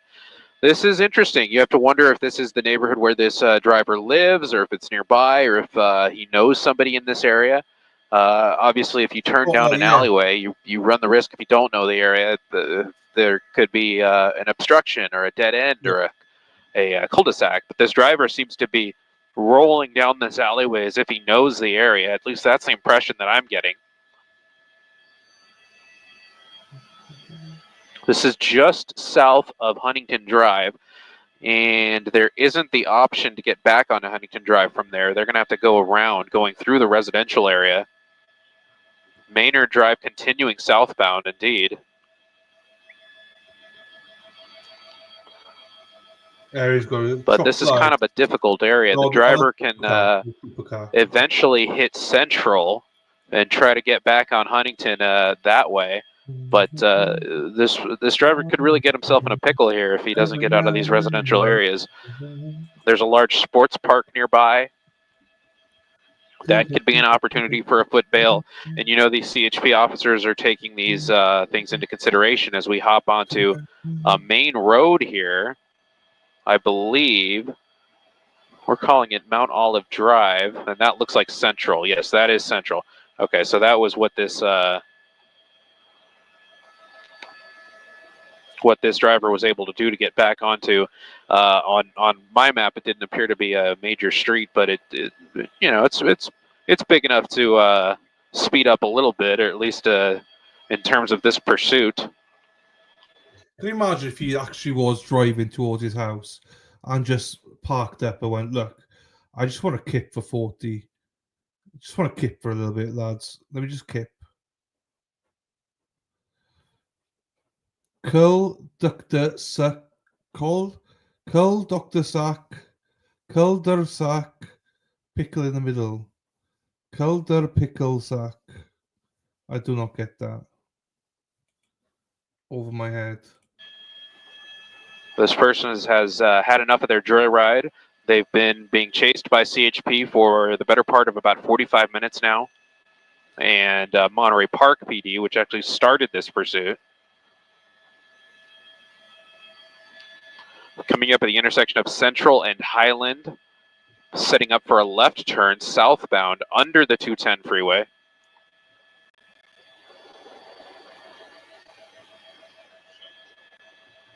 Continuing southbound on Highland.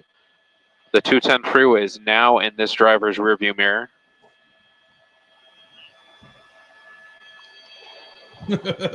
Yeah, you're gonna brew some toast. If you're from the UK, you'll get a brew and a toast. You get a cup of tea or a cup of coffee and some toast till gas runs out. Yeah, but he's just going west now. Yep. Or you might as well just drive to the police station. The driver came up on a right angle intersection from Highland Avenue and had to make a right turn on to Duarte Road because there's no other options there.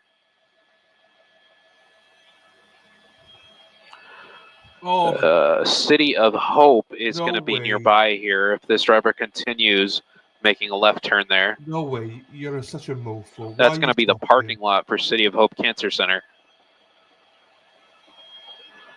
The driver has his hands out the window, appears to be gesturing to officers, and then raises up the window right away.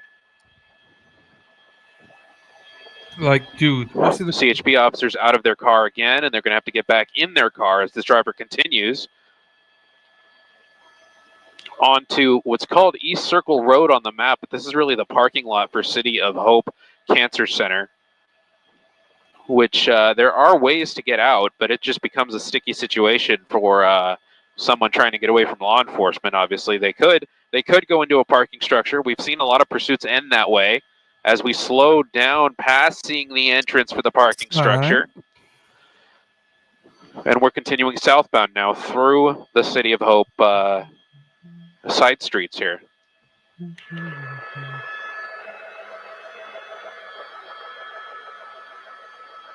What's he doing? I mean, come on. And there's another parking structure entrance on the south side, and that's where this driver is going to enter. He's going to enter a different entrance of this parking structure, and all those CHP units are going to follow. Now, with that said, this pursuit will be out of view of us up here in Air 7 HD and the law enforcement helicopters. The officers, okay, there he is coming back out of the parking structure. Like, what the? The officers on the radio were saying that he just went in and came back out. So sometimes you have in those situations, the vehicle pull into the parking structure and then someone gets out and runs when there's no officers behind them. But you had 3 CHP units enter the parking structure with you. There's very unlikely that this suspect was going to get away. You have these other CHP units and some local PD blocking traffic because the pursuit was just in that area, so they were still in the vicinity. Someone on a bicycle nearby trying to get a better view. Obviously not advised. And we're continuing eastbound on Duarte Road now.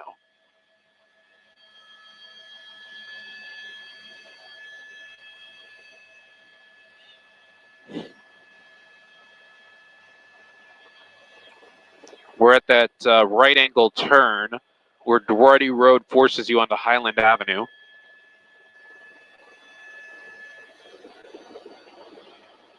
They need to do a school, how to do a car chase or something. Because this is... Right turn on Business Center Drive.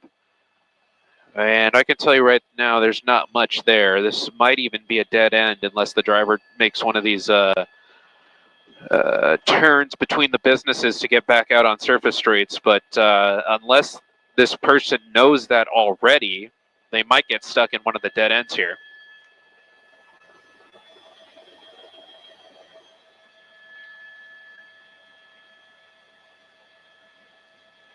There's going to be the option for this driver to make a right turn or a left turn, and there he is making the left turn. And that left turn is going to give him the option to get back out.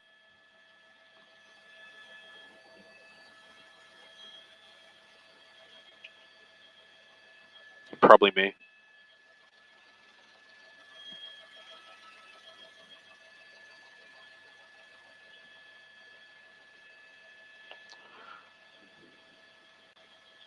The CHP is calling this 20 miles an hour, continuing westbound on Evergreen Street, just south of the 210 freeway, just west of the 605, not affecting the freeways at all right now because we've been on these surface streets in deep industrial areas. Coming back onto Highland. Right turn signal on, and we're going to continue. And he's possibly coming to a stop right there in the middle of the road. He's not. That CHP unit very close to making impact with the bumper. He's not going to stop. And you have to wonder if CHP is considering doing a pit right there now that there's not a lot of traffic in the area. They were setting up for a felony stop, and then the driver continued through under the bridge. So we'll see if he pops out on the other side, and there he is, continuing through the intersection of Highland and Central Avenue. And we're going to continue northbound now. I know. We'll have the option to get back onto Huntington Drive. It's okay, though. We've got plenty of other chases we'll be doing, so... And they're interesting. It's just I chose 4 today, which are all slow ones. You know what I mean? The slow one's fine, but not 4 of them on a night. And like Oklahoma was good, but Now eastbound on Huntington Drive. CHP is talking about possibly setting up spike strips because we've kind of remained in the same general area, so they may set up for those soon.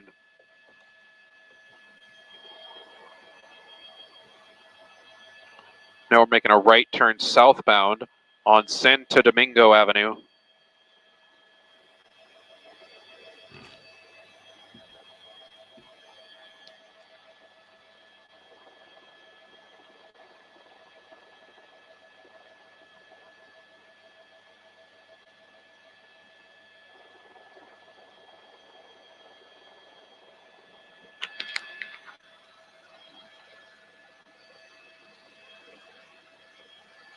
Coming up to Central again.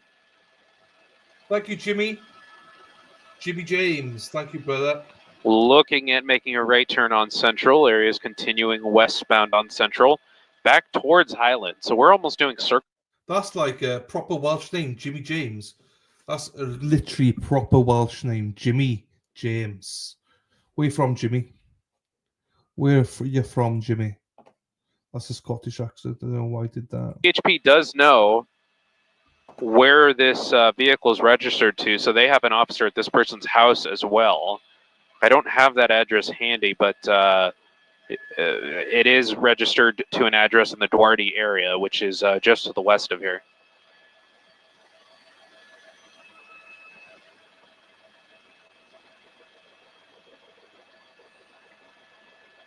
Continuing westbound on Central from Highland. Ah, a Kiwi.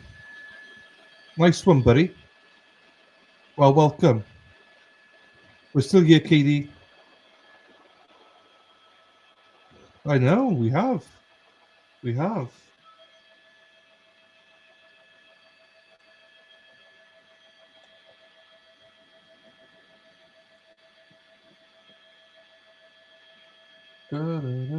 Still at these slow speeds, 15 to 20 miles an hour.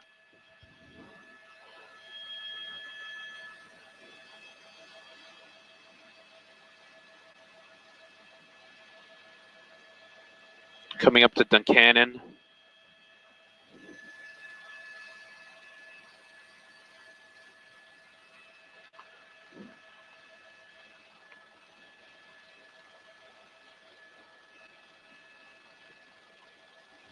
Yeah, the only live thing is the active shooter, no cars.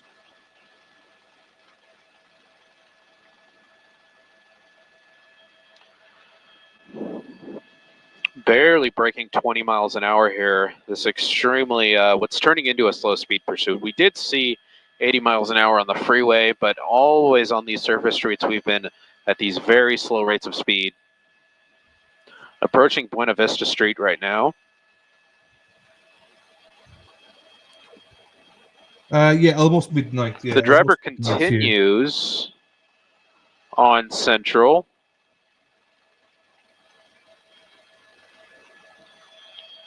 Yeah, that was the last option for this driver to get on the freeway, at least from Central. He'll come up to another right.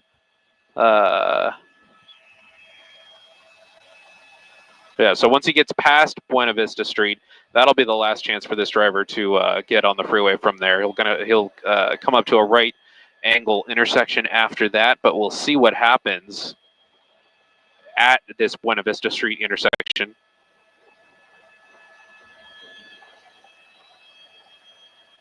CHP officers are now out of their vehicles making announcements to the driver. You see a number of articles there through the back window. No, it's a good one. Oh, I might play that because it's only 20 minutes, quarter of an hour, 15 minutes. Fucking hell, this one's taking a piss. Slowly does it. We're still at a complete stop. This driver parked slightly ahead of the line there, and now we're continuing. The light turned green, and we're continuing westbound on Central. Now that we're on the west side of Buena Vista Street, this driver will have to hop back over to Huntington Drive to be able to get anywhere.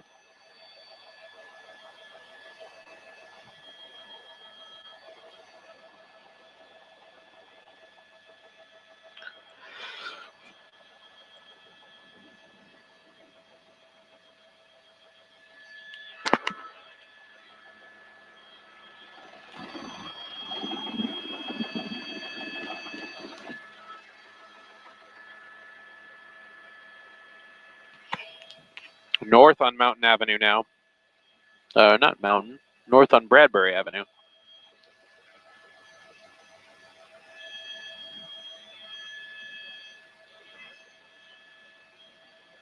No, I know. Yeah, do you know what, Robin? We're kind of hanging a left here into a parking lot. I actually forgot, to be honest with you. Pretty empty parking lot here. You have to imagine most of these businesses are closed at this hour. They must be scared he's got a pew-pew or something, because, come on. This looks like a Target here. But it's past 10 o'clock. The Target's probably closed. Looks like we're going to continue past the Target, though. No, Katie, I think there's a lot of people. I can imagine from my chat there will be a lot of people doing that. Most of them are here right now.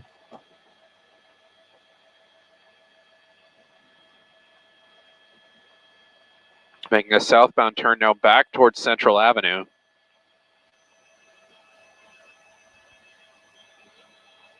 Right, we once this is done, I got one here from Bad Daza, which is about 15 minutes long, so we'll play that, and that's a high-speed chase now. So we'll have end on a high. Although I'm sure some of you are already high, but you know what I mean.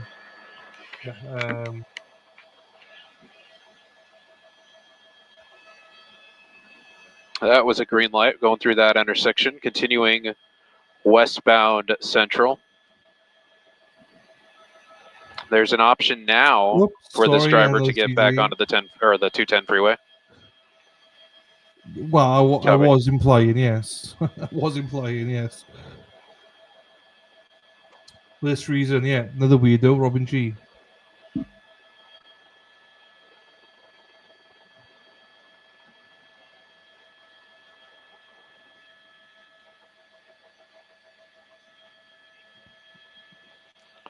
Stopping at that intersection, a four-way stop, making a southbound turn under the 210 freeway. Home Depot on the other side, that's Shamrock Avenue.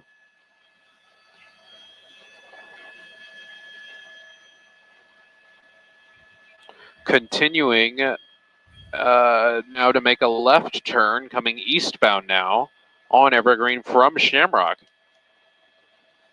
And for the better part of the last 10 or 15 or so minutes, we've just kind of done circles around this general Duarte area. Oh, I love the car. And I think one can safely assume that this is an area where this driver is particularly familiar with, being that the vehicle is registered to an address in Duarte. You too, Robin G.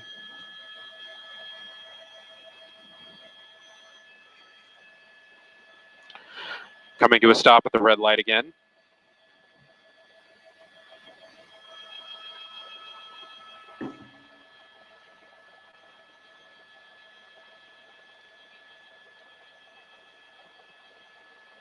I mean, literally. Oh, that CHP unit on the right side of the screen getting out of their vehicle. I think that officer may be considering deploying a certain device. Look at that. I saw. Yep, there it is. I saw that kind of vehicle, Tesla, in Boston. There was one in Dedham. Never liked them. I think they're ugly. Spike strips are out, and this CHP officer is running to deploy the spike strips and doesn't quite make it. Doesn't quite make it to the vehicle, and the driver speeds away, makes a right turn, continuing southbound on Mountain. Didn't quite make it. Dude, he just... What was that? Hoof GP, yes. That's the one I watched, Hoof GP. You probably got it because I always mention it, and I played Hoof GP a few times on this stream. Love the Hoof GP. Does something erratic, picks up speed, does something crazy for a little bit, and then Yeah. acts really slow and steady for a while. And when days. this driver is in one of those modes where he's acting slow and steady, he's stopping at red lights, he's stopping for other vehicles, he's even signaling left and right turns in areas where there's no other vehicles around. So just kind of this dichotomy of behavior going from completely aggressive to completely calm, and CHP staying right behind this driver throughout. We did see the opportunity a few seconds ago, right before we came on air, where a CHP officer tried to deploy a spike strip right in front of this driver, but the driver was able to continue and miss that spike strip. As you see, it looks like the CHP airship fly through the bottom of our frame there, and we're continuing now on Enterprise Way eastbound now, still kind of hanging out in this industrial southern part of Duarte. It just seems like this driver is familiar with this area, and he's intent to kind of stay in this part of the northern San Gabriel Valley, at least for now. But anything could happen at this point. We've even seen times where this driver has come to a complete stop, even on the freeway, for periods of up to 5 minutes, where one would think that the pursuit would be coming to an end, and then the driver continues again. So now we're continuing eastbound through the Duarte area, approaching back towards the 605 and the Santa Fe Dam if this driver continues a little further eastbound as we get to that Buena Vista Street intersection. This is an intersection where this driver has been before. If he makes a left turn, that'll be an area that he's very familiar with because we've been through that area a lot. But no, we're going to make a right turn here coming southbound on Buena Vista Street. Looks like further into, and now we're pulling into a parking lot here. And we've done that before. We've done that multiple times in this pursuit. We pulled into a Target parking lot earlier. I'm not sure if there's a dead end there, if there's a way for this driver to get around, and it does look like there is, and there's somebody kind of pulling onto the other side of the road, which may try and get in the way of this pursuit. But no, this driver continues and makes a right turn. Looks like we'll get that cross street for you shortly. That is going to be Duarte Road, and we're going to continue eastbound past Cinco Robles Drive. And just as I was saying when we were in that parking lot, we've been in multiple business parking lots before in this pursuit, and the driver just continues through them and then hops on out. So it doesn't appear that anytime this driver, in any other pursuit, you would think when that happens, the driver would be coming to a stop or looking for a... Yeah, I'd be the same. Hoof GP. I've done quite a few streams on him as well. Members only streams with Hoof GP and stuff like that. I'm not sure if you were a member back then or not, but yeah, I've been watching him for quite a while. He's from Scotland, boy, Scotland. Behaving sort of like he's under the influence, because if he was really trying to get away, he'd be driving faster. He'd be thinking about a place to foot bail, but he's not doing either one of those things. Let's take a look now at this attempt to try to live. That's one of those cyber trucks right there, coincidentally. But here's the CHP officer trying to deploy the spike strip, and it didn't quite work. He didn't get to deploy it really before the guy took off. So that didn't work.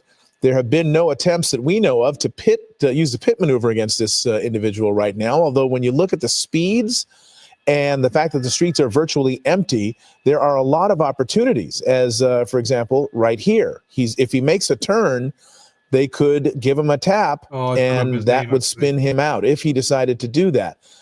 There are opportunities to be a little bit more aggressive here, but CHP officers opting to hang back. The speeds have not been aggressively high. The hazard to the public is not that great. The streets are virtually deserted right now, both of vehicles and people. Now it looks like he's pulling into an apartment complex. Yeah, pulling into another parking lot area here. It's hard to tell if this is a apartment complex or some kind of storage area. Now back onto a main street. So we've really seen this a lot. So in other situations where you see a pursuit kind of go through a business area or even an apartment complex, you would think that this driver is starting to look for a place to get out and run, but that's not what we've seen in this case. We've seen this driver continue driving through parking lots. It doesn't appear that this driver is trying to, wreck other vehicles or endanger anybody for all intents and purposes, besides just being in a pursuit and not stopping for law enforcement and kind of behaving erratically. But it does raise the question mark of what's going through this driver's mind, as we've pretty much just done a circle going from Highland Avenue to Business Drive, I believe that was, and now back onto Highland Avenue, continuing northbound. towards the 210 freeway, but I don't believe there's going to be an option for the driver to get on the 210 freeway from the south end. There may be from the north end, though. And once again, we have to say that we do believe that the reason this pursuit, even though it started in Monterey Park and trekked north, we do believe that we're kind of staying in this Duarte area, or the area just east of Duarte, because the driver, for one, the vehicle's registered to an address in this area, and two, that implies that the driver probably knows someone in this area, and that makes us think that that's why this driver is kind of staying in this general area. As we continue westbound on Central Avenue, a little closer to the 605 freeway than we've been in quite a little while, even though, this pursuit did come from that direction initially, but we've kind of stayed west of the 605, and now we're trekking back towards the 605. So there may be an option for the driver to get back on the 605 from here if he so chooses. And I want to quickly, Gabe, point out that you may not be able to see it, but on our screen right now, on the left is live video, on the right is video from earlier, and you saw the suspect at several points, or at least at one point there, stopping, gesturing, rolling the window down, and appearing to try to speak to the pursuing officers, along with several other times that he stopped. What sort of behavior, how many times has that happened? And also, have there been any instances where he has either collided with or come very close to colliding with anyone? Well, I haven't seen any instances where this driver has come close to colliding with anybody, but we have seen a number of times where this driver has come to a complete stop. I've counted at least 3 or 4 times where this driver has come to a complete stop and stayed at a complete stop for a number of minutes, even to the point where CHP officers got out of their vehicles. They had their guns drawn. They were making call-outs to the driver. And in any other pursuit situation, you would think that that would be the end of it. But this driver is just continuing on as we go. It looks like continuing on Maynard Avenue. This is a little bit of a residential area just south of Huntington Drive. There is the option to get on the 605 if the driver gets over to Huntington Drive, which there is the option to do. And as we kind of go through these narrow streets in and around these residential areas where, Mark, you have to wonder if one of these neighborhoods is where this suspect actually lives. It was interesting. You saw that person as we made that right turn there. There was somebody in the back of one of those townhouses that was watching from behind. As we kind of made an aggressive maneuver to get off on the freeway. I'm skipping to the last 10 minutes. I just can't. It's just too slow. Off of the freeway onto Irwindale, making a northbound turn now, and the driver will have the option to take Foothill to get back towards Duarte. We don't know who the driver is. Use the truck as a screen to kind of try to fake the officers out, because he made that sudden move when he got around the truck to take the off-ramp, as if these officers hadn't seen that sort of maneuver before. It didn't work, of course. They're still right behind him. And he has stopped very appropriately. All the CHP officers were able to stay very close behind this suspect. As you can see, they're pulling up again now. You have that lead officer. They have, 1 foot on the door because they've seen this pursuit throughout. They've seen him stop and then go again. So that's kind of interesting to see. They're not getting completely out of the vehicle anymore. They're still staying in their seats, ready to move when this driver continues on again. Yeah, nobody's getting out yet, it looks like, because he's just waiting for the light. And as soon as I'm betting, as soon as the light turns green, he's gonna the person in front of him is gonna go, and then he's gonna go. So they need to stay in their pursuit, their law enforcement vehicles. Oh. Yep, and that vehicle in front moved, and he made a U-turn. That was kind of interesting. And now this driver is going to enter the Irwindale and Foothill Boulevard intersection, which is a very large intersection out here in the San Gabriel Valley. And we're going to continue through making a westbound turn. CHP has the eastbound lanes blocked as we continue westbound now. And the next town over, that's going to be back towards Duarte, but we're kind of slowing down almost to a complete stop again. There's nothing in front of the pursuit suspect. There's nothing in front of the vehicle. There's nothing to make him stop, but that's what he's doing. He's coming to a complete stop in the middle of the road, or at least getting close to a complete stop, and then continuing on again. And now we're just kind of inching forward at between 5 to 10 miles an hour. With these 3 CHP units very close behind them, and they, you have to wonder why they don't just do a pit maneuver right now, where it seems incredibly safe to do so. But once again, maybe they know something that we don't. Yeah. You almost wonder whether a spike strip, this we've been through this area before. I'm starting to recognize these intersections even from the air visually that we've kind of been through before. And I'm wondering if they would be able at this point to kind of predict his behavior and set up a spike strip ahead of him. Yeah, and CHP does have units in the Duarte area because, as we mentioned earlier on, this vehicle, the license plate is registered to a Duarte address. So they have units in the area, and they, I haven't heard specifically if they're calling out that far ahead to have units on Foothill Boulevard to try and do spike strips there. Josh looking ahead with our camera to see if there's anybody there. There is one patrol unit there on the side of the road, so that may be someone setting up for a spike strip there. We'll see if someone jumps out and does that. And the driver comes to a complete stop on the road. He sees the officer and he sees the spike strip. There's the strip. And now he's reversing. Okay. He's reversing away from the spike strip, and that CHP unit makes contact with the bumper. And the driver is trying to get out away from the spike strip, and he does it. He continues on. Look at that. I'm not sure we made any contact with that spike strip. He was going so slowly that he could see it and was able to stop in time. Wow. Yeah, I've never seen a slow speed pursuit work out in that way, where a driver could just go slow enough to see the spike strip. I didn't even see the spike strip from up here, but you could probably see it on bigger screens as we come to a complete stop again on Encanto Parkway.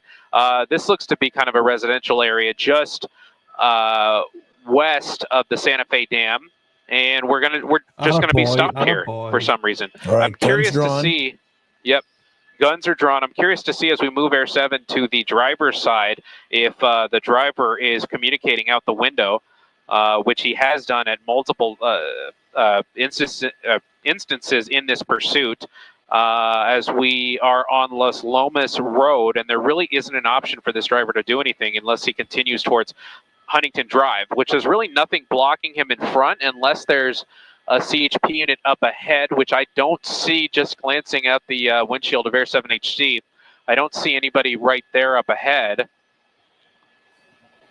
Oh. And there's another spike strip. Yep. Oh, look at that. Oh.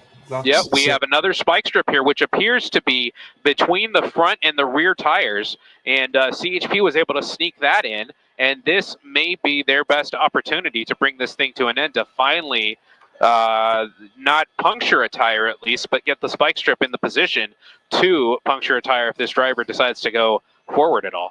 Well, there you go. Maybe that was that's why they felt comfortable getting out of their vehicles this time as opposed to at the red light about 3 minutes ago, because they saw that he actually hit this spike strip, and clearly they kind of figured he was going to be heading in this direction, and they got that they had to have gotten the front tire. And look at the gestures now. Yeah, a lot of gestures out the window. The window's still raised up. He does appear to be trying to communicate with officers, and officers have their guns drawn. But they were, I think, Mark, they were able to sneak that spike strip in when the vehicle was behind a tree just about a minute ago. And that may have been the best opportunity that they have. And it looks like they are shooting possibly non-lethal rounds into the vehicle, and CHP now really ramping up the aggression. Now that they have the spike strip down, they're trying to shoot out the windows and try and really convince this driver to bring this thing to an end. So hopefully we'll see this thing come to an end here very shortly here, as CHP now has all their tactics in place and really kind of showing all their cards right now to try and convince this guy to end it. And we've got to remember that we don't know whether he might have a weapon himself. What's good is that he's got both hands sticking out of the window. So he is complying with that command from the officers to keep both hands visible where they can see him and they can be convinced that he's not reaching for a weapon. So his hands are visible now. They're probably telling him to open the door and come out. And he's not doing that thus far. Maybe he, at this point, is afraid that if he brings one hand in, they're going to think he's reaching for something. Yeah. But he's got to comply with there's the less than lethal, I guess, shotgun type rifle that they're using to fire those less than lethal projectiles into the car. And they just fired them at the windows, the rear window. To the rear windows of it, which is which is interesting because and there goes another round right there. Wow. That may have been a pepper ball round, which obviously is trying to, give the driver more reasons to exit the vehicle. And there he goes. He's lowering the window now because of that pepper ball. Looking very agitated still, but still with those hands out the window. He's trying to take his seatbelt off. Okay, there he goes. Yeah, it looks like he was tangled out in the seatbelt. Now he finally gets the door open. Pleading Both with hands them. are out. He's yelling. It looks like he's yelling very stop. agitated. Looks like he's yelling stop. I'd be pissed as well if my hands are out. They've been trying to get him to stop for 2 hours. Right. Yeah. So, this is just a very interesting end to a very interesting pursuit. A lot of interesting behaviors displayed by this pursuit driver. And now it does appear that we are at the end of it, as the driver kind of feels like there's nowhere else to go. We have 1 foot out the door, 1 foot out of the vehicle. And most importantly, both hands visible. I don't know what that is that he's grabbing. And that was his hat. Oh. You're his not gonna hat get to fell, keep both the hat, hands still dude. visible. No. And officers are continuing to make call-outs. They're ordering him to back away from the vehicle and get out onto the ground, but it does appear that the suspect is still kind of flustered at this point as he kind of walks, stepping away from the vehicle. That's a good sign. Hands are still up, but he's still very aggravated, still not complying until right this second now, where he gets on the ground. Hands behind his back. They probably are telling him to keep his hands out, but, if he's DUI, if he's under the influence, then he's not listening. Can't quite comply the way he should. And so now they're going to have to formulate their tactics and get it ready so that they can go in and actually, they'll probably all go in at one time. And yeah, Mark, and we will watch this from a bit of a moving shot here, because perfect timing, we're out of fuel here in Air 7 HD. So we're going to kind of make our way back towards the airport as Josh, our photographer, holds the shot. It does look like officers have the handcuffs on the suspect, and they're calling a code 4 now with perfect timing for us up here in Air 7 HD. All right, there he goes, and the chase is over. We have enough fuel to get back to the airport and fuel up. Gabe Santos, thank you very much for you. Right, this will be a faster one, and then we'll end it on this. We'll end it on this one now.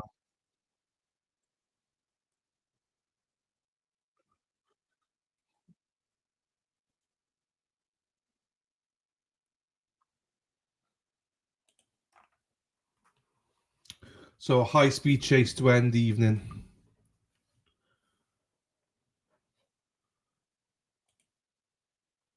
Oh no. Could be high speed. There is audio. Okay. This is only like a 10, 15-minute one, so.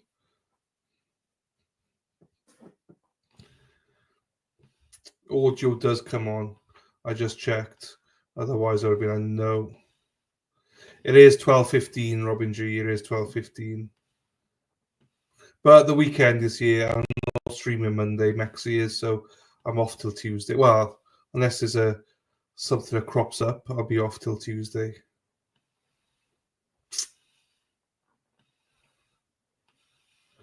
It is already Saturday.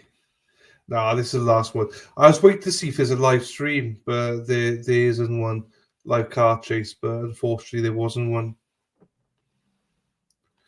It's a hit and miss, isn't it? You get one, it lasts like 10 minutes, and you're like, is that it? Just keeping an eye on this right now on the 10, car going 90 plus miles an hour, right around that mark. So incredibly fast right now in traffic. Yeah, so this was a pursuit that started with the LA County Sheriff's Department of this reckless driver. And now the desk is telling me CHP has taken over the chase because it is on the freeway now on the 10, going westbound, still through the East San Gabriel Valley. But you said, Gio, very high speeds, and now over 100 miles per hour. And again, this started with the reckless driver, a possible DUI. So who knows how this all happened, if, they just started chasing him, or, where exactly they spotted him, I guess, and then handed it off to CHP. And especially the dynamic obviously becomes that much more dangerous in any situation given a reckless driver, but add in the possibility of suspected DUI as well, and having that impairment just makes you worry even more about what's going on. Normally when we're keeping an eye on these pursuits and it's on freeway here, you have a little bit more space to operate. Obviously there's a lot of traffic, it being a Saturday night, and you have those speeds of close to 90, 100 miles an hour. The hope is that they're going to get it under control, because right now there is no the overhead chopper is right on top of it. That spotlight is right over that vehicle. It's not going anywhere. They're not going to lose sight of this suspect right now. It's just, I'm thinking about when they're typically on those surface streets, right? If they get off on an exit, you become that much more concerned about hitting people or getting in these tight corners with lights and everything else. And on a Saturday night, I mean, there is a lot of traffic out there. Even at this hour, just past 9 o'clock. This started just a short time ago. So they're following very closely, and not sure if some of the damage that we noticed is from maybe an attempted maneuver to bring this to a halt, or if this is just somehow related to his reckless driving before we got overhead with SkyCal. Looks like it jumped, the suspect there jumped on the 605. So, there was a moment briefly after getting off of that exit there to the 605 where there was a congestion, at least a little bit of it, where things slowed down quite a bit. But this driver just taking every opportunity to find the closest exit and just keep it going. But you see CHP directly, like right behind, at least one unit directly behind the suspect's vehicle, and at least a few more behind. But and we'll see if they're going to attempt something here. He is that's what I was thinking. Flying past cars on the side of the freeway there on the 605 northbound. And this CHP officer is making maneuvers of his own. Right. And to the left. Yeah. It's going around those cars. It's always concerning, obviously, because sometimes it trail back into tracking mode. This certainly doesn't seem like it's that scenario. Right. I mean, it is a hot tail pursuit with at least this one cruiser directly behind, now on the shoulder here. So it's really scary, because even just a weekend or 2 weekends ago, we're covering these crashes and other deadly incidents where you have vehicles off of the edge of a freeway, off an exit ramp, anything like that, and or another one where I'm remembering on surface streets backed into the back of a car that was just stopped at a red light. Any situation, any variable could be disastrous for any number of people, not just those CHP officers in pursuit of, obviously not just for the driver in that vehicle, but anybody else who's on the street at this point. It's what makes it really scary. And dark, given the visibility out there. I mean, they have the spotlight from their own police chopper overhead, but not knowing what's coming up behind you and at such speeds. Look, now nearing 100 miles per hour again before dropping back down and slowing down as he meets some of the congestion and the other drivers on the 605. But we'll see what CHP is going to attempt to do here, taking over from the LA County Sheriff's Department, where this had started. And I think they had said at one point in West Covina, and again, not exactly sure what had happened prior to tip them off, or if they just noticed, obviously the sheriff's patrolling the area there in West Covina. Yeah, so and jumping you see on the freeway. The cruiser here for a moment there, it looked like it was almost parallel with with the driver. I'm thinking back to all the other times we obviously break in, pardon me, on pursuits and talking with LAPD and CHP, but you almost he's getting close right there, directly next to it. I'm giving him orders to pull over. You'd have to assume, right? Right. I'm thinking of those other examples where you're caught in these situations. At least they're slowing down, right? You notice the 45, close to 50 miles an hour. So certainly much better than the 90, close to 100, right? Right. It looks like SkyCal trying to maintain its connection there, but this is at least somewhat of a good sign. But what I was going to bring up was that when I'm basing off of all these conversations that we have with law enforcement, if you're caught on the surface streets, right, you get a lot of going in circles, right, because they're familiar with the areas. But then when you're stuck on the freeway, the alternate is this could go on for a long amount of time, right? Because you have just this stretch, right? You can start on the 10, you can get to the 605 and just get anywhere else because there's so much traffic to cover, and you can just maintain these speeds for a while, and then just like that, we're back up up to 90 miles an hour right now. And he did not, obviously, or he or she, whoever's behind the wheel, not even trying to heed the warnings of these CHP officers and pulling over in a safe manner. You know, you hope for that outcome. Maybe this person is, you know, as we mentioned, DUI, wasn't aware of what's going on. But yeah, obviously you know, flying down the freeway at 80, 90, 100 miles per hour. The only positive in terms of just the last few minutes when we've been keeping our eye on this is that what you notice from SkyCal right now, it's just the two vehicles, right? Yeah. It's just the CHP cruiser. It's just the suspected DUI driver here, and not seeing a lot of other traffic, at least in the immediate moment. Obviously, you see one or two there, but you know, it's just you start getting even more tense once you start noting 1, 2, 3, 4, 5, 6, 7 plus more cars right around the immediate area and start weaving back and forth. Katie, we covered it already. It was about an hour ago. No, probably about an hour and a half ago. We covered it live. We got bored. The suspect was transported away. There was no danger, so we left it. There was nothing to do. Everything was fine, done, dusted. So, and there was one in Kansas as well. The shooter has been arrested as well. So, and no one else injured. A pursuing vehicle, the vehicle that they're pursuing. As far as the driving, and looks like they're going to be getting off the freeway, maybe transitioned. But like I've always said before, it's freeway streets, no matter what, they're always dangerous, fast or slow. But this one here, if it stays on the freeway, you know, I feel a little more comfortable with that. So CHP will stay on top of them. They'll get the air unit overhead, and they'll just keep following it. Well, now they've exited onto those surface streets that we were worried about just now, jumping onto East Central. David, you did say the tactics. I was waiting for, I mean, would they do a pit maneuver at any point? And now that it's surface streets, it's more dangerous. Yeah. You know, I haven't seen them do a pit maneuver unless it's really empty. And I think what you had mentioned that there wasn't that many vehicles on the freeway. But once CHP gets okay from their supervisor, they'll go ahead and they'll pit the suspect's vehicle, and it looks like they're on a side street, so you know we may see that coming up. And you have to wonder, David, here because we've talked about this a number of times before, and I was even referencing previous conversations we've had. I'm curious if you share the thought here, where now that you're on surface streets, a lot of the times we see these scenarios where they're trying to get to a place where they're comfortable, and now it starts turning into this sort of merry-go-round where thankfully you've slowed down, but now you've added all these variables from stoplights and street signs and pedestrians walking on sidewalks. You have homes on top of it as well. It just adds a lot more chaos to what is already a chaotic situation.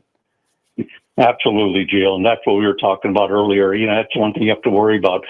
Luckily, I haven't seen that many vehicles. I'm not sure why, but thank God there's not that many out there. You know, we look, you know, cross traffic. Earlier, we seen what happened when a suspect slammed into a side of a vehicle. It's in that car it turned upside down. But on this one here, yeah, it seems like we slowed down. So I don't know if this suspect, it appears like they know where they're going or they're talking to somebody. But yeah, we may see a pursuit. I mean, we may see a pit maneuver, but it all depends on the watch commander on what they want to do. If they figure that it's kind of like a slow, I say he, but it could be a female also. We don't know. Yeah. And they're entering Monrovia. Follow it. Oh, sorry, David, go ahead. Yeah. They're just entering Monrovia. I know it's a quaint, quiet, small community, you know, city there, and the streets are narrow. I mean, you know, and packed in with homes. And so, yeah, this is going to get a little more dangerous as this person just flies through there. And SkyCal zoomed in right now to give you a closer look. Earlier, we made the point, and I'm curious if at a certain point we might be able to get another look at it. Obviously, with the dynamics of this pursuit changing and our connection going in and out from time to time, it'll be a little harder. But I did notice a small dent, at least in the bottom, right below the brake light on the left side, on the driver's side of that vehicle. Where you see the driver there, you got a brief snippet of it with the window down. But now it looks like in a parking lot right now. This might be toward the end of a. They might have cornered or boxed them in potentially here. I mean, this is where, you know, you start running into folks or running into other cars, and things get a little dicey. Yeah, absolutely. I mean, it's CHP has their own rules, just like any other department. That's why most police departments, law enforcement officers, what they do is they like to keep their own people involved because they're all playing off the same playbook. And you see the hands right outside the window there, Jasmine. It looks like this might finally be coming to an end here. Yeah, I think this suspect's gonna give up here. And I'm glad it doesn't appear there were any injuries or damage to innocent drivers or pedestrians, at least from the point that we were over this chase of a reckless driver that went through the San Gabriel Valley and ending here. It looks near Monrovia, right off the 210. Yeah, in a parking lot. It could be a shopping center, something of the like there. But there's the suspect just slowly making their way out of the driver's side. You see 2 CHP cruisers behind, so putting a wrap and a bow on this situation. But of course, I mean, you dodged a lot here from what started on, at least when we broke in on the 10, then switching to the 605. At one point, they were on the 210, and then into Monrovia here over the course of just a few minutes. At some point, getting close to 100 miles an hour. Suspect here now walking hands up, backward toward the officers, and it looks like the trees will obscure just a hair, but otherwise, you can see a pretty clear picture, of the cuffs being put on the suspect. Hard to tell with the lights or anything else if the driver there was in our connection going in and out, whether the driver was shirtless or not. It almost looked. It looks like he did not have a shirt on. Either way. They're going to search the vehicle, right, David, as they bring this to an end? Yeah, they're going to go ahead and search the vehicle, make sure there's nobody in the back, or they'll check the trunk to make sure there's nobody being captive back there. I mean, they'll go through the whole routine. Okay. He was done. Right, everybody. Thank you so much. 4 streams done for the day. I know where it hacks like no more. Let's just go. So I think, that is enough for today. I really appreciate it. Thank you for being here. Thank you for your support, as always. I'm sorry that we didn't catch much live action. It's always hit and miss, do you know what I mean? But I still enjoy watching old ones anyway, so it is what it is. Right. Thank you, everybody. Remember, Mexi will be streaming on Monday. I'll be back. Well, maybe at some point over the weekend. I don't know. But especially Tuesday, I will be here. So thank you. And thank you, Terry. Love you too, my darling. And have a great weekend. Enjoy yourselves. Remember, go subscribe to Katno Williams. Thank you to her for sending people over here as well. So, good night, David. Thank you, buddy. Nice to see you, my friend. And I will see you Tuesday, if not before then. Bye-bye. See you later. Thank you. Ta-ra.